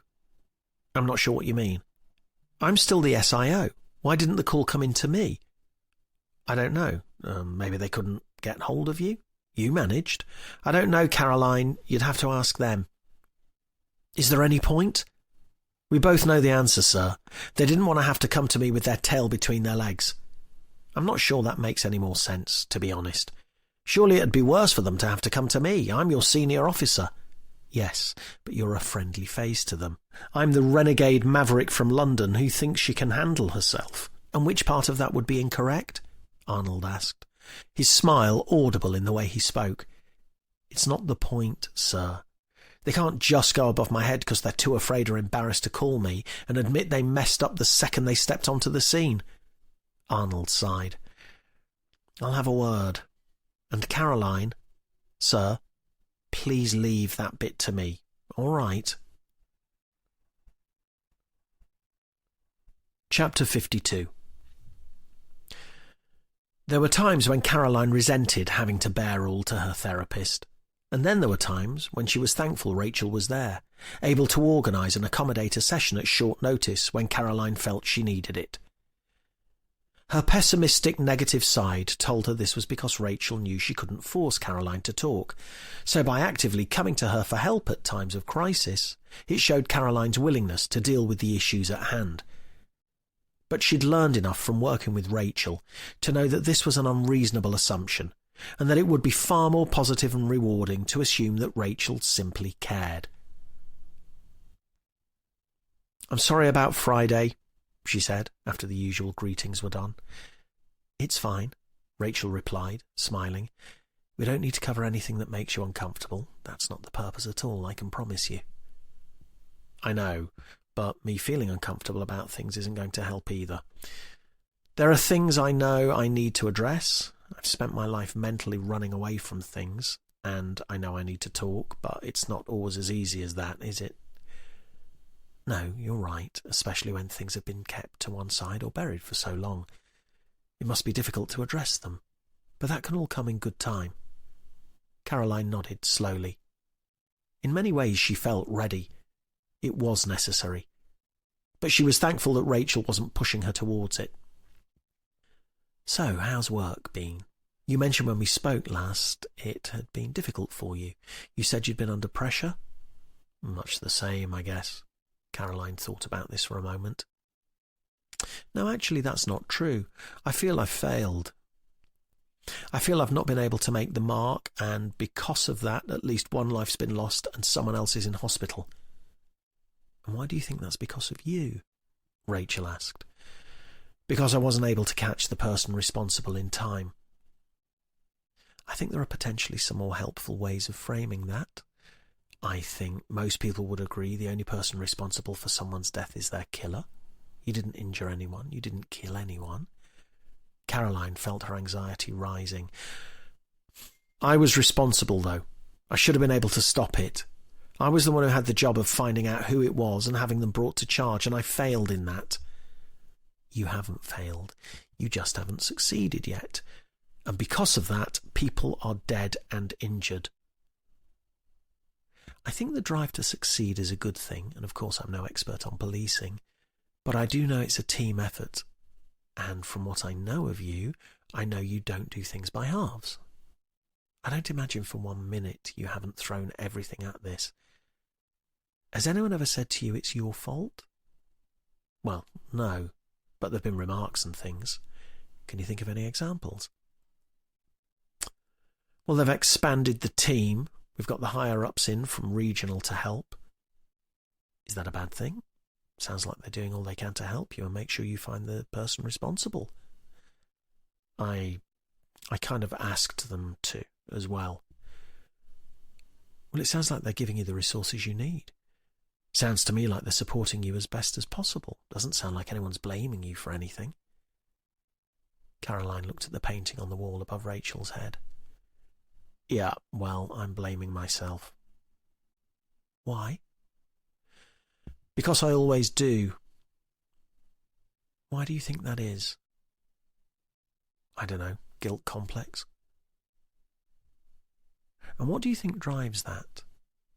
Why do you think you feel the need to feel guilty about things, even if they're not strictly within your control? Caroline thought about this for a few moments. Deep down, she knew exactly why. The only difficulty she had was putting it into words. Before she knew it, beads of sweat had started to appear on her forehead, and her hands had begun to tremble. "It's okay," Rachel said, her soothing voice providing a calming respite, as Caroline's memories took over and she found herself beginning to talk. Chapter 53. The first sound was the wailing of her mother. The plane hummed gently in the distance, its low murmur drowned out by her mother's sobs and the trickle of the water over the edges of the rocks. Her father stood silent. His eyes looked onto the ground where his son had lain, the flickering blue of the ambulance lights playing off his now pale features. The paramedic closed the rear doors gently, delicately. In that moment, she wondered why. What was the point? It wouldn't disturb him. It was too late. It had always been too late. The sunlight danced across the water as it continued to roil and flow, as if oblivious to what had happened. The birds kept singing, the crickets kept chirruping, the trees kept swaying. It was as if nothing had happened, as though the world carried on without them, without him. Their world had stopped. They wouldn't know it yet, for sure, but it was tangible. She could taste it. There would only be before and after. She swung between desperation to reverse what had happened, a fraught and anguished need to hit the reset button, and an almost calm, melancholic acceptance that this was now how things were. He wasn't coming back. He was gone. Dead. "We'll need to ask you a few questions, if that's okay," the police officer said. Her blood ran cold. This was it. It was the first realization that things could get worse. Much worse. She turned her head and went to speak, but the officer spoke again. "Mr. Spencer?" Her father jolted at the sound of his name. "Oh, yes. Yes, of course. I don't know. I mean, where? We can go somewhere else if you'd feel more comfortable." "I wouldn't feel comfortable anywhere. I mean, We'll need to speak to your daughter, too," the officer said, as if she wasn't even there. Yes, of course. Do you need us to..." "You should probably be there, considering her age and all." "She's 12. "I know, you should probably be there." "I can be there, I can. I don't know where, It's okay. Take your time. We just need to establish a chain of events." A chain of events. That's all it was. Not the end of a life, not the death of a child. not her brother drowning when she should have been taking care of him. It was just a chain of events. One event, then another event, then one more event. A chain. "Yes," her father said. "Yes, I understand. We can, we might as well. I mean, Caroline," the officer said, looking at her, "are you able to tell us what happened?" Before she knew it, she was nodding. "Was it just you and Stuart here?" the officer asked. She wondered whether she should tell them about the boy from plot 22, Harry. What good would it do? What would it change? She looked at the officer's uniform, taking in the letters on the badge, and realised in that moment the truth was her only option. Slowly she shook her head. "No," her father said. "I was here too. I was with them. Stewie got caught in the current. There was nothing anyone could have done." "You were here?" the officer asked him. He nodded his head. "I was." The officer looked at her, eyebrows narrowed slightly, as if trying to deduce the truth by looks alone. "I thought you said your parents weren't here at the time," the officer asked her. "We've just established Mr. Spencer was here, and there was nothing anyone could have done," the more senior officer said from behind, looking her in the eye. "A freak accident. That's right, isn't it, Caroline?" Caroline nodded, unable to speak. "There we go, then. There's no need to interrogate Mr. Spencer's daughter, Constable. She's been through quite enough." The officer nodded his assent. "Inspector." The senior officer walked slowly over to her father, placing a hand on his shoulder. "I'm so dreadfully sorry for your loss, David. If there's anything we can do." Yes, Thank you," her father said, taking the man's hand. Chapter 54. Caroline headed into work, feeling like she had the hangover from hell, even though she'd felt fine before her session with Rachel. To say it hadn't gone entirely the way she'd planned it would be an understatement, but she'd long had the feeling it was coming. The thing that had struck her most was Rachel's reaction, or lack of one. All that came was sympathy and empathy, and she felt instantly at ease, free from judgment. Judgment had been her curse ever since Stewie died, even though all judgment had been her own. She'd seen the power the police had to make everything okay, to help life move on in the only way possible. Of course, things had been far from okay. There'd been days, many days, where she'd been desperate to scream the truth from the rooftops. But what good would it have done? She wasn't entirely sure it had even done any good now she'd told Rachel. The main feeling was a sort of deep fog, a numbness at having bared all. She hoped this was what would gradually become a lighter, freer feeling. She tried to push through. She had to. She desperately needed to rest, but that could come later.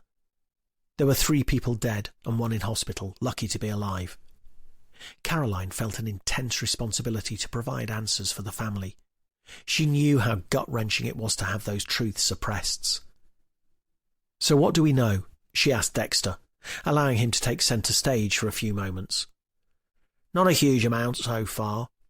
We know Sophie went to visit her mum at her house in Bourne last night. Her phone was on location monitoring as part of the ongoing surveillance, and a unit was sent up there to watch the house and make sure she stayed in sight. They were parked up a little further down the road, keeping an eye on things. Their account is that they saw her leaving the house, kissing her mum goodbye, then walking down the front path of the property. She walked a little further along the pavement before stepping out into the road. At that point, they became aware of a car speeding towards Sophie with its headlights off. It was still accelerating at the point it clipped Sophie and afterwards. So it was deliberate. Caroline asked. It seems so, yeah. The car then turns left at the end of the road and back towards the main road. It's caught on CCTV shortly after, passing an industrial unit on the South Fen Road heading east. What's out there? The Fens. You're joking. I wish I was. So he could be anywhere? Caroline asked, knowing the chances of finding one car in almost 1,500 square miles of marshland would be impossible. There were roads that followed a straight line through the plains for 5 miles or more, with hundreds and thousands of tiny dirt tracks jutting off in all directions. The car could be holed up in any one of Christ knows how many barns, farm buildings or small holdings in an area that covered 3 counties. Pretty much, yeah, Dexter replied. Once you're out there, that's it. There's nothing, no CCTV, no AMPR, but one hell of a lot of hiding places. He's planned this. He's waited for her to visit Bourne. He knew exactly where Sophie's mum lived, and he knew he'd be out and heading for the Fens within minutes. Looks that way to me too. Surveillance team did pick up a reg number, but I think you've been briefed on where that's traced back to already. Probably fair to say that Charles Hartford Smythe, 93 of Alton Longville, is not our serial killer. I'll be honest, Dex, nothing would surprise me anymore. But yeah, let's scrub him off the list. What else have we got? All right, on Megan, we've been tracing her recent calls and messages. She received a call on Friday night from a number unfamiliar to her. It hadn't called or texted her before then. Do we know what was said? Dexter shook his head. No way of knowing, I'm afraid. There's no record of the same number calling any of the others, but if they do, we'll be able to hear what's said now they're on monitoring. Any trace of the owner? 3 guesses. Caroline sighed. I'm too tired for guesses, Dex. Let's have the information. Unregistered pay-as-you-go. Caroline felt her heart sink. There'd been talk of banning unregistered pay-as-you-go SIMs for some years, but it had never quite come to fruition. As a result, it was still perfectly possible to get hold of a fresh phone and SIM card, a clean mobile phone with no way of ever being identified as the actual owner. We've been trying to do what we can. The network told us the phone was topped up at a village shop just outside Stamford. Cash transaction, no CCTV. Oh, for Christ's sake. I know. He's thought about this. He's not leaving anything to chance. Whichever way they turned, whatever leads they followed, it seemed to Caroline that their killer was at least 1 step ahead, if not more. He knew what he was doing. He understood what was traceable and what could lead them to him, and at every turn he seemed to know what their next move was. That gave Caroline an extremely uncomfortable feeling. And what about Alex, the husband? We had him in for assaulting Charlie Ford yesterday. Do we know where he went after he was bailed? At the pub, fully backed up by CCTV and phone tracking. One of the surveillance team was on him the whole time. Caroline shook her head. The last thing Alex Lawson needed was to be drinking. He'd already spent the week suspected of murder, then being arrested and bailed for assaulting Charlie Ford. She wasn't entirely sure adding alcohol to his clearly rage-fueled mix was going to help him anyway. In the corner of the room, a phone rang. Aidan picked it up, then relayed the news to Caroline. Update from the hospital. The finish with Sophie Lawson. We can speak to her. Chapter 55. Caroline had seen enough of hospitals lately. Still, she was thankful to be visiting one on a work call, rather than having to be there for her own health reasons. En route to the hospital, Dexter received a call from Sarah Henshaw, who had an update on Alex Lawson. Sophie had specifically asked the police and paramedics not to contact Alex last night, saying they'd had a disagreement and she didn't want him there. By the morning, though, she'd changed her mind. Officers had gone round to his house early that day to let him know his wife had been injured, but he'd already left for work. There's something not right there, Caroline said. He came home from the pub to an empty house, woke up in the morning, and his wife still wasn't there, and he didn't think to call her or report her missing. Even if they'd had a fight, that's just bizarre. I know, Sarah replied. They caught up with him at work in the end. Apparently he seemed shocked and asked how she was, but then again, maybe he's just a good actor.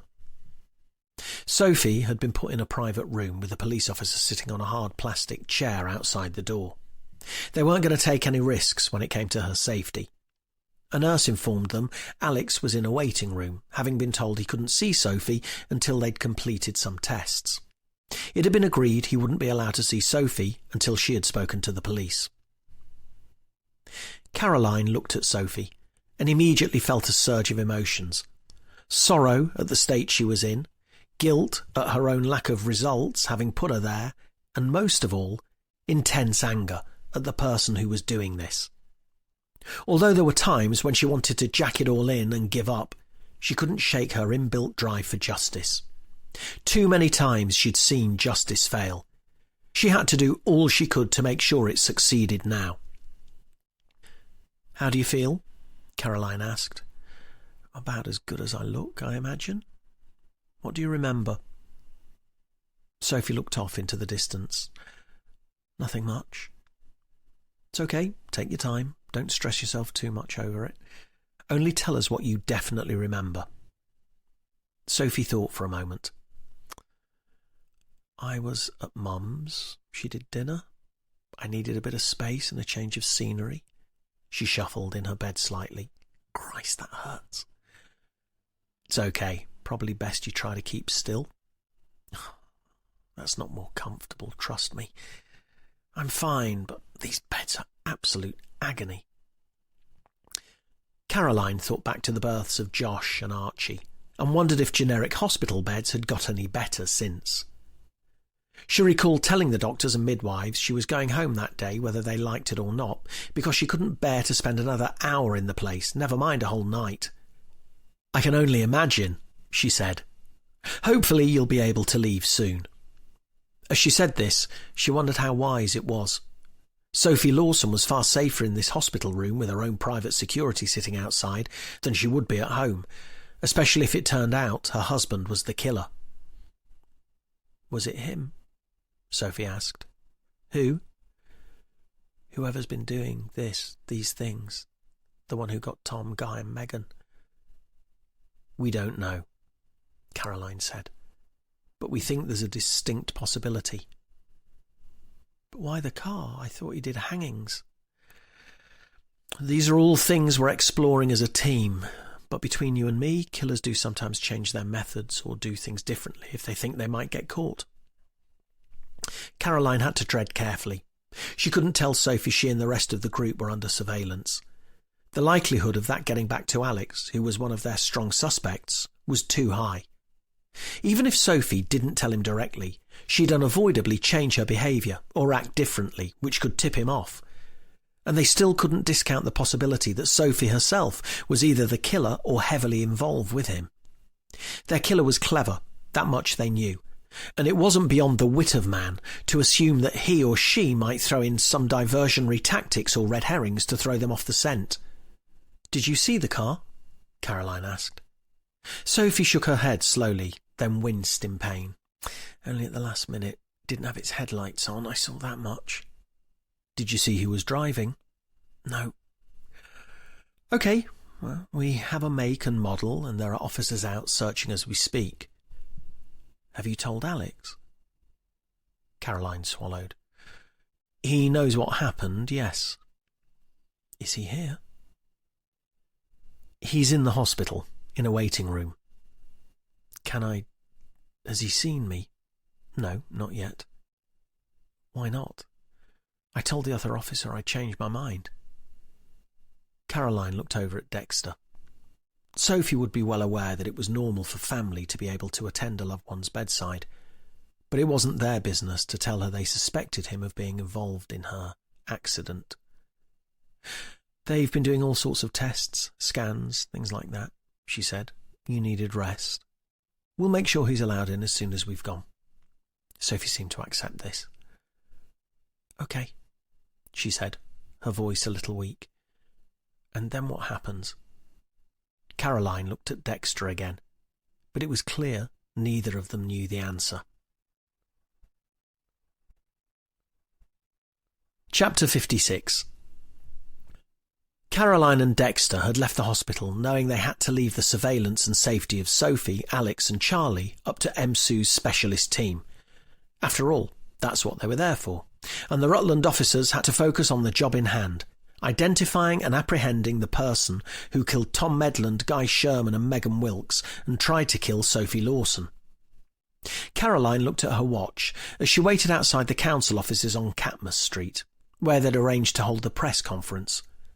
She couldn't believe it was barely 11 o'clock in the morning. She shuddered as she thought what the next few hours might bring. Flanked by Chief Superintendent Derek Arnold, Caroline walked into the council chamber and sat down behind the top table, tall banners displaying the Rutland Police insignia standing behind them, as Arnold introduced them both and began the press conference. "Thank you all for attending today," he said. "I'm sure you can appreciate this is a highly unusual situation for Rutland Police, so I thank you in advance for your patience and understanding. I know many of you have been anxious for information after a recent series of seemingly connected deaths in the county. First of all, I'm sure I speak on behalf of the whole of Rutland Police when I say that our thoughts are with the families of those affected.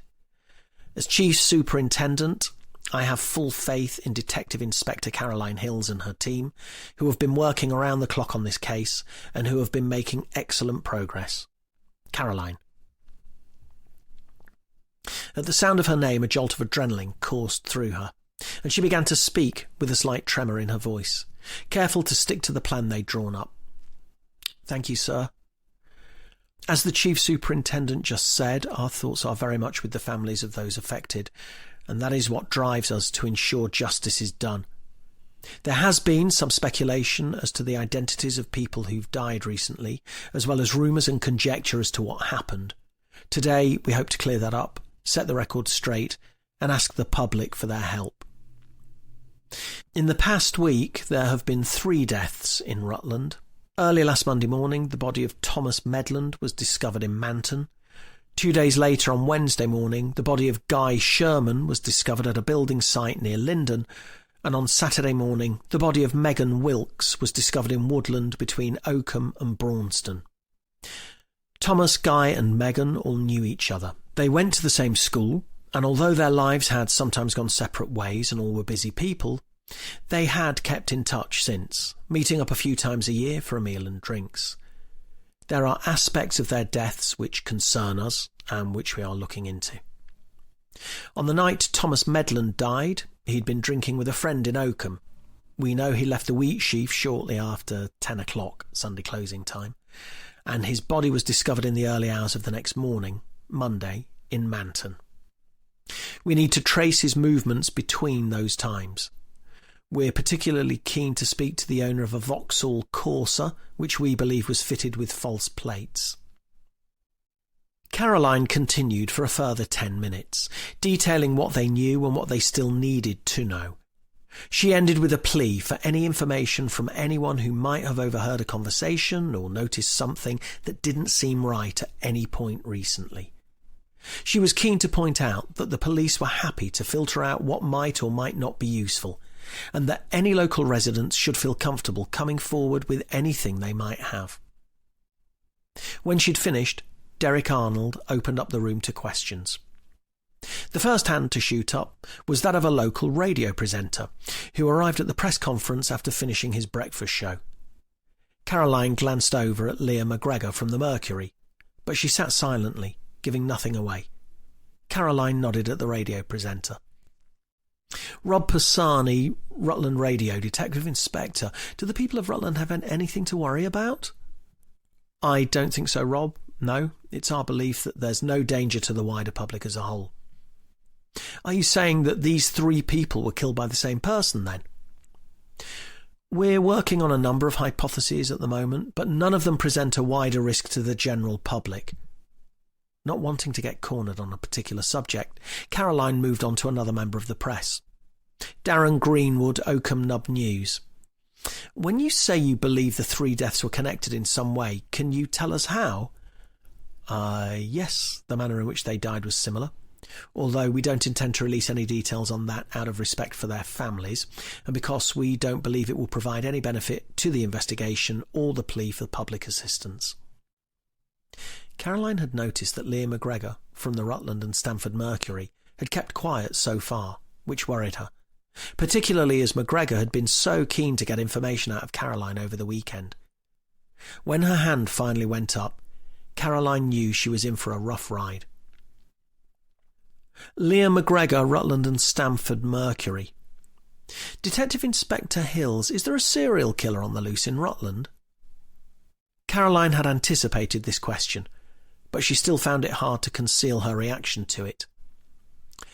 As we've said, Arnold interrupted, the team are working on a number of hypotheses right now. We don't think it'd do anyone any good to speculate any more widely than that. And is that one of the hypotheses you're working on? McGregor asked, staring intently at Caroline. It's important we keep a wide range of possibilities in mind when conducting investigations, Leah, Arnold said. It doesn't mean we're actively favouring one theory or avenue over another, nor should anyone draw undue concern from any particular one. But of course we are well aware that were it to transpire that the same person was responsible for 3 deaths over a period of time, by definition that is what it would be. But, as I say, it's one of many possible explanations, and I certainly don't advise it being publicised as the main focus of the investigation, no matter how tantalisingly salacious it may be for online clicks. Caroline managed not to beam as Arnold finished his response, full of admiration for the way he'd handled it and the way he'd turned it round on a sixpence. As the press conference closed, she felt exhausted but energised, hopeful it would either lead to some new information or potentially even force the killer's hand. Chapter 57. Too often, investigations could get clouded by not knowing which way to turn. That was one of the reasons why officers tended to have defined roles and systems in place to ensure the correct organisation of information. And when they hit a sticking point, Caroline liked to get back to basics. She and Dexter sat in her office, attempting to chart a path through what they knew. The link can't just be they were all friends, Caroline said. It's a link, but it can't be the link. It's not reason enough for murder. There has to be something else that links them. Maybe them being old friends was what led to this other connection. I still think it goes back further, Dexter said. You read too much history. No, seriously. A few things make me think this has been lined up for a while. Look how carefully it's all been done. We've not been able to get close to him. If it weren't for a couple of slip-ups with Tom Medland, we probably wouldn't have got this far.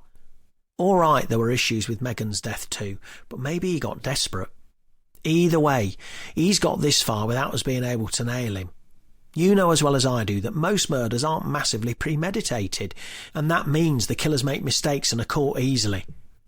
This guy's one step ahead of us at all stages.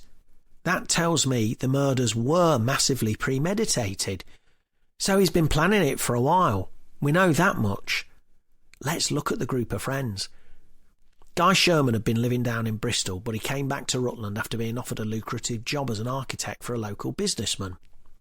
Alex and Sophie Lawson were thinking of moving away for better jobs, but then, what do you know, Alex gets offered a great job on a massive salary in Stamford, right on the edge of Rutland. Bloody hell, Dex, I hadn't even noticed that, but you're right. Caroline opened her office door and assembled her small team for an emergency briefing. OK, guys, it's time for a change of strategy. We've been too focused on looking at forensics, CCTV, all that stuff. Our man is clever. Too clever. He knows all that stuff, and that isn't where he's going to slip up. Even when we think he has slipped up, he's one step ahead. We think he was daft enough to leave tyre tracks, reckon we're clever by identifying the exact car that did it, find a matching reg number. Turns out he's cloned the plates in order to frame someone else. We're not in charge here. He is. He's been leading us the whole way, and that's why we've not been able to touch him. If we keep doing what we're doing, we'll always be at least one step behind. So we need a new angle. He's been planning this a long time, years probably, and for all we know, Tom Medland might not have been the first. Dex, you like your history. I need you to delve deeper into suicides in the Rutland area, hangings in particular, but let's not limit ourselves. Aidan, Sarah, I need you to massively branch out onto social circles and connections of our victims.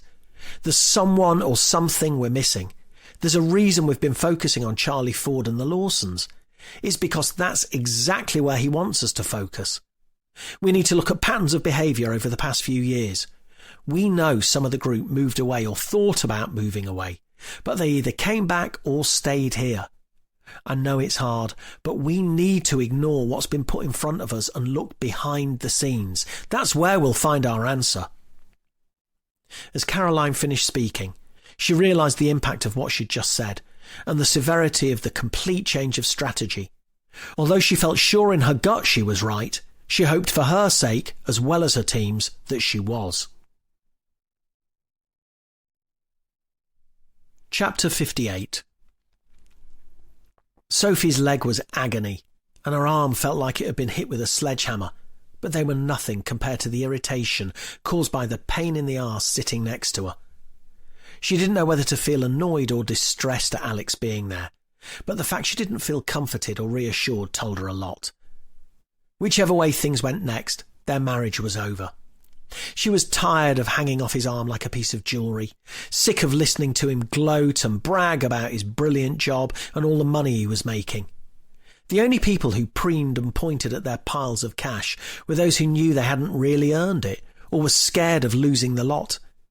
He reminded her of the lottery winners she saw in the papers, who happily patted themselves on the back with a smug grin at having drawn a small black smudge over 6 numbers. They were inevitably the same people who 6 months later were driving around in Range Rovers, a Rolex hanging off their wrist, and swigging Bollinger like it was going out of fashion. She thought back to her dad. She missed him.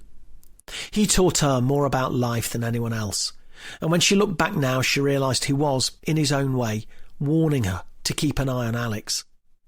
Although Alex liked to think he was a lover of fine things, he knew nothing compared to her dad. He'd been a keen enthusiast and collector of watches and pens, as well as a few other items. They must be worth a fortune now, but there was no way her mum would ever part with them. She was more than happy living in her 3-bed detached house and keeping his memory alive through his collections. Sophie remembered him telling her once there was a reason why most people thought Rolex made the best watches and Mont Blanc made the best fountain pens. It's because you can spot a dickhead a mile off, he used to say, before explaining why no serious watch enthusiast rated the Rolex brand. A man with a Rolex follows. A man with a Patek Philippe leads. It wasn't just glitzy watch brands that irked him either. Having worked in the motor trade all his life, he was only too keen to point out that some of the most desirable cars were also the worst engineered.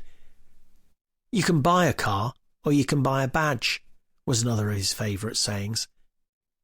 Despite his wealth and nous, he spent his life driving Saabs, Volvos and Volkswagens, telling her that people in Mercedes, BMWs and other premium brands had bought an advert. She chuckled at his lines and his ways back then, but now she'd come to realise not only was he right, but that he'd seen all those foibles in Alex. And as her husband sat next to her in her hospital bed, she could do nothing but pity him and feel sorry for him. "Didn't you wonder where I was?" she asked, feeling a sudden rise in her own power. "What do you mean?" "It's 11 o'clock in the morning. I've been here since last night. Didn't it even occur to you where I was?" Alex shrugged. "Thought you'd stayed at your mum's." "You didn't know that, though. For all you knew, I could have been involved in an accident on the way home, and as luck would have it, you wouldn't have been far off. Why didn't you even call or text to find out where I was?" "Like I said, I thought you were at your mum's." "What, and you got up this morning, saw I still wasn't there, and just went off to work as if nothing had happened? Come on, Soph, we've hardly been close recently, have we? I thought you were in a mood with me again and had gone to stay at your mum's. I didn't think ringing you up and seeing if you wanted me to hang around for breakfast was the brightest idea. How was I supposed to know something like this would happen?" "Oh, I don't know, Alex. Common sense. And do you think there might be a reason why we haven't been close?" "I don't know. Presumed it was your time of the month. Or maybe because you put your hand against my throat and pinned me against the bloody wall." "All right, keep your voice down." "Why? Afraid someone might find out what you're like?" "Well, wouldn't that be a massive shame? I'd hate to damage your fragile little ego." "Jesus, Soph, what's got into you? You've changed." "No, I've woken up. Everything that's happened recently has made me realise a lot of things. You're scared, aren't you? Scared? Of you? No. The murders. It's all right, we're all worried, especially after seeing how badly the police are handling it. What a surprise. The man who's just been released from custody is the one slagging off the police. All right, so who did this then, eh? Who ran you over in the darkness and sped off? Just some random passer-by? You know it's him, Soph. We both know it's Charlie. And why would Charlie want to do any of that? I don't like the guy, but he's not a killer. Anyway, I thought you two were close. Why have you suddenly jumped back and started pointing the finger at him? Sounds like the actions of a guilty man to me. She watched as Alex stood up. What, going to pin me against the wall again, are you? If you're so sure Charlie's innocent, Soph, that only leaves one explanation. Come on then, Sherlock. Well, I know I didn't kill anyone. That just leaves you. Sophie laughed, feeling the pain in her ribs as Alex scowled at her reaction. The door opened and the doctor entered, smiling. How are you feeling, Sophie? Bruised, but fine. On the plus side, it looks like the bruises are the worst of it. We're happy to discharge you and let you go home. You've been a lucky lady. I'll bring the car round, Alex said. No, you won't, Sophie replied. You need to get back to work. I'll call Mum. She can pick me up. Chapter 59. Later that afternoon, Dexter came into Caroline's office with a notebook and a stack of printed papers. All right, he said. I've been going through the records looking for any evidence that Tom Medland might not have been the first victim. I'll be honest, there's nothing that seems to fit the bill. Even in the past 5 years, there's only been a tiny handful of suicides in the county, and none with any connection to Tom Medland, Guy Sherman or Megan Wilkes, so far as I can tell. These are the names, he said, passing a sheet of paper to Caroline. I've done what I can in looking at things like ages, background, schooling, employment records. No patterns I can make out at all, and no connection with our victims. In fact, we've got to go back 18 years before there's even anyone who went to the same school at about the same time. Kid called Simon Butler. He would have been the year below most of the group, but no other connection that I can see. What happened to him? Caroline asked. His family moved to Scotland shortly after. New start, I imagine. No, I mean the way he died. Hanging. Definitely suicide, though. Poor lad was only 14. He left a note and had been talking to a friend on MSN Messenger. Remember that? Earlier that day. Telling her how he'd been bullied, felt depressed and was thinking of ending it all. Plus his family were all in the house and no one else went in or out. Pretty open and shut case, that one. Right, well, we can probably discount that then. Unless it's the suicide cult thing.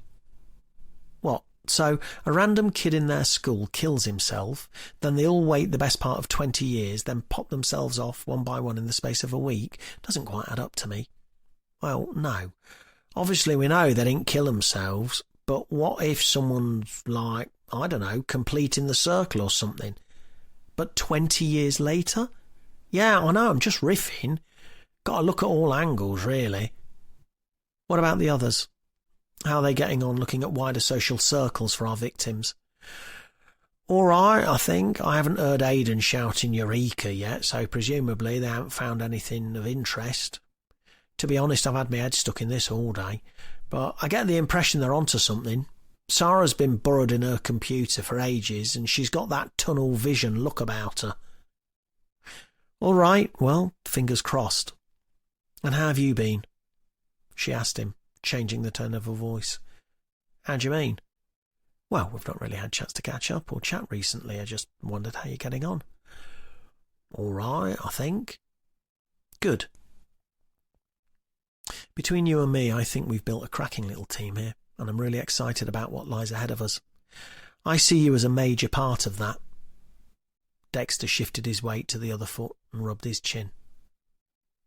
What's the matter, Dex? Eh? Nothing. You sure? You don't exactly look too excited at the prospect. It's all right. We'll have a proper meeting once this is all over with. A meeting? Dex, what's up? You can tell me. Honestly, it's fine. Shouldn't have said anything. You haven't. That's the problem. Dexter took a deep breath, then sighed. I've just been thinking about my future, that's all. Trying to plan ahead, work out what I want to do. How do you mean? You're thinking of a career change? I don't know. Sort of, maybe. Is this about your parents? Caroline asked, knowing Dexter's mum and dad had been pushing him as a child to be a doctor, and that he'd chosen the police force as something of an ironic rebellion. No, I'm not going to med school, if that's what you think. Just trying to work out what I want. You know, I'm at that stage in my life. Think yourself lucky not worrying about hot flushes. The worst thing you men get at that stage of life is a penchant for buying sports cars. Dexter laughed. I'm not at that stage yet, thank God. Although I am looking forward to picking up scantily clad young women in my Porsche. Caroline smiled. Let's sit down and have a drink over a beer or two once this is all blown over, all right? It'd be unprofessional of me to try and talk you out of anything, but I'm totally going to try and talk you out of it. Before Dexter could think of a witty response, there was a knock at Caroline's office door, and Sarah Henshaw entered. Gov, she said, a clear and serious look on her face. You need to come through. I think we might have something. Chapter 60. OK, so we've been going through the backgrounds of our victims in more detail, like you asked, Sarah said, sitting down at her desk as Caroline and Dexter crowded around. Aidan perched on the edge of his own desk, already sternly aware of what he and Sarah had uncovered. Hit me with it, Caroline said, feeling a shift in the atmosphere that told her they were close to catching their killer. We didn't quite have all the pieces joined up until Dexter gave us a list of suicides he'd just brought through to you. It wasn't until we had everything in one place that we worked it out. Sarah, please tell me. Sorry, it's a little bitty, but it all makes sense once it comes together. So let's start with Guy Sherman. He'd moved to Bristol for university and set up a new life there, but came back to Rutland after getting a job offer to be the architect at a new spa resort near Linden, and being promised lots of well-paid work. We know that Alex and Sophie Lawson had planned to move away, but then Alex got offered a lucrative job at an advertising agency in Stamford, which kept them in the area. His salary, by the way, is nearly double the average for that sort of job. Sticks out like a sore thumb once you look at it in context. Aidan dug a little further and looked into the companies that employed Guy Sherman and Alex Lawson. The leisure group that's building the new spa hotel complex is, as we know, owned by Owen Samuels. The advertising agency Alex Lawson works for is a bit trickier. That's owned by a shell company, but we've managed to trace it back to the ultimate owner. They bought the agency out not long before they offered Alex the job. The owner is a guy by the name of Gareth Butler. It was Dexter's list of names that set us off on the right line. One of the first ones he mentioned was a 14-year-old called Simon Butler who took his own life about 20 years ago.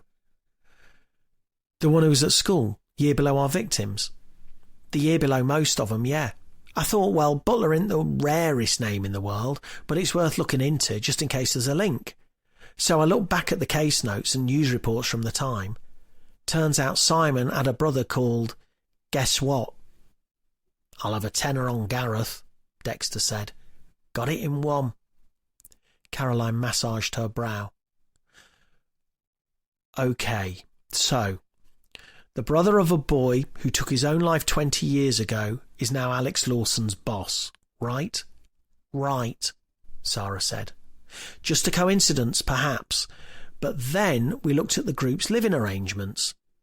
The land that Charlie Ford lives on is registered to Gareth Butler too. So we dug a bit deeper, tried to find out where he lived, see if we could come up with anything of interest. Turns out the last known address for Gareth Butler is where Owen Samuels now lives. However, there's no record of a sale having taken place at any time. It's a bit odd, especially as we know Owen Samuels lives alone. But Aidan had a hunch. So we looked up Owen Samuels. He only appears on the scene fairly recently. We reckon Gareth Butler changed his name to Owen Samuels by deed poll. They're the same person. But wouldn't there be some record of that? Can we confirm it? Caroline asked. We can, but not easily. Contrary to popular belief, there's no official deed poll office. To change your name, all you actually need to do is show you've changed it in good faith, have publicly assumed your new name, and there's no fraudulent reason for doing so. All you need is a solicitor to prepare and sign the paperwork, and you're done. Jesus. So we need to find the solicitor. We're working on it, but look at the evidence. Gareth Butler's brother hangs himself at the age of 14, having expressed a desire to end his life because of bullying at school. Gareth Butler then buys out the company that employs Alex Lawson. He's also, we assume, the same person as Owen Samuels, who employed Guy Sherman, ensuring the whole group is kept in one place. Then they start dying, one by hangings that are made to look like suicide. Caroline could feel her heart thumping in her chest. Her scalp began to itch, as it often did at times of high stress. Bloody hell. OK, let's think about this. We spoke to Owen Samuels after Guy Sherman died. We haven't come across Gareth Butler before, have we? No, Gov. But presumably Alex Lawson will have done, seeing as Butler's his employer. Get hold of Alex. We need a description of Gareth Butler, as detailed as possible. If he can get Butler somewhere for a chat or something, even better. Then surveillance from EMSU can confirm if it's the same person and we can arrest. Aidan, can you get onto them now and find out where Alex is?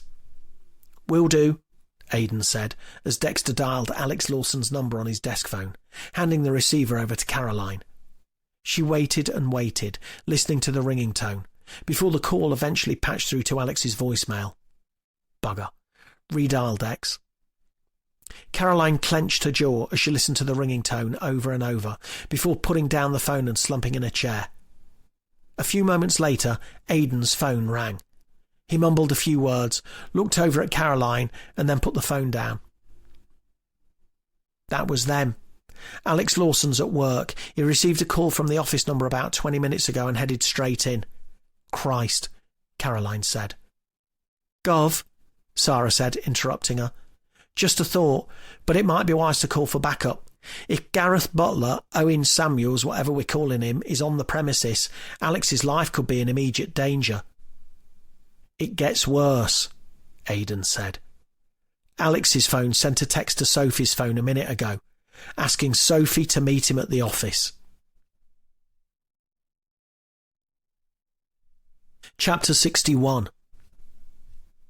Caroline's Volvo bumped out into Station Road and accelerated away, Dexter behind her in the passenger seat. She told Aidan to get a message to the surveillance officers to keep their distance from Sophie so as not to spook Gareth Butler. The last thing they wanted was for him to realise they were onto him and either kill Alex if it wasn't already too late, or take drastic measures on himself. Caroline wasn't sure that message hadn't been sent by Alex, but by Gareth himself, and that meant Sophie was next. Heading in on their own was a huge risk, and the potential fallout either way could be catastrophic. The instinctively logical move would be to get local officers to the scene as quickly as possible. Lincolnshire Police had a station in the centre of Stamford, and officers from there could be on the scene within minutes. But the situation was far more delicate than that.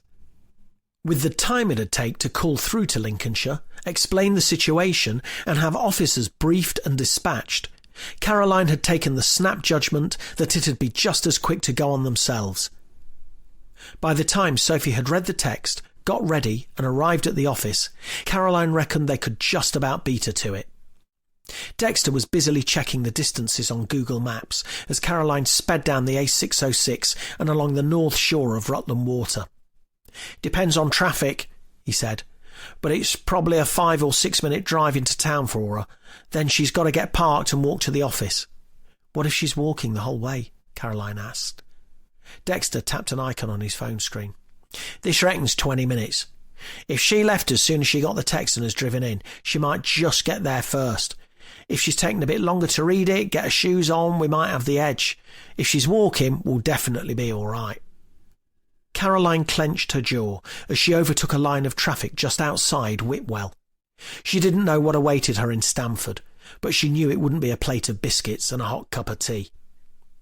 As a trained crisis negotiator, she already had a slight advantage, but she doubted whether the same strategies would work on a man who'd already killed at least 3 people and had been planning their murders for years. As they reached the outskirts of Stamford, Caroline kept her eyes on the road ahead. She needed to reach the offices of Charnley and Walker as quickly as possible, but getting there in one piece was crucial.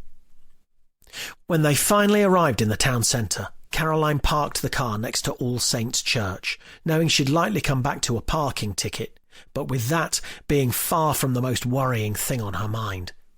She and Dexter jogged over the road to the offices of Charnley and Walker, and Caroline opened the door. "Where is it?" she asked, panting, even though they'd only jogged a couple of dozen yards. "Gotta be up there," Dexter said, pointing to a staircase. Caroline took the stairs 2 at a time, feeling her legs burning with the first real physical exertion she'd done in a long time. When they reached the top, she opened the door to the Charnley and Walker office and stood aghast at the sight in front of her.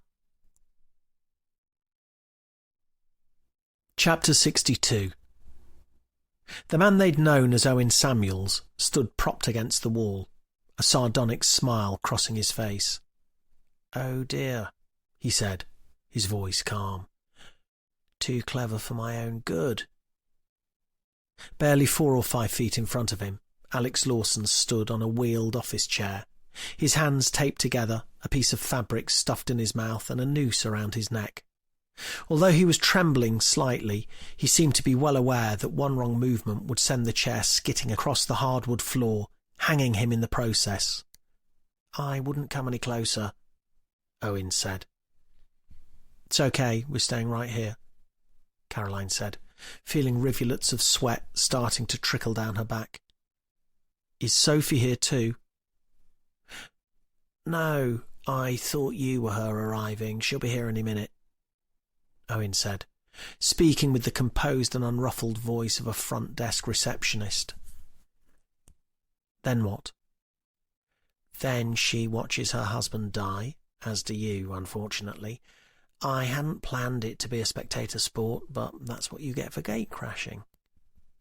The sound of Dexter's phone reverberating off the cold brick walls as the chair Alex was standing on moved slightly, leaving him with a look of sheer panic on his face. Caroline made eye contact with him, willing him to calm down and stay still.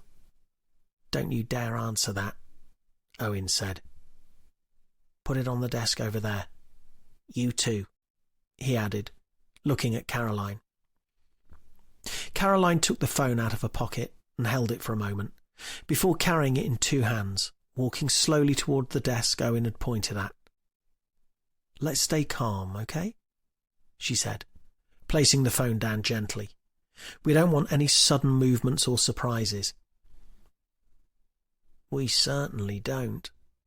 The main prize today is making sure Sophie sees this." "What's she done, Owen?" Caroline asked. "It's more what she didn't do that's the problem. She's complicit." "In what?" "Oh, you'll find out sooner or later, I'm sure." "Is this about Simon?" Owen Samuels's eyes locked with hers, and for the first time she saw something behind the dispassionate if slightly icy stare. He was there for barely a second, though, a quick glimpse under the veil at Gareth Butler, before the level-headed Owen returned. "You know nothing," he said. "I know you want to see the whole group suffer and die," Caroline replied. "Tom, Guy, Megan, now Alex, Sophie and Charlie. I just don't understand why. Can you tell me?" "I can tell you I won't get to see Charlie suffer or die, unfortunately, although if you open the window and listen very carefully in about 15 minutes, he said, looking at his watch, "you might even hear it from here." "Hear what?" "The explosion. The farm's barely a mile or 2 away as the crow flies." Owen reached his hand out to the side and unlatched the window, pushing it open without taking his eyes off Caroline or Dexter. "Smell that. It's beautiful fresh air. Southwesterly winds, too, if I'm not mistaken. We might even be able to smell him. Are you saying there's going to be an explosion at the farm where Charlie Ford lives? What sort of explosion? Oh, come on. As if I'm going to tell you that. It's bad enough not being able to watch him die. At least give me the pleasure of knowing it's happened. Why an explosion for Charlie? Why not the same as the others? Unfortunately, that one's your fault. Let's call it an insurance policy. Just in case I wasn't able to get out of here after this and see to him myself. A dead man's switch? Caroline asked. That's very clever. Thank you. How does it work? Owen laughed again. Seriously, I know the score, Inspector. Give me some credit. Trust me, I give you a huge amount of credit. You've been one step ahead of us the whole way. I'm just genuinely interested. Oh, well, if you must know, GSM, he said, taking a mobile phone out of his pocket and holding it in front of him.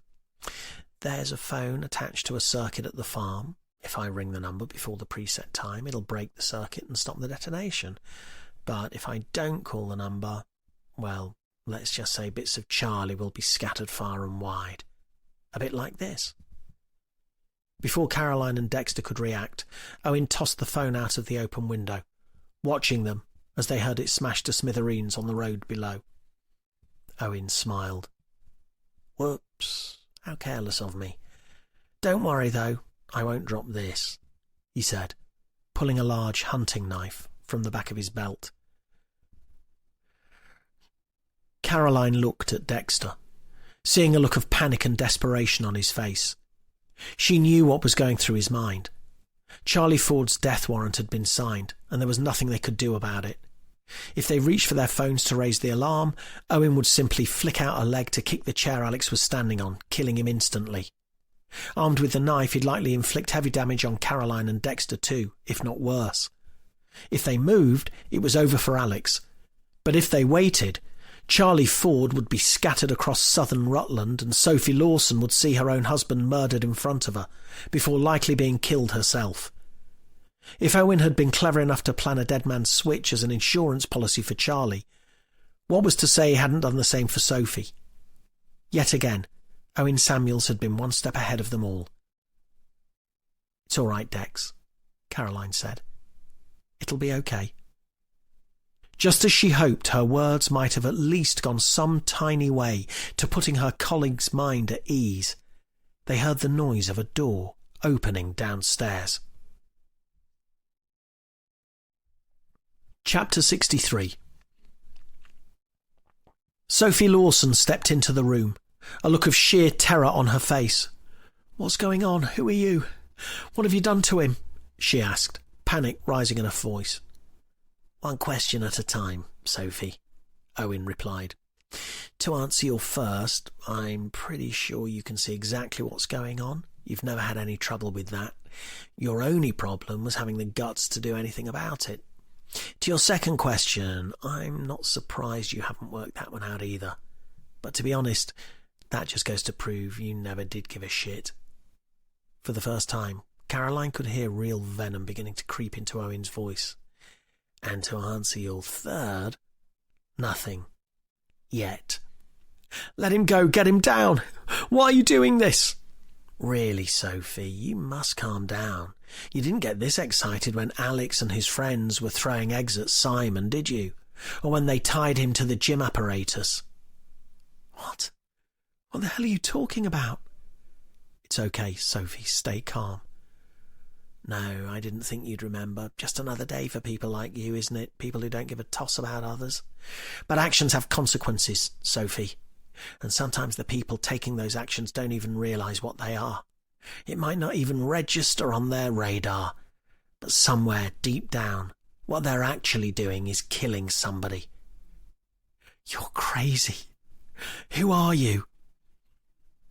Owen rolled his eyes and gave a snort of derision. "Enough!"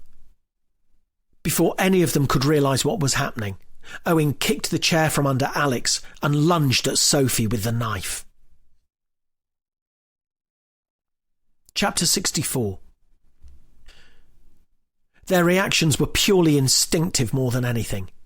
Dexter acted first, spotting the immediate danger and throwing himself at Owen, tackling him to the floor as the knife sliced the air in front of Sophie's face. Caroline struggled to hold the weight of Alex, trying desperately to lift him and reduce the effect of the noose on his neck, not knowing whether the trembling and jerking was from her own muscular exertions or the last spasms of a dying man. Alex's weight was too much for her, even if she was fighting fit, but in her weakened state she knew she couldn't hold it any longer. "Dex, please," she grunted, watching as her colleague fought to pin down Owen Samuels. For a brief moment she thought Owen had overpowered him, but she quickly realised Dexter had let go, freeing his arm so he could pummel a fist into the side of Owen's face. She felt the burning in her arms and back as she struggled to keep Alex's weight off the noose, not knowing whether the man above her was dead or alive, or what would happen to any of them. In the corner of the room, Sophie stood, shaking and screaming. Caroline tried to force the words out, but all her strength was going into holding Alex up as best as she could. "Sophie! Help me!" The words seemed to get through to her, and after a second Sophie rushed over and took some of Alex's weight. "Have you got him?"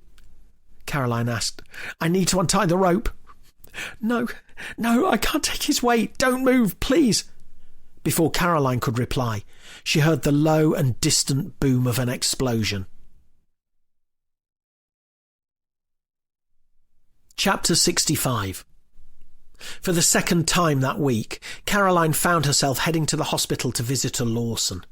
"Ah, his friend and saviour," the doctor said, as Caroline introduced herself ahead of seeing Alex. "Well, I wouldn't go that far. I mean it quite literally. His vitals are good. We're awaiting the results of a brain scan, but we've no indication that it'll be anything other than normal. If so, that'll be thanks to the quick reactions of you and your colleague. Some of the veins and nerves here in the neck," the doctor said, pointing to his own, "don't tend to do very well when force is applied to them. In fact, continued pressure can lead to stagnant hypoxia and a loss of consciousness in seconds." "So I understand," Caroline said. "I always thought it was one of those only in the movies things." "No, not at all. It's just a slight difference in pathophysiology. Most people think the victim's fallen unconscious because of the pressure on the windpipe stopping them breathing, but that'd take a whole lot longer. Nerve compression, hypoxia, good night. At that point, the neck muscles relax because the person's unconscious, so additional force can be more easily applied. Then you're looking at complete arterial occlusion, permanent damage to the brain and death. Crushing the windpipe to stop someone's breathing is actually incredibly difficult." "So, he's okay?" Caroline asked, wanting to change the subject to something a little less morbid. "He's fine. The nurse is running a couple of tests, but you can go in and see him afterwards. How's your colleague?" Caroline thought back to the immediate aftermath of the showdown with Owen Samuels. The explosives Owen had rigged over time at the farm had gone off a few minutes early. The brief moment of surprise had given Dexter the half-second he needed to gain the upper hand, wrestling the knife out of his hands and pinning him fully to the floor. It was only when backup arrived and things started to calm down that Caroline realised Dexter's arm and hand had been slashed in the struggle. "He'll be all right," Caroline said. "In fact, he wanted me to ask, do you have any Peppa Pig plasters?" The doctor laughed. "I'll see what we can do. Shall we?" he said, gesturing towards the door of the room Alex was in. They stepped inside, and Caroline smiled at Sophie, who returned the gesture with a little less sincerity. "How's he doing?" she whispered, noticing Alex appeared to be asleep. "He's fine," Alex answered, opening his eyes, "and looking forward to getting out of here." "Have you locked the bastard up?" he asked Caroline. "He's in custody, yes." "And what about my job? Who's going to pay me now?" Caroline shared a look with Sophie. "I'm sure you'll figure something out," she said. There was a knock at the door, and the doctor entered again. "Sorry, another visitor has just arrived for Alex. I can let him in, but I'm afraid we're only allowed 2 at a time in here, so one of you will have to step outside for a bit." As the doctor finished speaking, Caroline's phone vibrated. "That'll be me, then," she said, stepping out and walking a little further down the corridor, watching as Charlie Ford walked into Alex's room. Caroline had had to think on her feet, and she was thankful beyond belief that it had worked. When Owen had demanded they put their phones on the table in the office, Caroline realised this could be their last chance to get a message out. She glanced down at her phone briefly and unlocked the screen using Face ID, before tapping Sarah's name in the call list. As she walked over, she held the volume button down, ensuring everything stayed silent at their end, before putting the phone face down on the table. That meant Sarah had heard everything from that point on, including Owen telling them about the farm explosion. Fortunately, Sarah had managed to get the message to Charlie in just enough time for him to get a safe distance. Caroline returned the call volume to its previous level as she answered the incoming call. "Hello?" "Mrs. Hills? It's Maria from the oncology department at Peterborough City Hospital.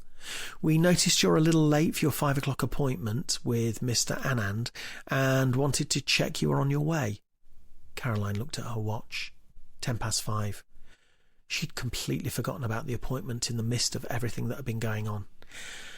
"Yes," she said, looking for signs that could direct her to the right area of the hospital. "In fact, I've literally just got here, so I should be with you in a couple of minutes."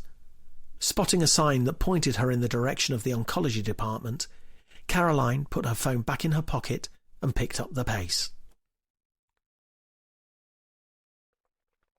Chapter 66. Caroline sat down in Mr. Pankaj Anand's consulting room and tried to gauge his body language. As ever, he was keeping his cards close to his chest and relying purely on the words that were to come. "How have you been?" Mr. Anand asked her, looking over the rim of his spectacles. "Busy," Caroline replied. "Health-wise, okay, I think. Nausea and vomiting, tiredness, lethargy. I've been getting out of breath a lot too." Mr. Anand nodded. "That's quite normal. Your body's putting all of its energy into fighting the cancer, which is good news." The inflection of his words concerned Caroline. "But there's also bad news?" she asked. "I'd say there's also less than ideal news," he replied, choosing his words carefully. "Your most recent scan seemed to indicate that the cancer might have progressed to stage 2. Caroline felt an icy chill down her spine. "What?" "No, the new chemotherapy treatment was meant to shrink it and get rid of it." "That's the plan, yes. And it's one we'll stick with, as we think that gives you the greatest possible chance of making a full recovery. But the scans show the cancer has spread to the uterus. The good news is, at the moment, we've not seen it spreading anywhere else, so we're only moving to stage 2. But I would be lying if I said it wasn't a cause for concern." "What can you do?" she asked, suddenly feeling desperately alone and wishing she had Mark and the boys beside her. That's what I wanted to discuss with you today. The chemotherapy does seem to be having an effect on the ovarian cancer itself, which is good. We're actually seeing a small reduction there.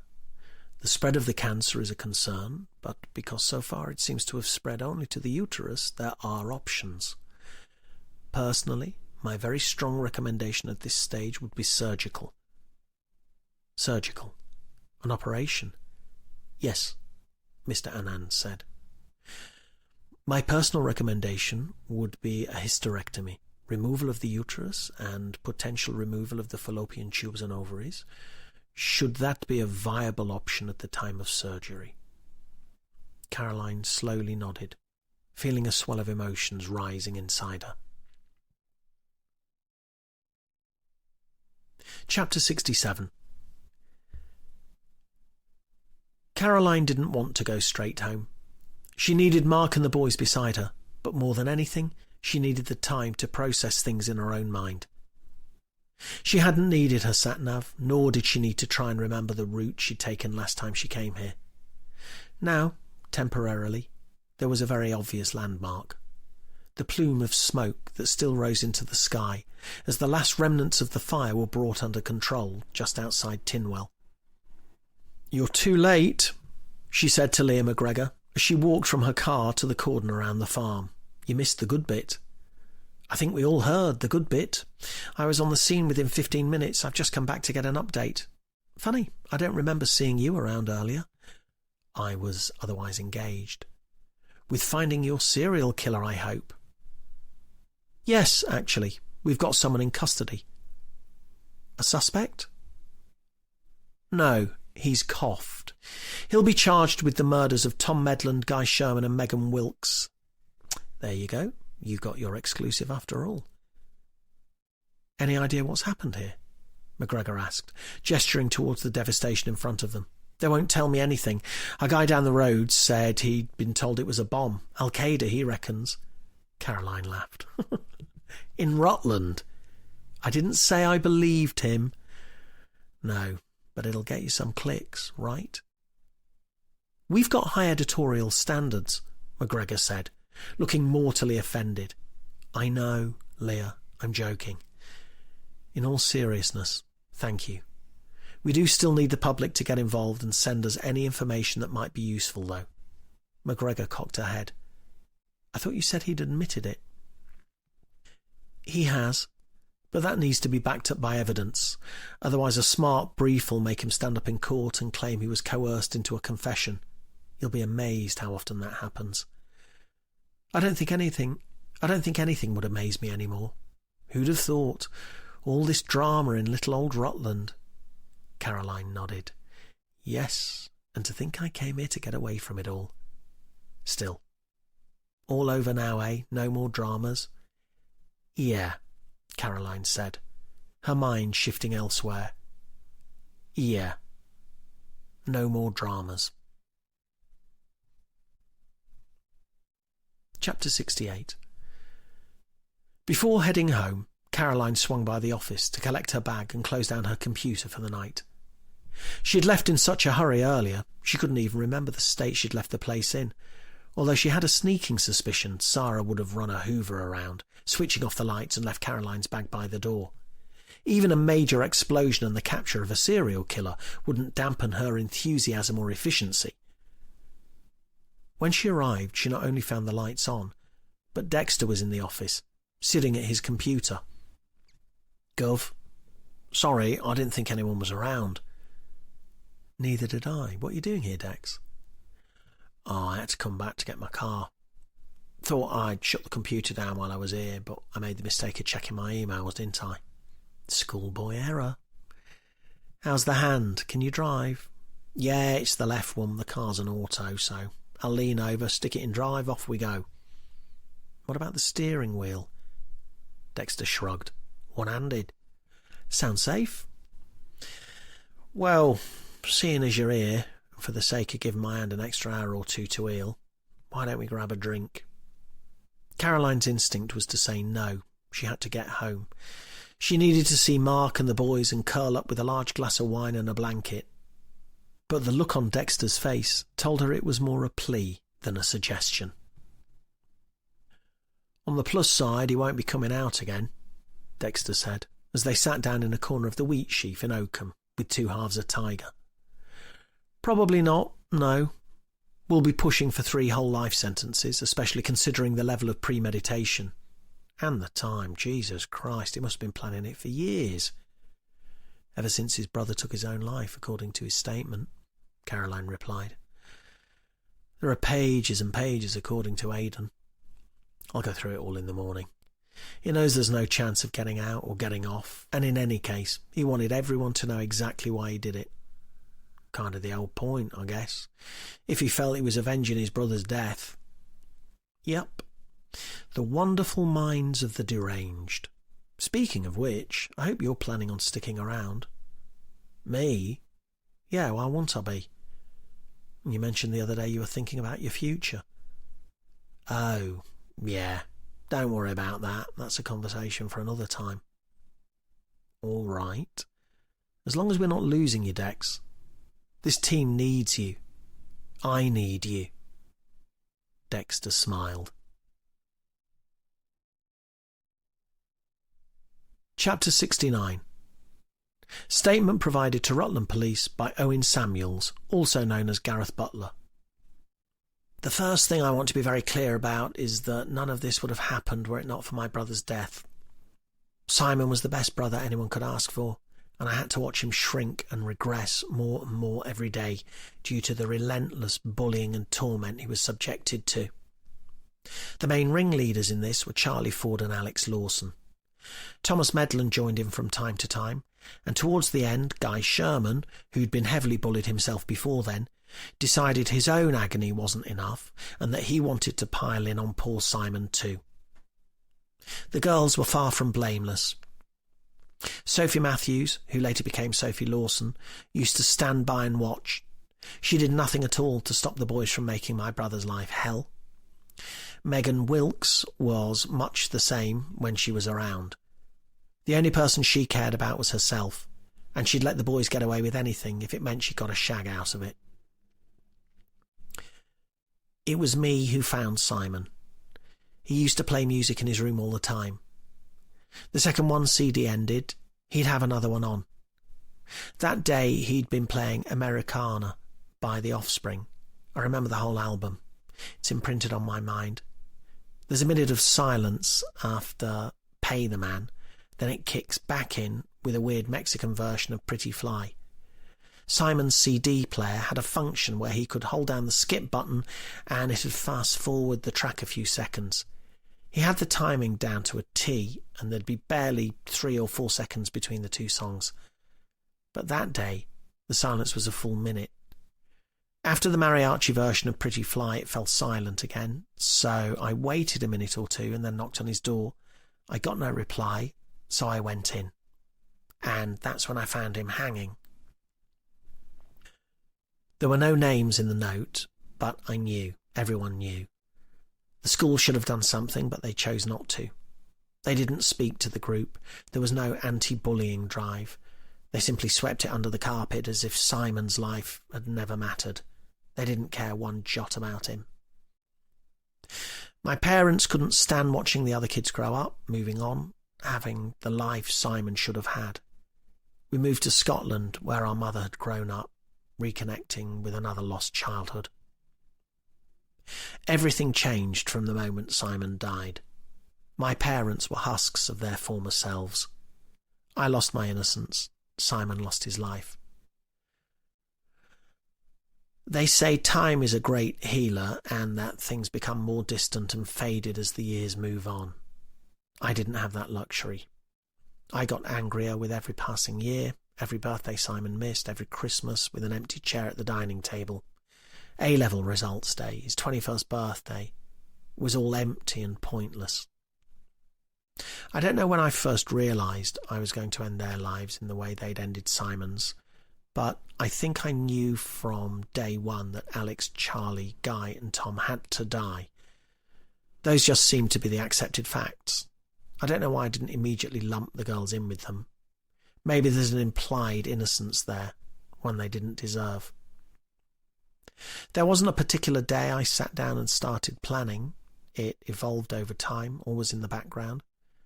After I left school, I lost myself in work. I lost so much. All I could focus on was building, creating, adding more to the world.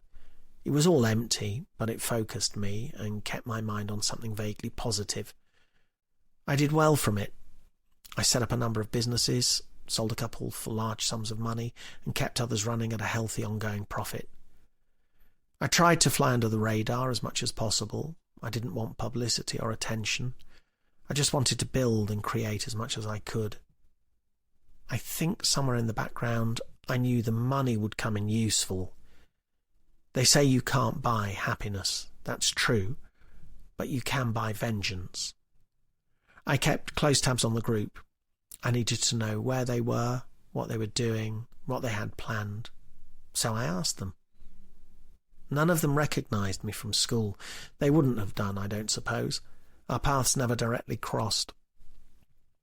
But you'd be amazed what people tell random strangers in pubs and cafes if you strike up a conversation. That's how I found out Alex and Sophie were thinking of moving away.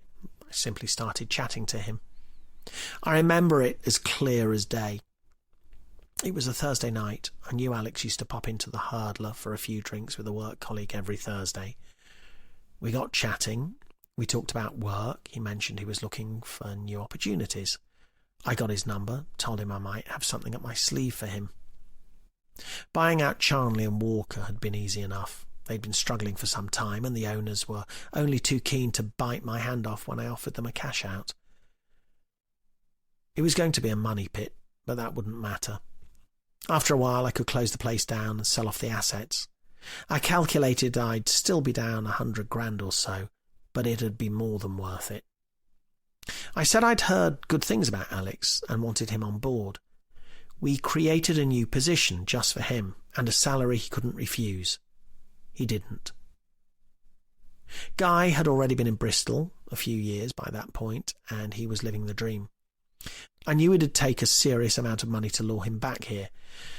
I'd been thinking about building a spa resort anyway. Even I wouldn't go to the extent of signing a multi-million-pound leisure contract just to end some rat's life. He was over the moon when I headhunted him and told him I'd heard good things and wanted him to be the architect. It's amazing how a bit of money and ego-stroking can make anyone do whatever you want them to do. In comparison, Tom had been a piece of cake. He'd never shown any ambition whatsoever. He hadn't even moved away for universities, choosing to apply to Leicester and live with his parents. His marriage lasted a little longer than his university degree, though. Then he was living back with his mum and dad again. I would call it sad and unfortunate, but I won't. It actually made me quite happy to see him wasting his life like that.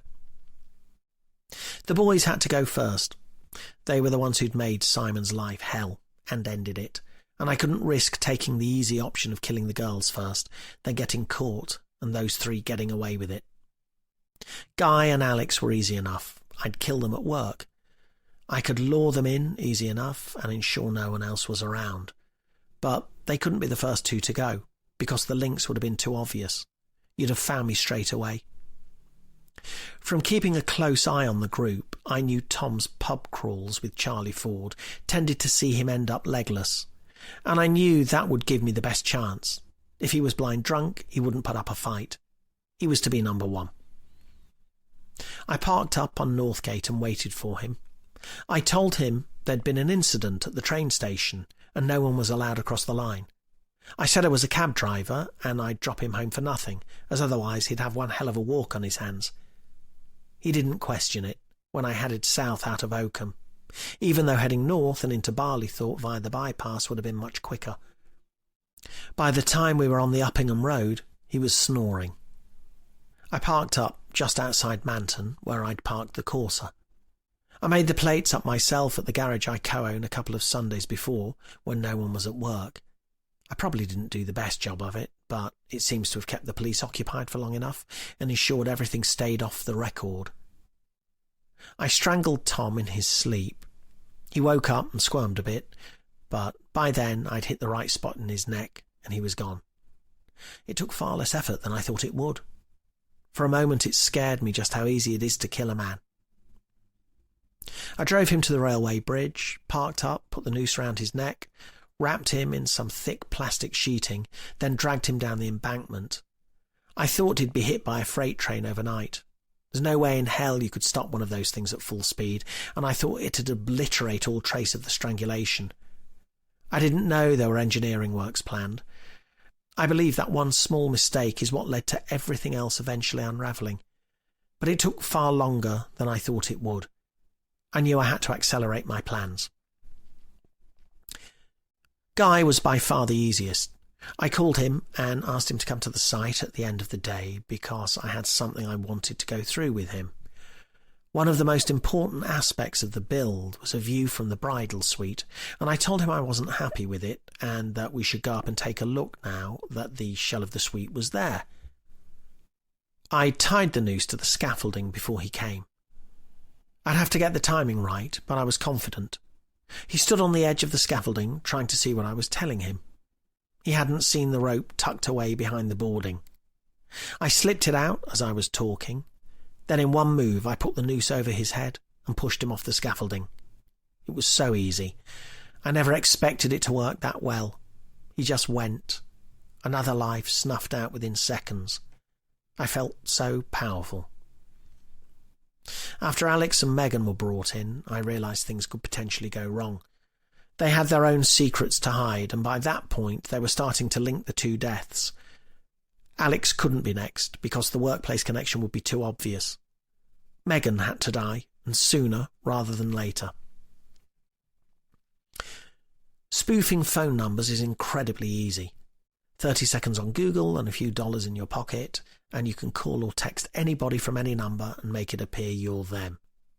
So sending a message to Megan and luring her out of the flat seemed as easy as pie. How was I meant to know that it would be the first time in her life she'd turned down a shag? That's when I knew I had to get her out of there. So I phoned her. I'd been keeping an eye on her for a while, in the traditional sense at first, and then I noticed her flat has its electrical consumer unit in the communal area. I went back a few days later and put a couple of dead fuses in. As luck would have it, I put a leaflet through her door a day earlier, advertising my services as an emergency electrician called Brian Waterman. She took the bait and called me.